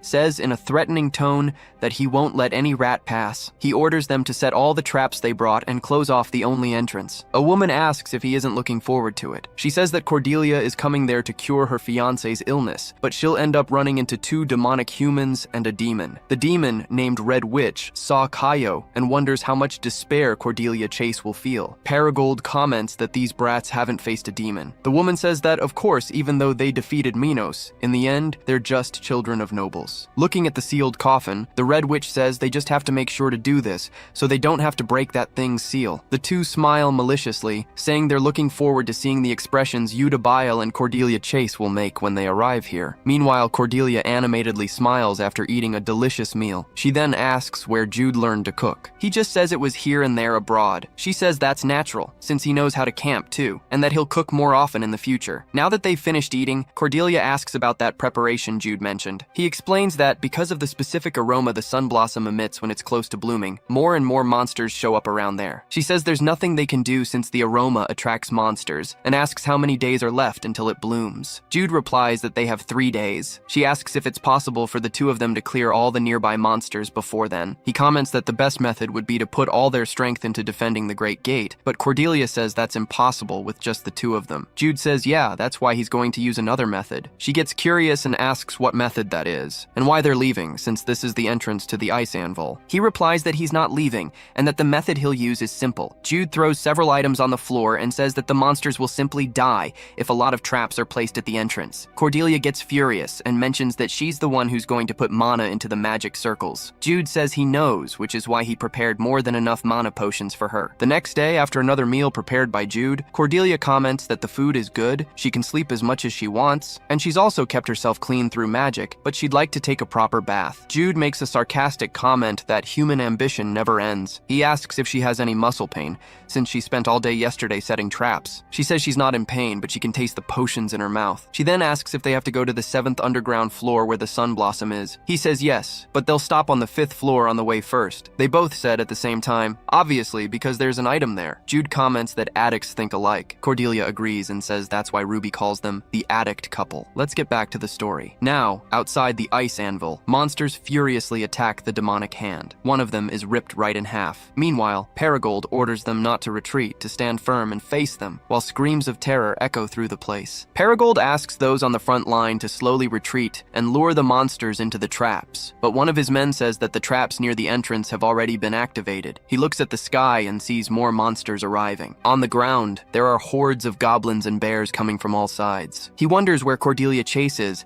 and why countless monsters are trying to go to the ice anvil, as if they have the same objective. Suddenly, Caillou arrives and says she'll create an opening for him, blowing up all nearby monsters using her magic. Paragold asks her to wait, otherwise she'll run out of mana to face Cordelia Chase. Caillou replies that it's no time to think about that while they're fighting, and that they can't be annihilated in a place like this, saying she'll leave the next part of the plan to him. She ascended to the sky, spreading her wings, activating several magic circles, and loudly says she'll make all these monsters understand why she's called the Scarlet Witch. An intense red wave swept the surrounding area after she released terrifying magical power. The monsters were burned alive by this red flame. However, Caillou didn't get off scot-free. After using too much mana in succession, she fell to the ground and vomited blood. Paragold runs to her and asks if she's okay. She says she saw them while she was high up. He asks what she's talking about. Upon hearing what she said, he was terrified. A massive horde of monsters is approaching. Therefore, they must release the seal of the Blade Demon immediately. He says it's not a demon they can control and proposes that while he's there fighting, they'll recover. After that, they'll seal the demon again once it gets tired of fighting the monsters. Caillou comments that they're in a terrible situation, but he's thinking really fast, and that she's going to fall for him this way. Paragold says that seeing how she has energy for a joke, he doesn't need to carry her. Then, he orders everyone still alive to quickly retreat inside the ice anvil. Everyone ran towards the great gate, when suddenly, something caught his attention. There was a magic seal at the entrance. Paragold smiled, thinking that the holy attribute seal shining white could only be from Hespelg County. He grabbed the seal, concentrating all his strength into a single point. It wasn't a technique or skill, but merely a manifestation of pure power. Then, the seal was broken, and Paragold was the first to enter, followed closely by Caillou. The combatants tried to follow them, but as Paragold was about to enter through the gate, it closed. Without wasting time, the Scarlet Witch performed the ritual to release the seal of the Blade Demon. After finishing, she says that now that it's freed, that demon will go on a rampage. So, staying at the entrance isn't a good idea. She helped him up, saying he's really heavy. Paragold commented that Cordelia Chase must probably be dead. Caillou says yeah, since there's no way they could have gotten through a monster horde like that. But suddenly she looked down at the ground, saying she thinks she stepped on a trap. However, her eyes were soon illuminated by an intense light, and bright magical flames shot up from the ceiling, walls, and floor all at once. At that moment, Cordelia and Jude Bile are enveloped by a blue light. Cordelia happily says she leveled up 7 times at once,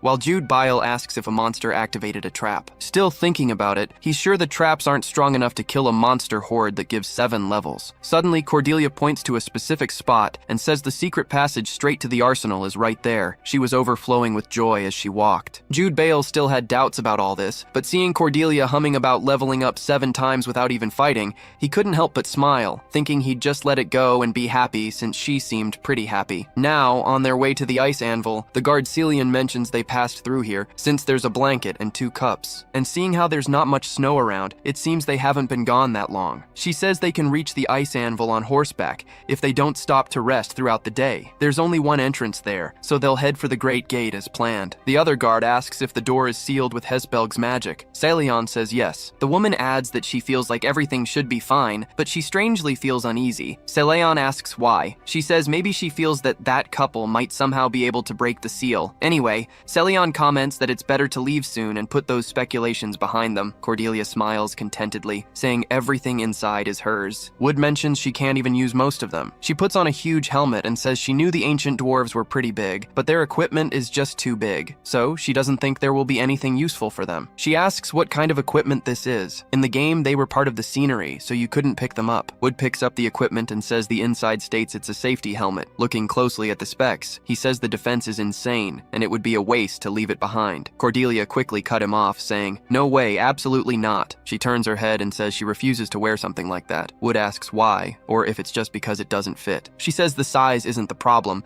and asks how he dares to want to put something like that on cute little Cordelia. He thinks it's just another narcissistic attitude, while she keeps saying that Cordelia's beauty is the most important thing. Suddenly, she shows him 3 spears and says that in the game she could only get 1, but that doesn't apply here. Wood tells her to take all of them, because they'll need them. Cordelia seizes the opportunity and says this is perfect for times like these, explaining that an expansion bag is something useful for an entire family. He ignores her and comments that now it's time to go to the 7th floor, but she suddenly remembers something and says they can't go straight there yet. Then, both say at the same time that there are too many monsters on the way there. Therefore, they'll farm XP on the way. She asks if they didn't say the same thing before too. Wood smiles and says yes. She adds that they really are a pair of addicts. A long time ago, the founders of the frozen land, also known as the Ice Anvil, froze their own homes. The reason was that the great monarch of destruction, Leviathan, summoned a giant white snake in the underground city. The 3 dwarves, who barely survived against the snake, which could paralyze people just by making eye contact, chose to overload the city's magic arrays to freeze the land. Because of this, the city fell into ruins, and their race became extinct. But with this tragic, yet heroic decision, the white snake fell asleep for 1,000 years in this place. Cordelia tries to warm her hands while shivering from the cold. She says she knows it's because of the magic array's power, but it's still super cold. Udi comments that there's nothing to be done. He says the dwarves needed to make the place so cold to make this huge snake hibernate. Looking at the snake more closely, he says,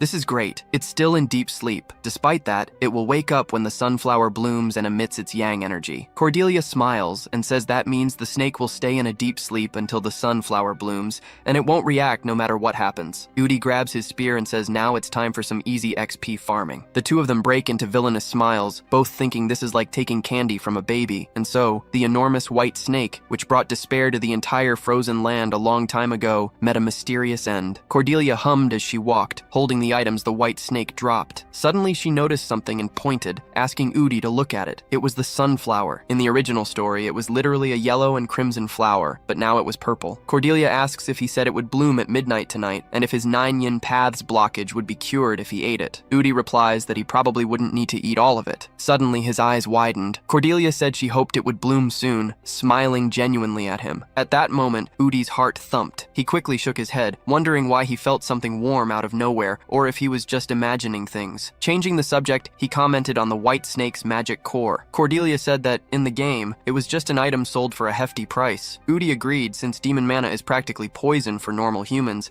but that's just in the game. He says Cordelia can probably absorb the core. She's intrigued and questions if she really can. Udi adds that yes, because she already possesses the witch's power, which originally comes from demons. He explains that he won't be able to move while absorbing the sunflower's essence. That's why he's suggesting she absorb the white snake's core during that time. Since 1,000 years have passed, there shouldn't be much magic power left, but for Cordelia's current level, it'll be a good boost. There was a reason they annihilated monsters on every floor, all the way from the armory to the 7th underground floor. While they're absorbing the sunflower and the white snake's core, they'll be defenseless. So when the sunflower blooms, she'll have to be ready. But noticing Cordelia trembling, Udi worriedly asks what's wrong. With sparkling emotional eyes, Cordelia says that being in a party with him is amazing. Udi stood there, observing the moment, then said, "Of course," thinking she was completely addicted to getting stronger, to the point of trembling. Excited, Cordelia asks how much time is left. Udi, also smiling, says it'll be soon. Holding the pocket watch in his hand, he counts down the seconds until midnight. An intense light illuminated the flower. The purple color occasionally turned yellow. As the faint light gradually grew stronger, the sight was like the sunrise illuminating the surroundings. When it finally bloomed, the entire room filled with warmth. MC Jude Biles' eyes sparkled and he said, "So this is the essence of extreme yang that blooms in extreme cold." Cordelia also watched the beautiful flower bloom before her eyes and said it was so bright and cozy at the same time. Cordelia's eyes shone even brighter as she smiled cheerfully, asking, "Don't you think it's beautiful too?" MC Jude Bale turned to look at Cordelia instead of the flower. He thought she was far more beautiful. Casually, he put a hand to his chest and told her he thought he was having arrhythmia symptoms. She asked if it hurt. MC Jude Bale replied that instead of hurting, his heart suddenly started beating really fast. Desperate, Cordelia asked if he was okay and if he could still eat the flower. MC Jude Bale replied that he was starting to feel better, so he didn't think it would be a problem while thinking, "What the hell is this?" Still worried, Cordelia said there was some relief, but if things got worse again, he'd have to tell her immediately. MC Jude Bile replied that he'd let her know if anything happened, and touching the flower, he mentioned that he should now cure his 9 pathways of the yin blockage. But before that, MC Jude Bile said that while she absorbed the white snake's core, if anything felt wrong, she should stop immediately. Cordelia asked, "What do you mean by something felt wrong?" MC Jude Bale mentioned that it might seem strange, since he was the one who suggested it in the first place, but being able to absorb it while in her witch form was, ultimately, just a theory. However, Cordelia said with a firm voice that she trusted his judgment and that he didn't need to worry. She also said she'd finish absorbing first, and then start drawing on his face. MC Jude Bale replied, "If possible, don't do do that? She retorted, if you're scared, then you should finish absorbing first. Cordelia mentioned that it wouldn't be good if their energies mixed. Therefore, she would absorb the core right there. She asked him to make sure to chew the sunflower well so he wouldn't get indigestion. MC Jude Bale asked, do you think it's salad? And commented that he would just absorb its energy. As she walked away, she said, it's the same thing. See you later. He replied, of course. Come back after you're stronger. She told him to stop talking like he was a villain who would join the good guys later. After their brief farewell, silence filled the place. They fixed their eyes on the items they were about to absorb. The moment MC Jude Bile closed his eyes and placed the flower on his chest, a warm light exploded. The flower's warmth permeated MC Jude Bile's entire body, emitting a yellowish energy. On the other side, Cordelia transformed with the witch's power, and her body was engulfed by intense cold. The snake's core slowly disintegrated as she absorbed the demonic power. Outside the frozen land, the guards walked down a blood-stained snow road. Cillian commented that they kept stumbling over snow-covered corpses, and his nose was irritated by the smell of blood. The guard beside him mentioned the air was so heavy it felt strange. The guard observed the situation, thinking that the goblins and winter bears seemed to have been killed while fleeing something, and even the bodies of winter harpy fell from the sky after being sliced up. She asked Cillian what he thought had happened. Suddenly, something caught their attention. Ahead of them, people were examining and analyzing the snow-covered bodies. A person approached them, introducing herself as Joanne and stating she was part of the Holy Cross Guardians. She explained they were currently in the middle of an investigation in the area and asked if they were all from Hesbeld County. Cillian replied yes and questioned why the Holy Cross Guardians were there. Joanne replied that after the Great Gate's seal was broken,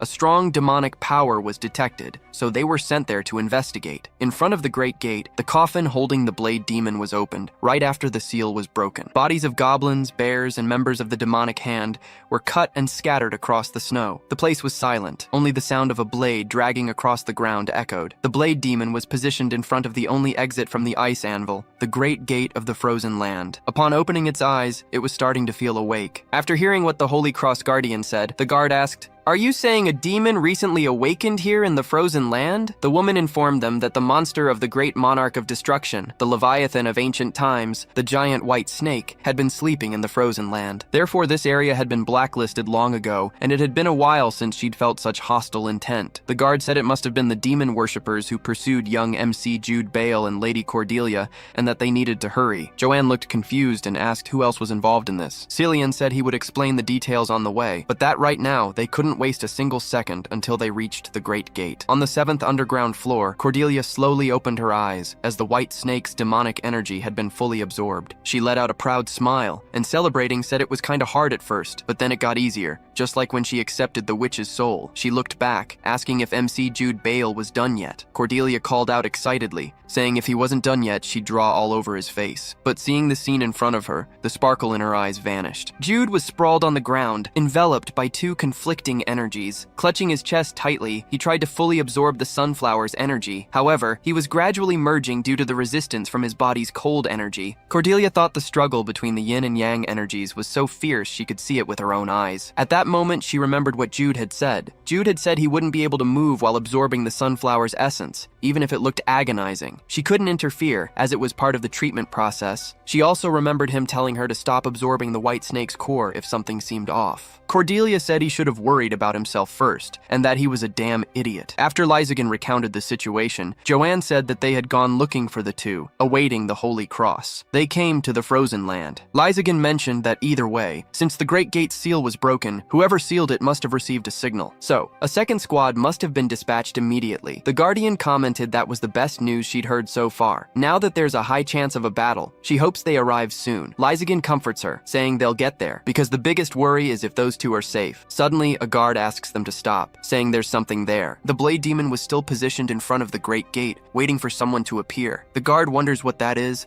and says it looks like a monster made of black trees. Joanne immediately felt a strong demonic presence and told him to duck, but he didn't even have time to ask what happened as a blood slash reached him. Luckily, Joanne managed to react and jumped, grabbing onto him to dodge the attack and throwing herself to the ground. Cordelia's guard watched the tree branch get cut in seconds and was scared because a simple slash, which didn't even have mana, reached them. When they looked down, the Blade Demon was staring fixedly at them. The Holy Cross Guardians quickly acted, ordering them to place the seal. With their pride on the line, don't let this demon leave the frozen land. Cordelia sat down, looking depressed. She said she was the one who didn't notice before, because it certainly wouldn't be easy to change her body's energy into something completely different. She glanced hopefully at Jude, asking when he would wake up. She reflects that such a dark and quiet environment is making her think about a lot of things. Lucas must be looking for them and have created a plan to sweep the whole area, and she's feeling guilty for lying to him. She also thinks they bothered their guards, and they mustn't just be worried. They probably came to the frozen land. Suddenly, she opens her eyes quickly, realizing something is very wrong. She was enjoying leveling up and was happy that Jude would finally be healed, so she didn't think much about the situation. At this point, their levels are around 20, even though all the monsters in the frozen land had fallen into their traps. There's no way they could have leveled up so much, and more than that,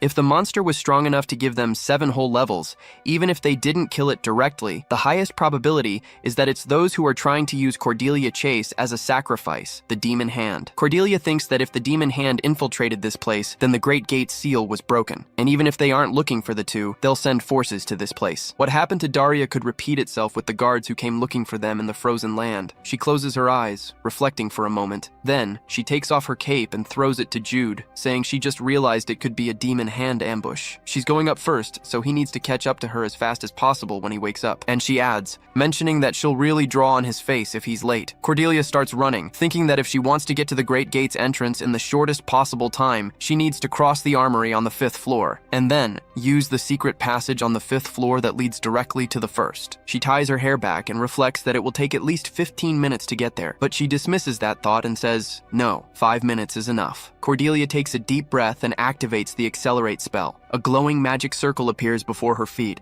and she starts running again at superhuman speed. The closer to the surface she gets, the more certain she is that her intuition was right. She wonders if she's too late, and if there will be more unnecessary victims this time too. She tells herself she hopes she's not late, because what she wants is a completely different ending from the game, a perfect happy ending. At the Great Gate's entrance, the Holy Cross Guardian shouts, ordering them to hold the seal with their lives on the line. The reason they live is to protect Pleiades from demons. Several enchantment swords appear around the blade demon, and, as if that weren't enough, new seals appear one after another. The guard from Hesbelby County says this is the first time he's seen a confinement technique on this scale. With this, they can seal the demon without needing to fight. But Joanne asks him not to let his guard down for a single moment, because the demon hasn't made a single proper attack yet. Suddenly, the blade demon, with just a swing of its arm, breaks the Holy Cross seal as if it were nothing. A massive black-red slash splits space, while the guardians create more and more defensive magic barriers. Joanne tries to maintain focus on the magic spell. However, the blade demon's slashes hit a rock in the mountains, and it's about to fall on her. But Joanne knows she can't dodge while also casting a magic spell. Suddenly, Celian appears and cuts the rock with her sword. She shouts loudly for the demon to come,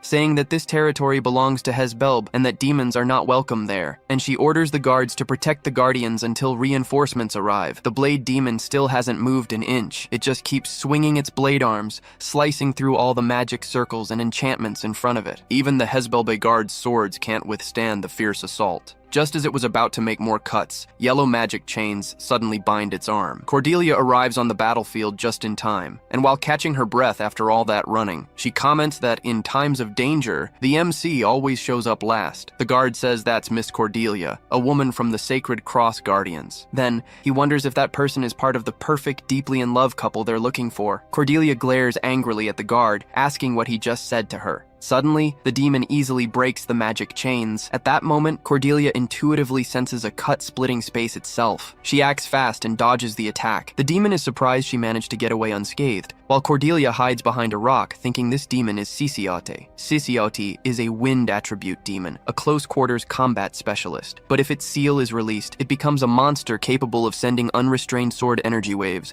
cutting space itself. She reflects for a moment and mentions she encountered it many times when farming points in instance dungeons, but suddenly, Sisiote makes a second attack, ripping her out of her thoughts. Cordelia is waiting for the right moment to dodge. The instant the rock is sliced, she activates the acceleration spell and starts dodging attacks consecutively, hiding among the rocks. Cordelia thinks his attack pattern, when she's hiding behind a rock, is just like in the game. Suddenly, another horizontal slash comes her way, and she ducks, still reflecting that Sisiote usually appears mid-game. And even if she uses her witch's power, her win chance is super low at her current level. If she can't defeat him, the only method left is to speed up, using the demonic formation. While dodging the Blade Demon's attacks, Cordelia thinks she always won against him. That's why she doesn't know Ciciot's true name, but Jude definitely does. Meanwhile, on the 7th underground floor of the ice anvil, Jude has finally absorbed the sunflower. But seeing Cordelia's cloak, he wonders where she is. Back to the battle, Cordelia keeps dodging Ciciot's slashes. She thinks that since she doesn't know its name and isn't strong enough to defeat it, the only option is to buy time until Jude arrives. Then, she's suddenly snapped out of her thoughts when she hears someone call her. One of the Hezbollah guards asks if she's okay, and says he'll join her in the fight right now. Cordelia activates a magic spell and throws it towards them, ordering them not to move. The magic missiles hit the ground in front of the guards. He asks why she's doing that, and the girl next to him questions if she's telling them not to come closer. Psyllium says she's putting herself in danger on purpose. She's using herself as bait for that demon, to protect everyone, since they know they can't dodge that demon's attacks like she can. Ciciot starts swinging both arms simultaneously, telling Cordelia that with her dodging ability, it's a waste for her to keep being a mage. Once again, Cordelia dodges the attack without a single scratch. The Blade Demon focuses its eyes solely on her, thinking it can't believe such an amusing prey came all the way here alone as soon as it woke up. Then, it unleashed more consecutive slashes, finding it all very entertaining. As Cordelia dodges the attacks, she thinks they're getting more precise, and she's getting closer and closer to the limit of what she can dodge. She says that in her current state, this won't work anymore. Suddenly, both the guards and the Blade Demon focus their eyes on her. Cordelia rests her fist on the ground and comments that it won't be able to keep up with her pace now. Ciotta asks what she's doing. Cordelia says this pose just came to her naturally, thinking that for some reason, when she did the 3rd repetition of the reinforcement magic, she felt she had to do it. And Luffy's pose is so cool, she couldn't miss this opportunity. Cordelia kicks the ground and surrounds Ciotta with her even more accelerated speed, telling it that now the fight is going to get even more fun. While the demon thinks she's way faster, the slashes it unleashes only hit Cordelia's mirages. Its eyes grew even fiercer, reflecting that she's not so fast that it can't keep up with her. But a mage, a normal human, would never be able to reach that speed, and it's sure she must be having a hard time controlling herself. However, none of the attacks it made managed to even scratch her. This made it question the nature of her precise dodges. Was she judging every tiny movement of its arms and predicting the attacks? And if that wasn't the case, how did she have such an absurd reaction speed? At that moment, Ciotta realized why she could dodge all its attacks. This whole time, she wasn't predicting or reacting to it. All her movements came from beyond any deduction. It was pure intuition. The demon laughs loudly and says she's a true monster with a pretty unique talent. But he narrows his eyes and comments that it's easy for him to break that talent. Ciotta unleashes uncontrolled attacks across the battlefield, slicing through rocks, the ground, and space itself. Countless rocks flew towards Cordelia, crashing down and transforming the battleground. As the demon mentions she won't be able to move freely anymore, Cordelia had forgotten that, unlike instant dungeons in games, here the terrain could be a variable. Ciotta fixed his eyes on her and said she couldn't afford to stop moving for a second, but now, this would be her end. He sliced space once more towards Cordelia, realizing she couldn't maintain focus to dodge anymore. On impulse, she closed her eyes. The rocks behind her were sliced and destroyed in seconds. She slowly opened one eye and flinched, thinking that attack should have hit her, but now she felt as if she was floating in the air. Jude mentions he did say he'd hug her and throw her into the air. At that moment, a warm energy spread through her body. She quickly turned her gaze to see Jude and smiled, relieved and happy that he had finally arrived. Jude is holding her in his arms. As he lightly landed on a solitary rock, he looked at her smiling and said all that was left now was to carry her across the wall to patch her up. He descended from the rock, and Cordelia said he arrived just in time. By the way, she asks if he knows Ciciotti's true name. He replies yes. She comments that this way they conceal him, but Jude questions if she's sure about that. Cordelia asks if he wants to capture him then. However, she doesn't have much mana left, so she can't deal that much damage. He says he knows and closely observes the Blade Demon. He mentions that, seeing how the black armor doesn't fully cover its body, he doesn't think this monster is in its perfected form yet. Therefore, just a single opportunity to deal massive damage should be enough. Cordelia asks if she basically needs to hold Ciciotti long enough. She smiles and says to leave it to her,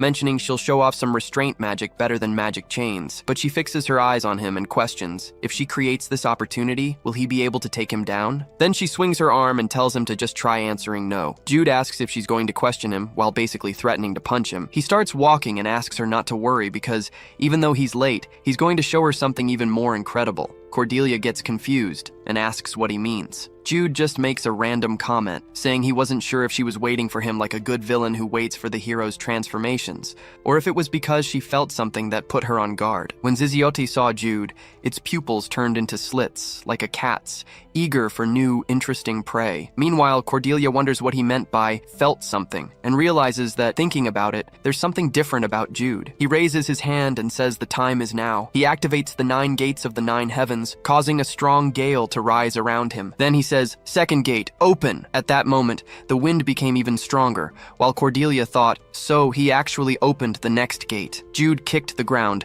advancing at an absurd speed towards the blade demon. Feeling danger approach, Ziziote swung its arms simultaneously, cutting everything in front of it. Jude thinks he doesn't have Cordelia's intuition to dodge these attacks like she does. So, he calculated his own body, his movements, his speed, and the trajectory he wanted to trace. He critically dodged Ziziote's attack, reflecting that he needs to shorten the distance and create a situation where he can avoid its attacks all at once. Ziziote spun its body and used the spatial slice again. Jude took advantage of the opening he found upon seeing it spin its body and advanced, suddenly stopping in front of the demon. He threw a right hook at one of the blade arms. In seconds, he adjusted his body and launched another hook, this time with his left, at Siziod's left arm. The demon fixed his eyes on him, thinking, Jude is aiming his strike at the exact point when I'm about to swing my arm, preventing me from using the spatial breaker slash. He wondered where a kid like this had come from. Jude continued attacking with consecutive hooks, aiming at the exact point that prevented Siziod from using his arms. Meanwhile, the guards commented that he was completely dominating him, and Cordelia reflected. The way he was bragging when they were in a bad situation made her think he was just being an idiot. But he's actually doing really well. It's not for nothing he's top 1. Jude landed another right hook on Siziod's blade arms. He thought this method was good enough to nullify his attacks, but unfortunately, there wasn't a window for a decisive attack. But he reflects that creating that opportunity isn't his job after all. So, he stepped back a bit and asked the demon if he wasn't focusing too much on him and had forgotten he wasn't alone. Suddenly, magic chains enveloped Siziod's body. From atop the rocks, Lysagan ordered everyone not to just stand there watching. One of the guardians of the Holy Cross shouted, saying that those who could provide ranged support should stop the demon with everything they had. Lysagan added that those who couldn't use magic circles should pay more attention to their surroundings and stay out of the way. Siziod swung his arms again, breaking all the chains. He said these cheap tricks wouldn't work against him, but suddenly he felt he had made a mistake. It was only a very short time, but in that moment, he turned his body. Someone managed to take advantage of that brief window. A black blade made of magic cut through space and flew at the right moment into Siziod's blind spot. However, he managed to react and fixed his strike at the exact tip of the black blade. When the magic dissipated, he realized he had forgotten about her when Jude appeared. Cordelia covered her eyes and commented that she figured he'd focus his attention only on Jude, but she didn't think he'd forget she was in the fight too. The moment he fixed his eyes on Cordelia's, he made another mistake. Cordelia's blue eyes transformed into snake eyes. She activated the evil eye, a power the white snake possessed. Siziod stopped. His body quickly began to turn to stone. He asked, how does an inferior human have the demonic power of magic eyes? Cordelia replied, mentioning that he had already said it once. She's a monster. And she added that she's also very talented. Then, she took advantage of the moment and said, she wasn't the only one. Jude also took advantage of that instant Siziod was paralyzed and appeared behind him to deliver a decisive blow. As he prepared, he recited Siziod's demonic name, which is Sizionis Gilbestone. A golden light circulated around his fists. Suddenly, papers inscribed with the demonic restriction technique appeared. Siziod, upon being restricted by his recited name, wondered how he knew it. Cordelia said, smiling, that he had already lost the moment he was forced to stop his arms. Just like Jude Bael, she recited the demonic being's name while activating the Black Blade's magic circle. Jude Bael shouted loudly, reciting Siziod's true name again, and gathering even more mana in his fist. Cordelia then threw the black blade using the only mana she had left. Jude Bael, with both hands, made 2 crosses penetrate the demon's body. Siziod could no longer move. Cracks of holy light penetrated his body,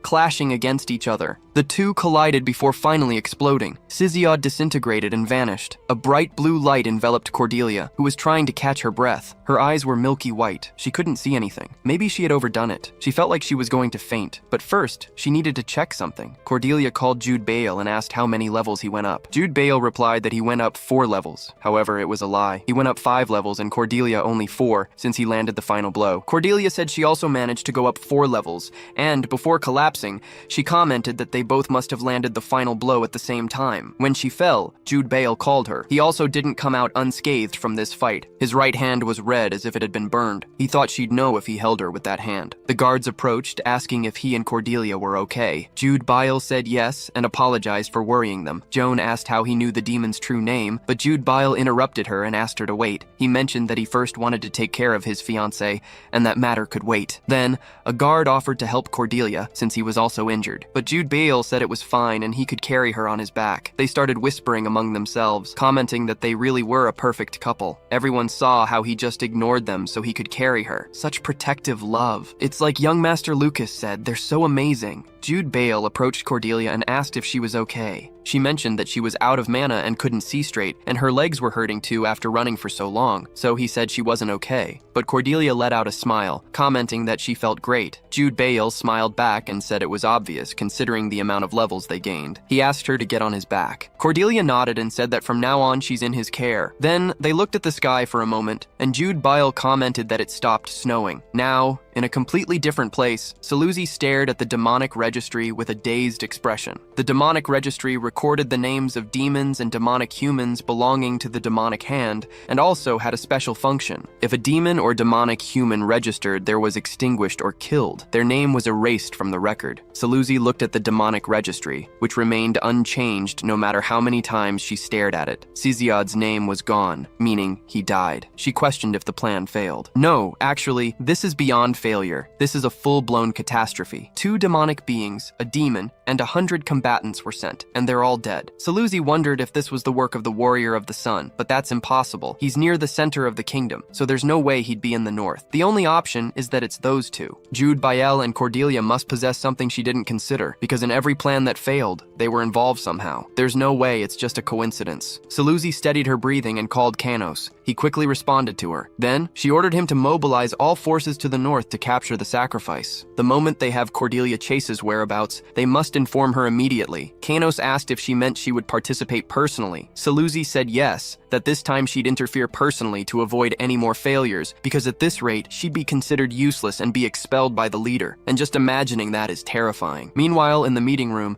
the commander of Hesbelg County's guard asked young Master Jude Bale to recount what happened this time, and how he learned the demon's true name. Jude Bale activated his lying mode and began to tell his story. He recounted that Miss Cordelia and he entered the frozen land to obtain the sunflower. However, they were ambushed by the demonic hand. While fleeing, they activated a trap installed there by ancient dwarves. Thanks to the enemies being caught in the trap, they easily defeated the demonic worshippers. As for the demon's true name, Jude Bale explained that it was written on the sheepskin, held by the one they suspected to be the strongest among the demon worshippers. Joan commented that their diligence then ended up becoming their own poison. And it's true that demons' true names are very difficult to memorize, as they aren't written in our language. A nurse announced that Miss Cordelia's treatment had already been completed. Jude quickly stood up and walked over to her. She explained that Miss Cordelia's vision seemed to have temporarily degraded due to exhaustion, but it would return once her body recovered. Jude turned to the people present at the meeting and, in a concerned tone of voice, said he'd like to return to his fiancée and asked if they had any more questions for him. The 2 were moved by the amount of love shown, so they awkwardly said they'd finish there for the day, and it would be better to continue the next day. But Cillian interrupted them and called Jude. He watched her approach, thinking she might have noticed something that could get him into trouble. However, Cillian merely said that during this battle,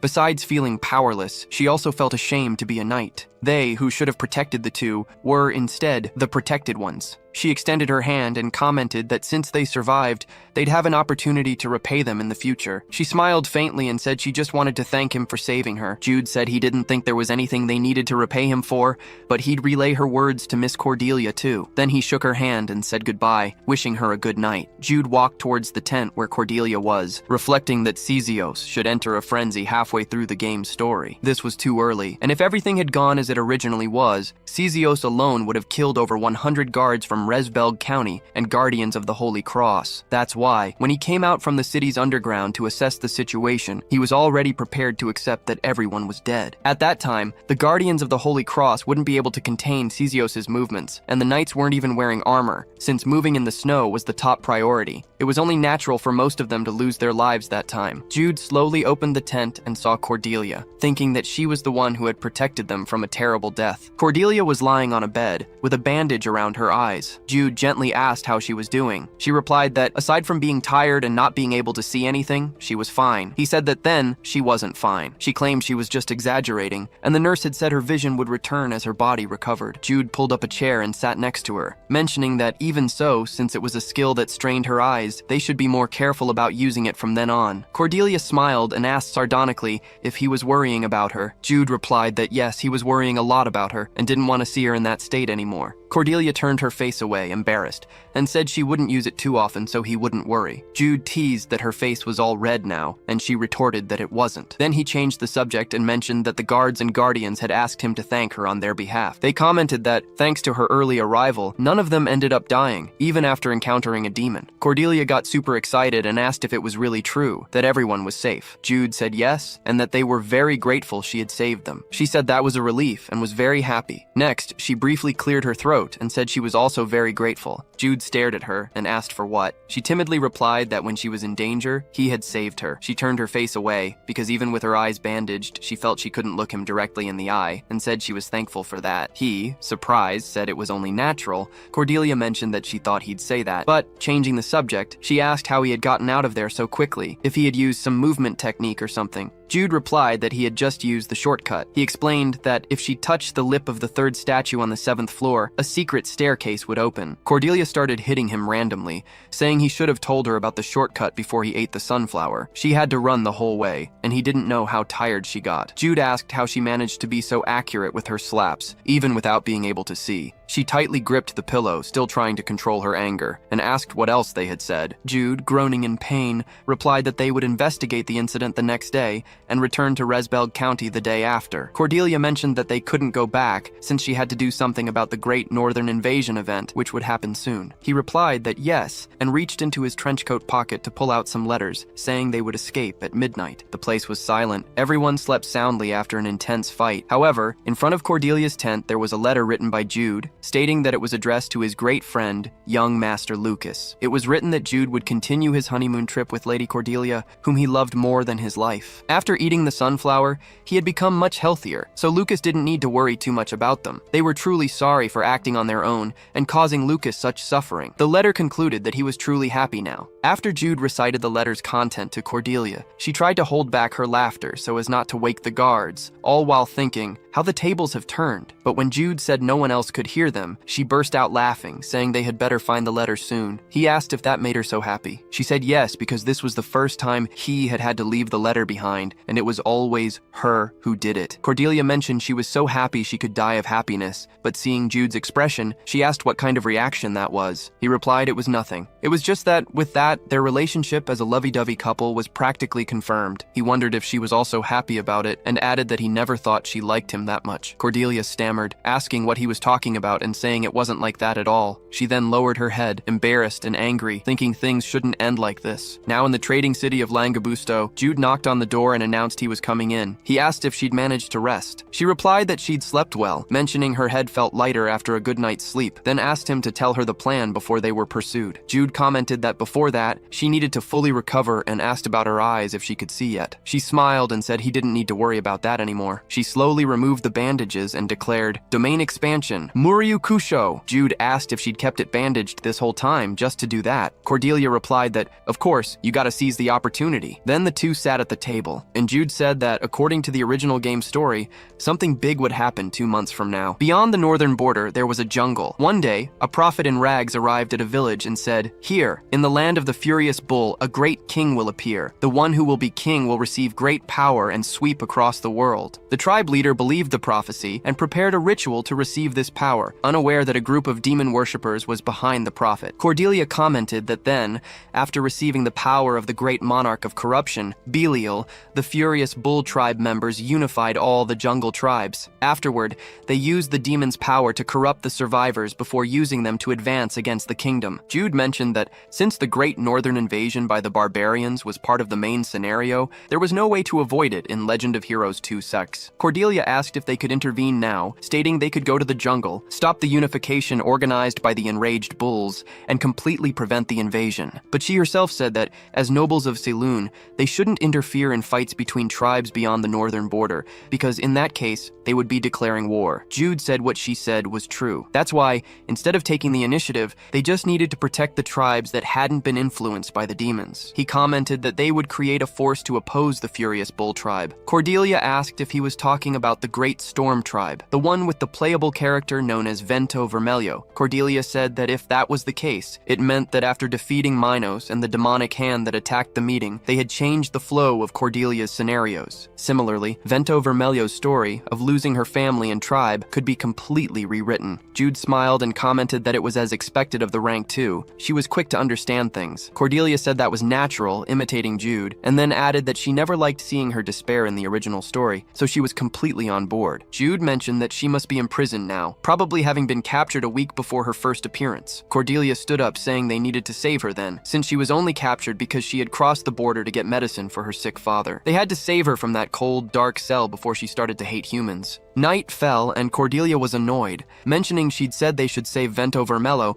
but asking where they were going. Jude informed her that Vento Vermelho had been captured by a slave trader, so they could buy her without needing to fight. Cordelia, whose hair was now dyed for disguise, questioned if he wanted to buy her with money. She thought they'd teach those slave owners a lesson during the rescue and destroy the slave market. Jude replied that if they did that, Condrisberg would find out they were in Lancabusto, and since Vento Vermelho was imprisoned in the North's largest slave market, it didn't make sense to try something like that. Suddenly, Jude noticed something. As he watched, he heard Cordelia grumble that she still thought they were going to do something fun, but they'd just give them money if they bought her. He said he understood how she felt, but there was no other way, and gestured with his hand for her to come closer. Jude whispers that it will be worse if they reinforce security after acting, and asks her to look closely at that slave. A slave trader pulled the woman's collar, ordering her to walk faster. As he entered through the door, the slave took a paper from her worn blouse and handed it to the knight, who promptly received it. Jude and Cordelia watched the scene furiously. After Cordelia observed this scene, she remembered that the original reason for Yellowstorm's escape was an ambush that happened around this time. Jude commented that the slave market would turn into chaos a few weeks from now, so they would wait and let it pick what they'd planted. Cordelia said she understood, but asked, intrigued, why they were buying masks. He replied that they needed to save Yellowstorm. She said she knew that, but why buy masks if they weren't going to any party? Jude merely replied that it was so they wouldn't fall flat on their faces later. She became furious and told him to stop messing around. 20 minutes later, in front of people gambling at the casino, Cordelia stood there with an expressionless face,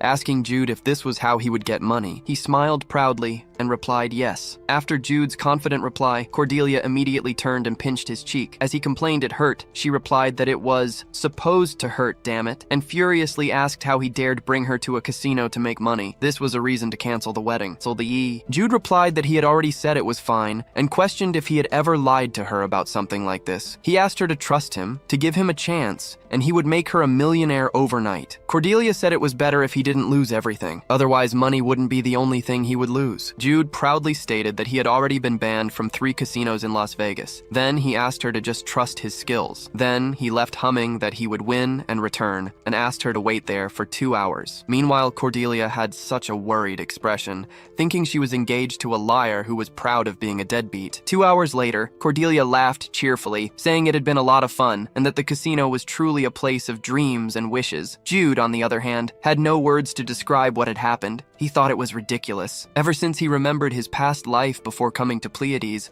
or rather his current and past lives, he had never been so shocked. A while earlier, Jude threw 2 cards on the table. The blackjack supervisor congratulated him on another victory. Then he mentioned he would stop there and asked, out of courtesy, where the exchange counter was. After exchanging the chips for cash, he walked, proudly smiling. He thought he'd managed to multiply his money 2.5 times, and that was good enough. He wanted to gamble more, but if he made Cordelia wait longer, she might get angry. So, he should stop there, when suddenly something caught his eye. As he walked over to see what was happening, he heard someone say it was the 17th win he'd seen himself. Others commented that, since they arrived, it was already the 17th. Jude looked up to see who the center of attention was. When he saw who it was, he couldn't hide his shocked expression. Cordelia was smiling brightly, while the people around her said she'd hit the roulette 17 times in a row. Her chips were 5 or 6 times more than Jude had managed. Back to the present, Jude questions how she got it right so many times, mentioning that the odds of getting 17 consecutive wins are 1 in 130,000. She replies that she just relied on her intuition. Cordelia comments that when she felt it would be red, it landed on red, and when she felt it would be black, it landed on black. She cheerfully walks off again, asking if she should try a card game next time. Jude, with a stunned look, thinks he's engaged to a monster.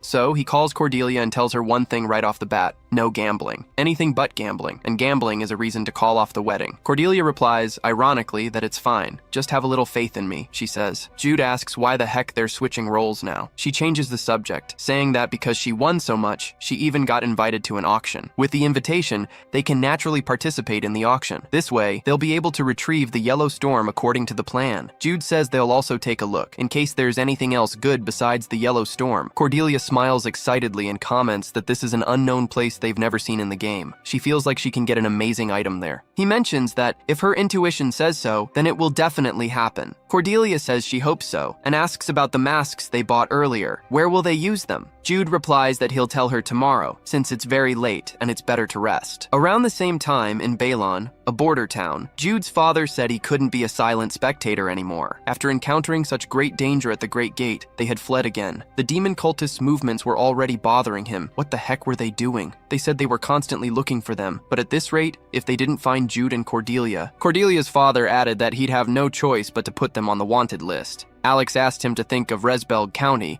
when issuing a wanted order for 2 engaged fugitives. Arthur mentioned that just thinking about it was horrifying. Alex stood up, saying they still had to find the 2 before trouble came knocking. It would be great if one of them could handle it personally, but that might be difficult. So, instead, he was thinking of sending Gale. If the eldest son of Count Balon's family participated in the search personally, it could clean up their image a bit. He asked who Count Chase's family was sending, mentioning that Cordelia's knight hadn't recovered yet. Arthur replied that he would send Delia. Alex was surprised and questioned if he would really send her, and if he wasn't mistaken, she was in the central region. Count Chase said she had already returned from vacation, and that perhaps hearing about the problems between Jude and Cordelia had truly frustrated her and made her explode, and she said she would go personally this time. Alex smiled and commented that the children really took after him. Then, he said it had been a while since they last met. Now, in a carriage approaching the Chase mansion, a woman rests peacefully during the journey, with a calm expression and closed eyes. Meanwhile, she softly tells Cordelia to wait just a little longer, and soon her sister will be there to protect her. The next day, Gale asks Vitor if he has to go to Count Chase's estate first. He replies yes, informing that he heard they're sending a tracking magic user from Count Chase's estate. Suddenly, Gale looks to the side upon hearing his name called. Maya comments that she came here to bring this to him,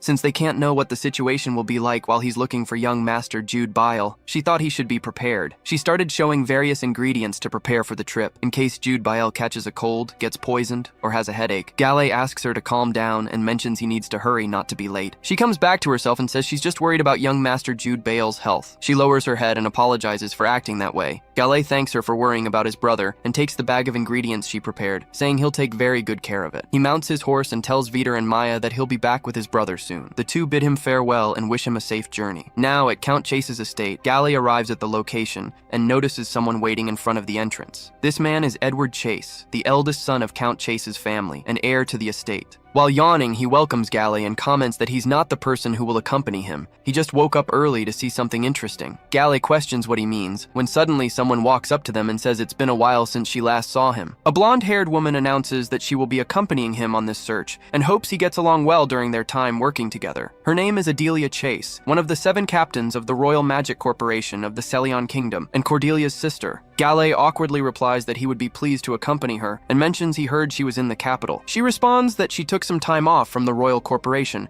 as they need to find those two before things get out of control. No time to lose. She asks if they shouldn't just head out immediately. He says yes, and since he's more familiar with the area, he'll lead the way. She hops onto her horse and says that's fine, but only if he can keep up with her pace, that he can do it. Gale gets confused and asks what she's talking about. Suddenly, she made an abrupt move, and her horse bolted, leaving Galley behind. Galley is still confused, while Edward smiles and mentions that he'll have to hustle to catch up to her now. He wishes him good luck, then hastily sets off to catch up with Adelia. Edward comments that he's worried about Cordelia and Wild, but can't help but enjoy himself here too, and that this whole search depends on Galebayao. Later that night, at the auction house in Lanquimbus, someone announces that the auction will begin in 2 hours the following evening. Also, items on display on the first floor will be sold to the highest bidder before the auction begins. So, if they want to buy an item, please write their bid amount and membership code on the bidding card. After explaining, she says she's leaving now. If they need anything, ring the bell, and most importantly, have fun. Jude Bael and Cordelia thank her for the brief explanation. Then, the two stare at each other. Jude Bael mentions he had a hunch he'd find something big there because of his intuition. She responds that she did too, but who knew it actually happened. They walked through the auction house, checking out the items. They found an ancestral emblem and, right after, a sword of heavenly judgment. Then, Cordelia says her treasure is finally here, and Jude Bael asks her to look at this seller's comment. It's written that it's an ornamental relic, excavated from some ancestral ruins. He mentions that the writing sounds so fancy, but they don't know what it really is. Cordelia looks at the bid and questions if that's really the highest bid, or if the seller forgot to add more zeros at the end. She asks him to bid quickly,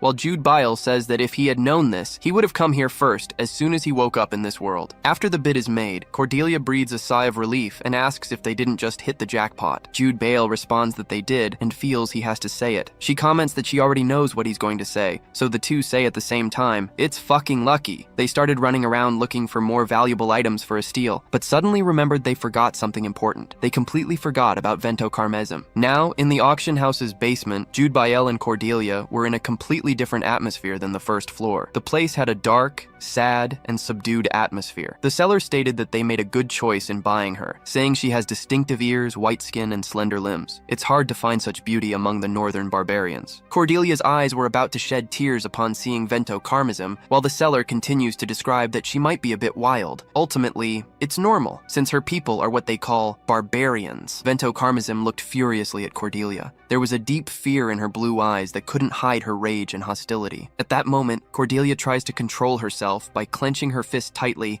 so as not to cause trouble while Jude Bael is negotiating. After the man explains the details, Jude Bael responds that this is a sign of good health, so it's all good. But the slave dealer, with his eyes fixed on him, questions if he's really going to make the direct purchase without any negotiation. Jude thinks he's suspecting that the king didn't send them there for an inspection. So he replies yes, explaining that he's traveling with his sister and that she insists they leave Nantibust because it's too cold. The man comments that it makes sense, since, for those not used to it, the cold there can be quite harsh. Then he says he'll prepare the merchandise for immediate shipment. Jude is relieved, reflecting that that guy's got a sharp wit. He tells the man he'll be waiting. While walking back to the first floor, Cordelia comments that she didn't know there was a rule that you had to cover your face with a mask to enter there. He mentions that in the game, they were only allowed to look at the basement during Vento Carmesm's escape. So, most people wouldn't know about it. Cordelia asks how he found that out. Jude explains that slavery is a vice that is gradually disappearing from the kingdom. But the fact that they insist on selling humans in such a shady way means they have a lot to hide. That's why he thought it was necessary. Cordelia says he's right, since nobody would want to show their face in these negotiations. This was done for nobles who need to maintain their dignity in the eyes of others. She thinks about those elements, the distinct smell of perfume mixed with the basement's mold, the sound of heavy chains and people evaluating the merchandise, eyes filled with vengeance, disgust, and fear. The excitement for the rare item she had found quickly vanished, replaced by indescribable emotions that filled her heart. Back on the first floor, a masked man comments that barbarians are really tough. He mentions he had recently bought one who had already won 2 gladiatorial matches. The last one he had bought, on the other hand,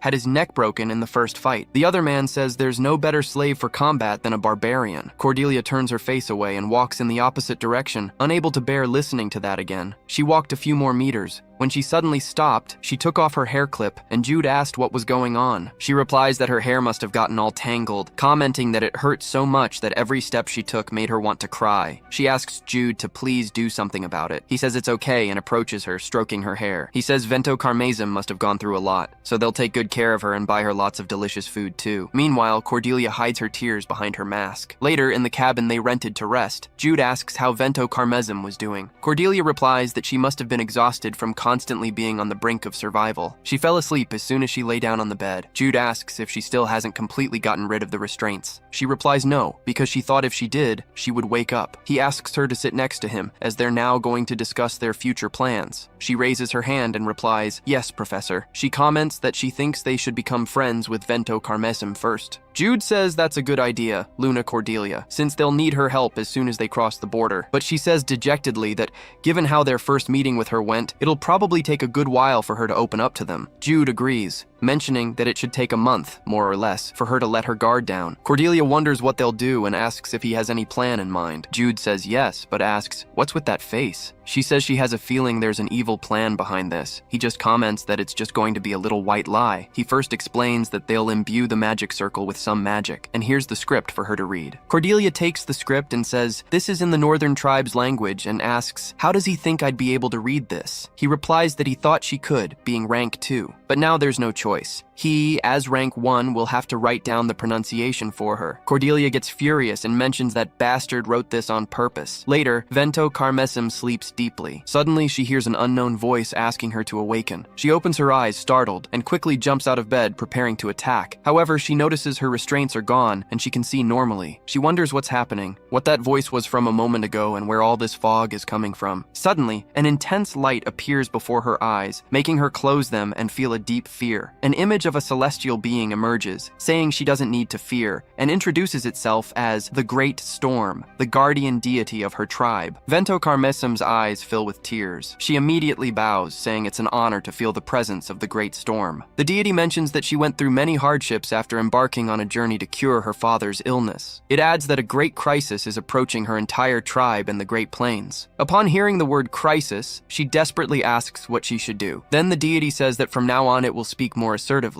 However, it quickly tells her to wait, because it shouldn't have said that. Then, it tells Jude to shut the hell up, while Vento Carmesum asks what's happening. The deity says it was nothing, and goes back to communicating that it has already delivered its oracle to the 2 humans present. They saved her, so she must accompany them on this journey. The deity mentions that the woman's name is Cordelia, and the man's name is Jude. The pink-haired woman is beautiful and gentle, but sometimes fierce like a wild beast. The man is handsome, cool, polite, and a truly amazing person. He's so perfect that the woman is completely in love with him. It adds that these 2 will become her friends. Vento Carmesum wonders, intrigued, why she should become friends with humans who enslaved her. Meanwhile, Jude activates a magic circle. The deity asks her to trust it and them, and together, overcome this crisis in the north. Vento Carmesum closes her eyes due to the intense light while trying to say something to the guardian deity. However, suddenly, she starts to feel sleepy and falls to the ground unconscious. Now that the show's over, Cordelia turns off the fog and Jude approaches to turn off the lighting. He comments that he can't believe she fell asleep immediately, just with the sleep mask spell, combined with sleep and wind magic. He adds that now they're going to tie her up again. When she wakes up in the same state she was in when she fell asleep, she'll think she saw a real dream and an oracle. But Cordelia asks about that line from the script that said the woman was completely in love with him. He just says it means something good. She gets furious and mentions he's lying because she can't read their tribe's language. About an hour later, Vento Carmesum woke up hearing a soft and gentle voice. She tried to open her eyes immediately, but couldn't see anything but black because of the blindfold. Cordelia tells her to just hold on a sec, she'll take it off. She adjusted to the light. Her eyes caught the faces of 2 people, hearing the pink-haired girl ask if she was okay. Vento Carmesum's eyes widened. She immediately backed away to the corner of the bed, while Cordelia says there's no need to be that defensive. She adds that her name is Cordelia, and the man beside her is her fiancé, Jude. Upon hearing Cordelia and Jude's names, she remembered the words of the Great Storm, her tribe's guardian. Jude comments that the Great Storm guided them, and that's also why they bought her at the auction. Cordelia sits on the edge of the bed and mentions it's as he said, and she doesn't need to be scared since she's safe now. Cordelia extends her hand to Vento Carmesum, saying affectionately that they'll help her. Vento Carmesum, fixing her eyes on Cordelia's hand, reflected that when she crossed the border, she'd put it in her head that she'd get her father's medicine with her own power and return home. She told herself countless times that she couldn't trust anyone. After being caught, her belief that she couldn't trust any human of the kingdom became even stronger. Even under the Great Storm's orders,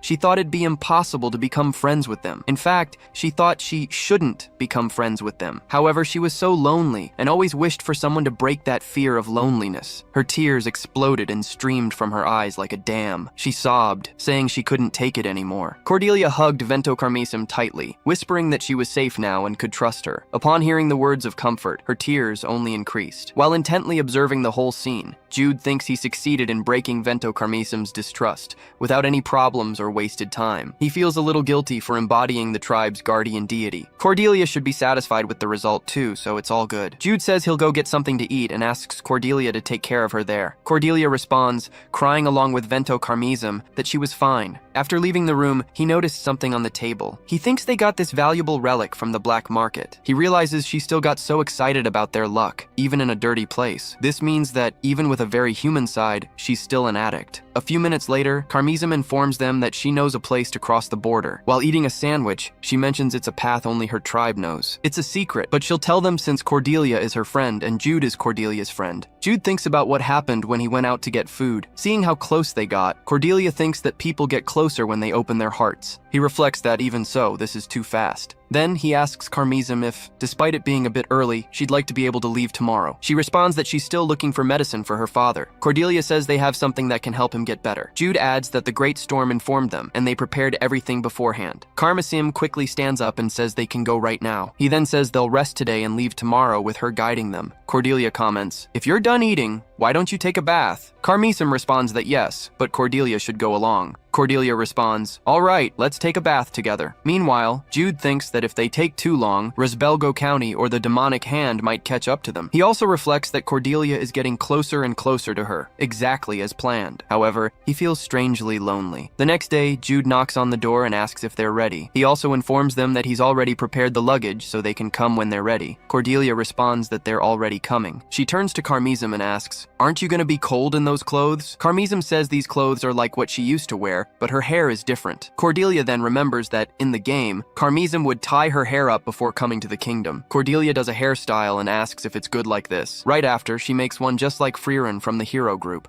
wondering if it's good. Then, she makes another, like the elf from the Lord of the Rings movie. After trying so many hairstyles, she ties a ribbon on the tip of Carmisim's hair and asks, "Is it good like this now? Do you like it?" Carmisim looks at the ribbon tied to the tip of her hair and thinks it's beautiful. Cordelia anxiously asks if she should tie her hair up like before, but Carmisim responds with a beautiful smile, saying it's perfect and thanking Cordelia for helping her. Cordelia smiles back and says they should leave now. At the same time, near the Northern Viscount's territory, Gale asks if she found anything. Adelia replies that she found the direction they're going, north. Gale mentions that the two were last seen in the Frozen Land. If they go north from there, it would be Langimbusto. Adelia adds that, further ahead, they would reach one of the kingdom's 3 shields. Crow's Nest, the Fort of Thundering Doom. But she says there's something strange. If you look at the map, those two aren't going in the direction of the fort, they're going somewhere else. Gale comments that there's only the border in that direction. Adelia questions, why are they going to the border? She thinks that ever since she was little, Cordelia wasn't someone who would go somewhere without telling anyone. She also used to get very scared when going to a new place, so she always stayed close to Dahlia or her. But that damn little playboy Jude dared to corrupt her sweet and innocent Cordelia. Then, Gale thinks of something and says to Adelia, if they're going to the border, could they be getting kidnapped? Adelia asks him to repeat what he just said, looking a bit expressionless. Gale then explains that maybe they were caught and forcibly taken by the demonic hand,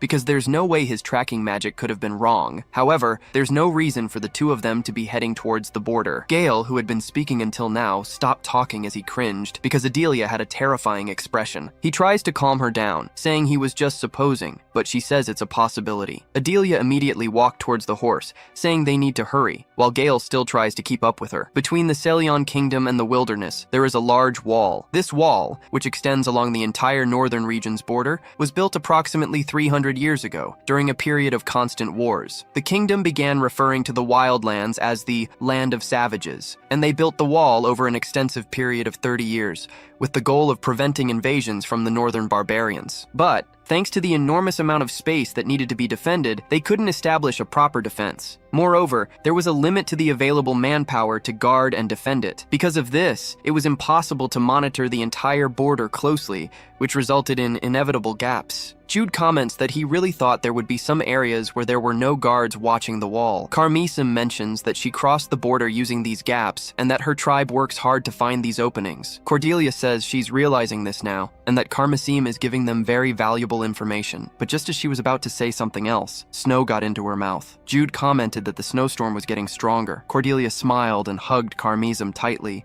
saying she couldn't see anything, and it was very windy. Carmesum said that if she kept hugging her like this, they'd fall. She mentioned that just ahead there was a cave for them to wait out the snowstorm. Jude took the lead and asked if the cave was around there, while Cordelia and Carmesum kept fooling around. Carmesum then remembered that she was supposed to be guiding and told Jude she had forgotten, promising to be more careful next time. He thought that now he needed to take care of two Cordelias. Once in the cave, Cordelia commented that the path and weather had become quite intense. Jude said this confirmed they were already far north, and asked Carmesum if, at this pace, they would reach the valley. She replied that they needed to walk just a bit more, and that in the valley the trail was difficult. She turned and asked Cordelia if she would be okay, while Jude carefully observed her hairstyle. This was the hairstyle Yellowstorm used when playing with Crimson Wind in Legend of Heroes 2. Cordelia smiled and said, almost telepathically, "That's right, isn't it too cute?" Jude reflected that it was impressive that, even in this extreme situation, she would still do something like that. Suddenly, Carmesum said she had a question and asked, "What is fuck?" Cordelia went blank and asked what she was talking about. Carmesum then explained that Cordelia said that word a lot. Even when she was sleeping, she would say, fuck. Cordelia turned to Jude,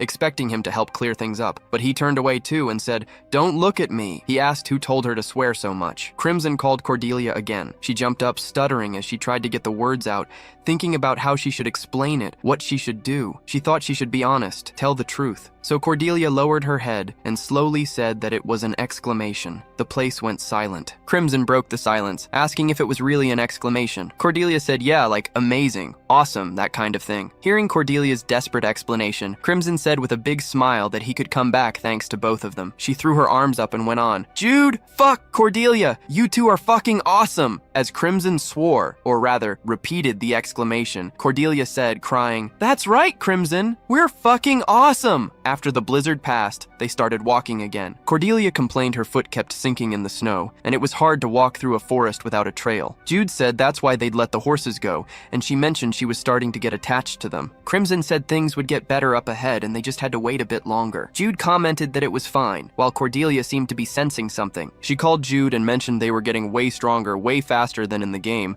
but it felt like enemies were popping up quicker too. Jude said that as they won battles they were supposed to lose, the original story would change, and that was unavoidable. Cordelia asked who he thought the enemy would be this time. He answered it'd be Seleucia, since her previous plans had failed, and asked why she was bringing it up now. Cordelia replied that ever since they got super close to the valley, she'd been getting a bad feeling. It felt like someone was pointing a knife at her back. Jude thought that after mastering the witch, Cordelia's skills had improved in tons of ways. Among them, her intuition got super sharp. And this intuition, which had managed to score a 1 in 130,000 chance at the casino, was sensing an incoming attack, even though there was no danger in sight. This was definitely pretty much a prophecy, a superpower. Jude started running, thinking he couldn't just ignore Cordelia's words. He went up to Carmesum and told her they needed to hurry, cause something was following them. She said she looked around but didn't see anything. But Jude was like, "Trust me, I'm sure something's coming." Meanwhile, demon dogs were watching them from above the valley, waiting for the right moment to attack. There was still nobody near them, but the three of them were running from the danger that was about to hit. When Cordelia stopped running and looked back at the mountains, Jude asked, "What's up?" She said she felt like there was something else, but she didn't know what it was. The two of them stopped running too, and Jude was like, "What are you talking about?" But right at that moment, a beast's roar came from above their heads, over the valley. 3 big dogs with dark red fur and yellow eyes were chasing them. Carmesum said these weren't monsters that lived at the border, cause she'd never seen any when she got to the kingdom. Cordelia said someone had summoned them nearby. She activated her witch transformation and told Jude to carry Carmesum. Jude picked her up in his arms. He told Cordelia he'd wait for her up front,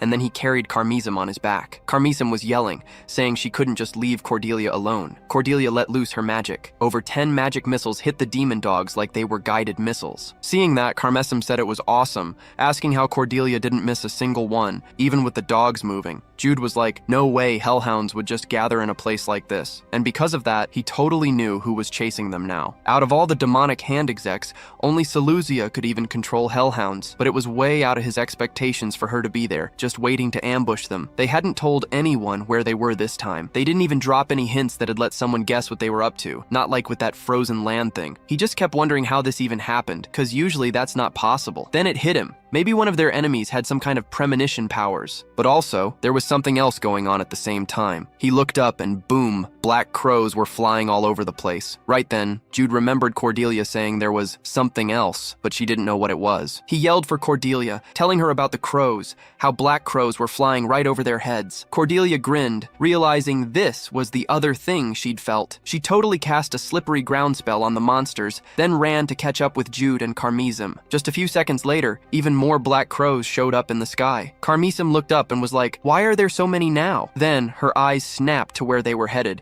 and she screamed, "That's a cliff!" But Jude didn't stop, and neither did Cordelia. Cordelia asked him, "You ready for this?" He reached out his hand to her and said, "Totally." Cordelia basically threw herself at Jude, and then they both just launched themselves off the cliff, while Carmesem was totally screaming that they were gonna die. The flock of crows just swarmed all around them, and Cordelia tightly hugged Jude's neck as she closed her eyes. They were still in a spot covered in white snow. The crows that were flying up into the sky scattered in every direction and vanished. Crimson asked, totally disbelieving what had just gone down. But Cordelia shifted her gaze, and Jude also totally focused on the guy walking towards them. Once he showed up, the wing flapping that felt like it lasted an eternity just stopped. The snow-covered ground went totally silent again. That guy had dark blue eyes, long white hair, and a white face, but everything else was black. Jude bowed and said it was an honor to be in the presence of the ghost blade, Kamael. Kamael noted that Jude had successfully figured out the crows weren't his enemies, and he totally expected that from Landius's disciple. Jude replied it was cause he knew crows were Lord Kamael's representative animal, one of the 6 commanders of the Holy Cross Guardians. But in his head, Jude knew exactly who that guy was. After all, anyone who'd played the Legend of Heroes series would know about Kamael. He was an illegitimate son of the king of the Kingdom of Paragon, which had been destroyed by demons. He was also one of the main characters in Legend of Heroes 1,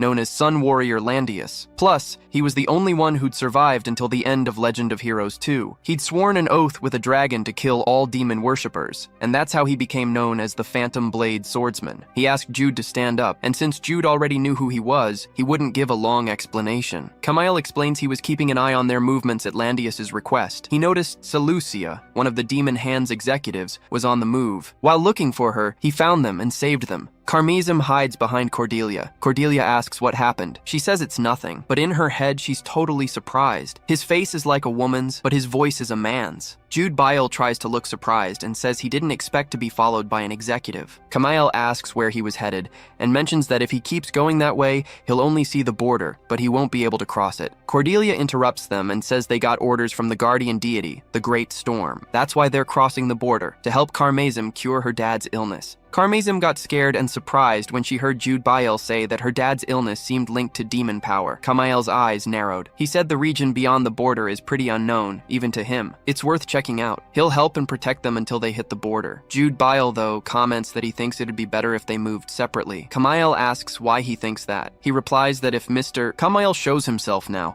Seleucia won't have a choice but to act, no matter how many subordinates she has. She'll have to act to go against him. It'll be better if she mistakenly thinks all 3 of them are with Kamael and just bails immediately. But it wouldn't be bad if Kamael grabs her attention by fighting her head on. Jude Bile comments that if they could get Seleucia, the most dangerous person in this whole thing, out of the way, they'd cover the rest of the path on their own. He takes Cordelia's hand and adds that the 2 of them, together, totally got this. Carmesem was forgotten for a sec. Kamael finally got what Bile was really trying to do, pit the strongest person from each side against each other. He smiles and says he'll go along with the plan, but he's gonna ask something first. Kamael brings up that he heard he consumed the sunflower and asks if he knows the flower hasn't fully settled in his body yet.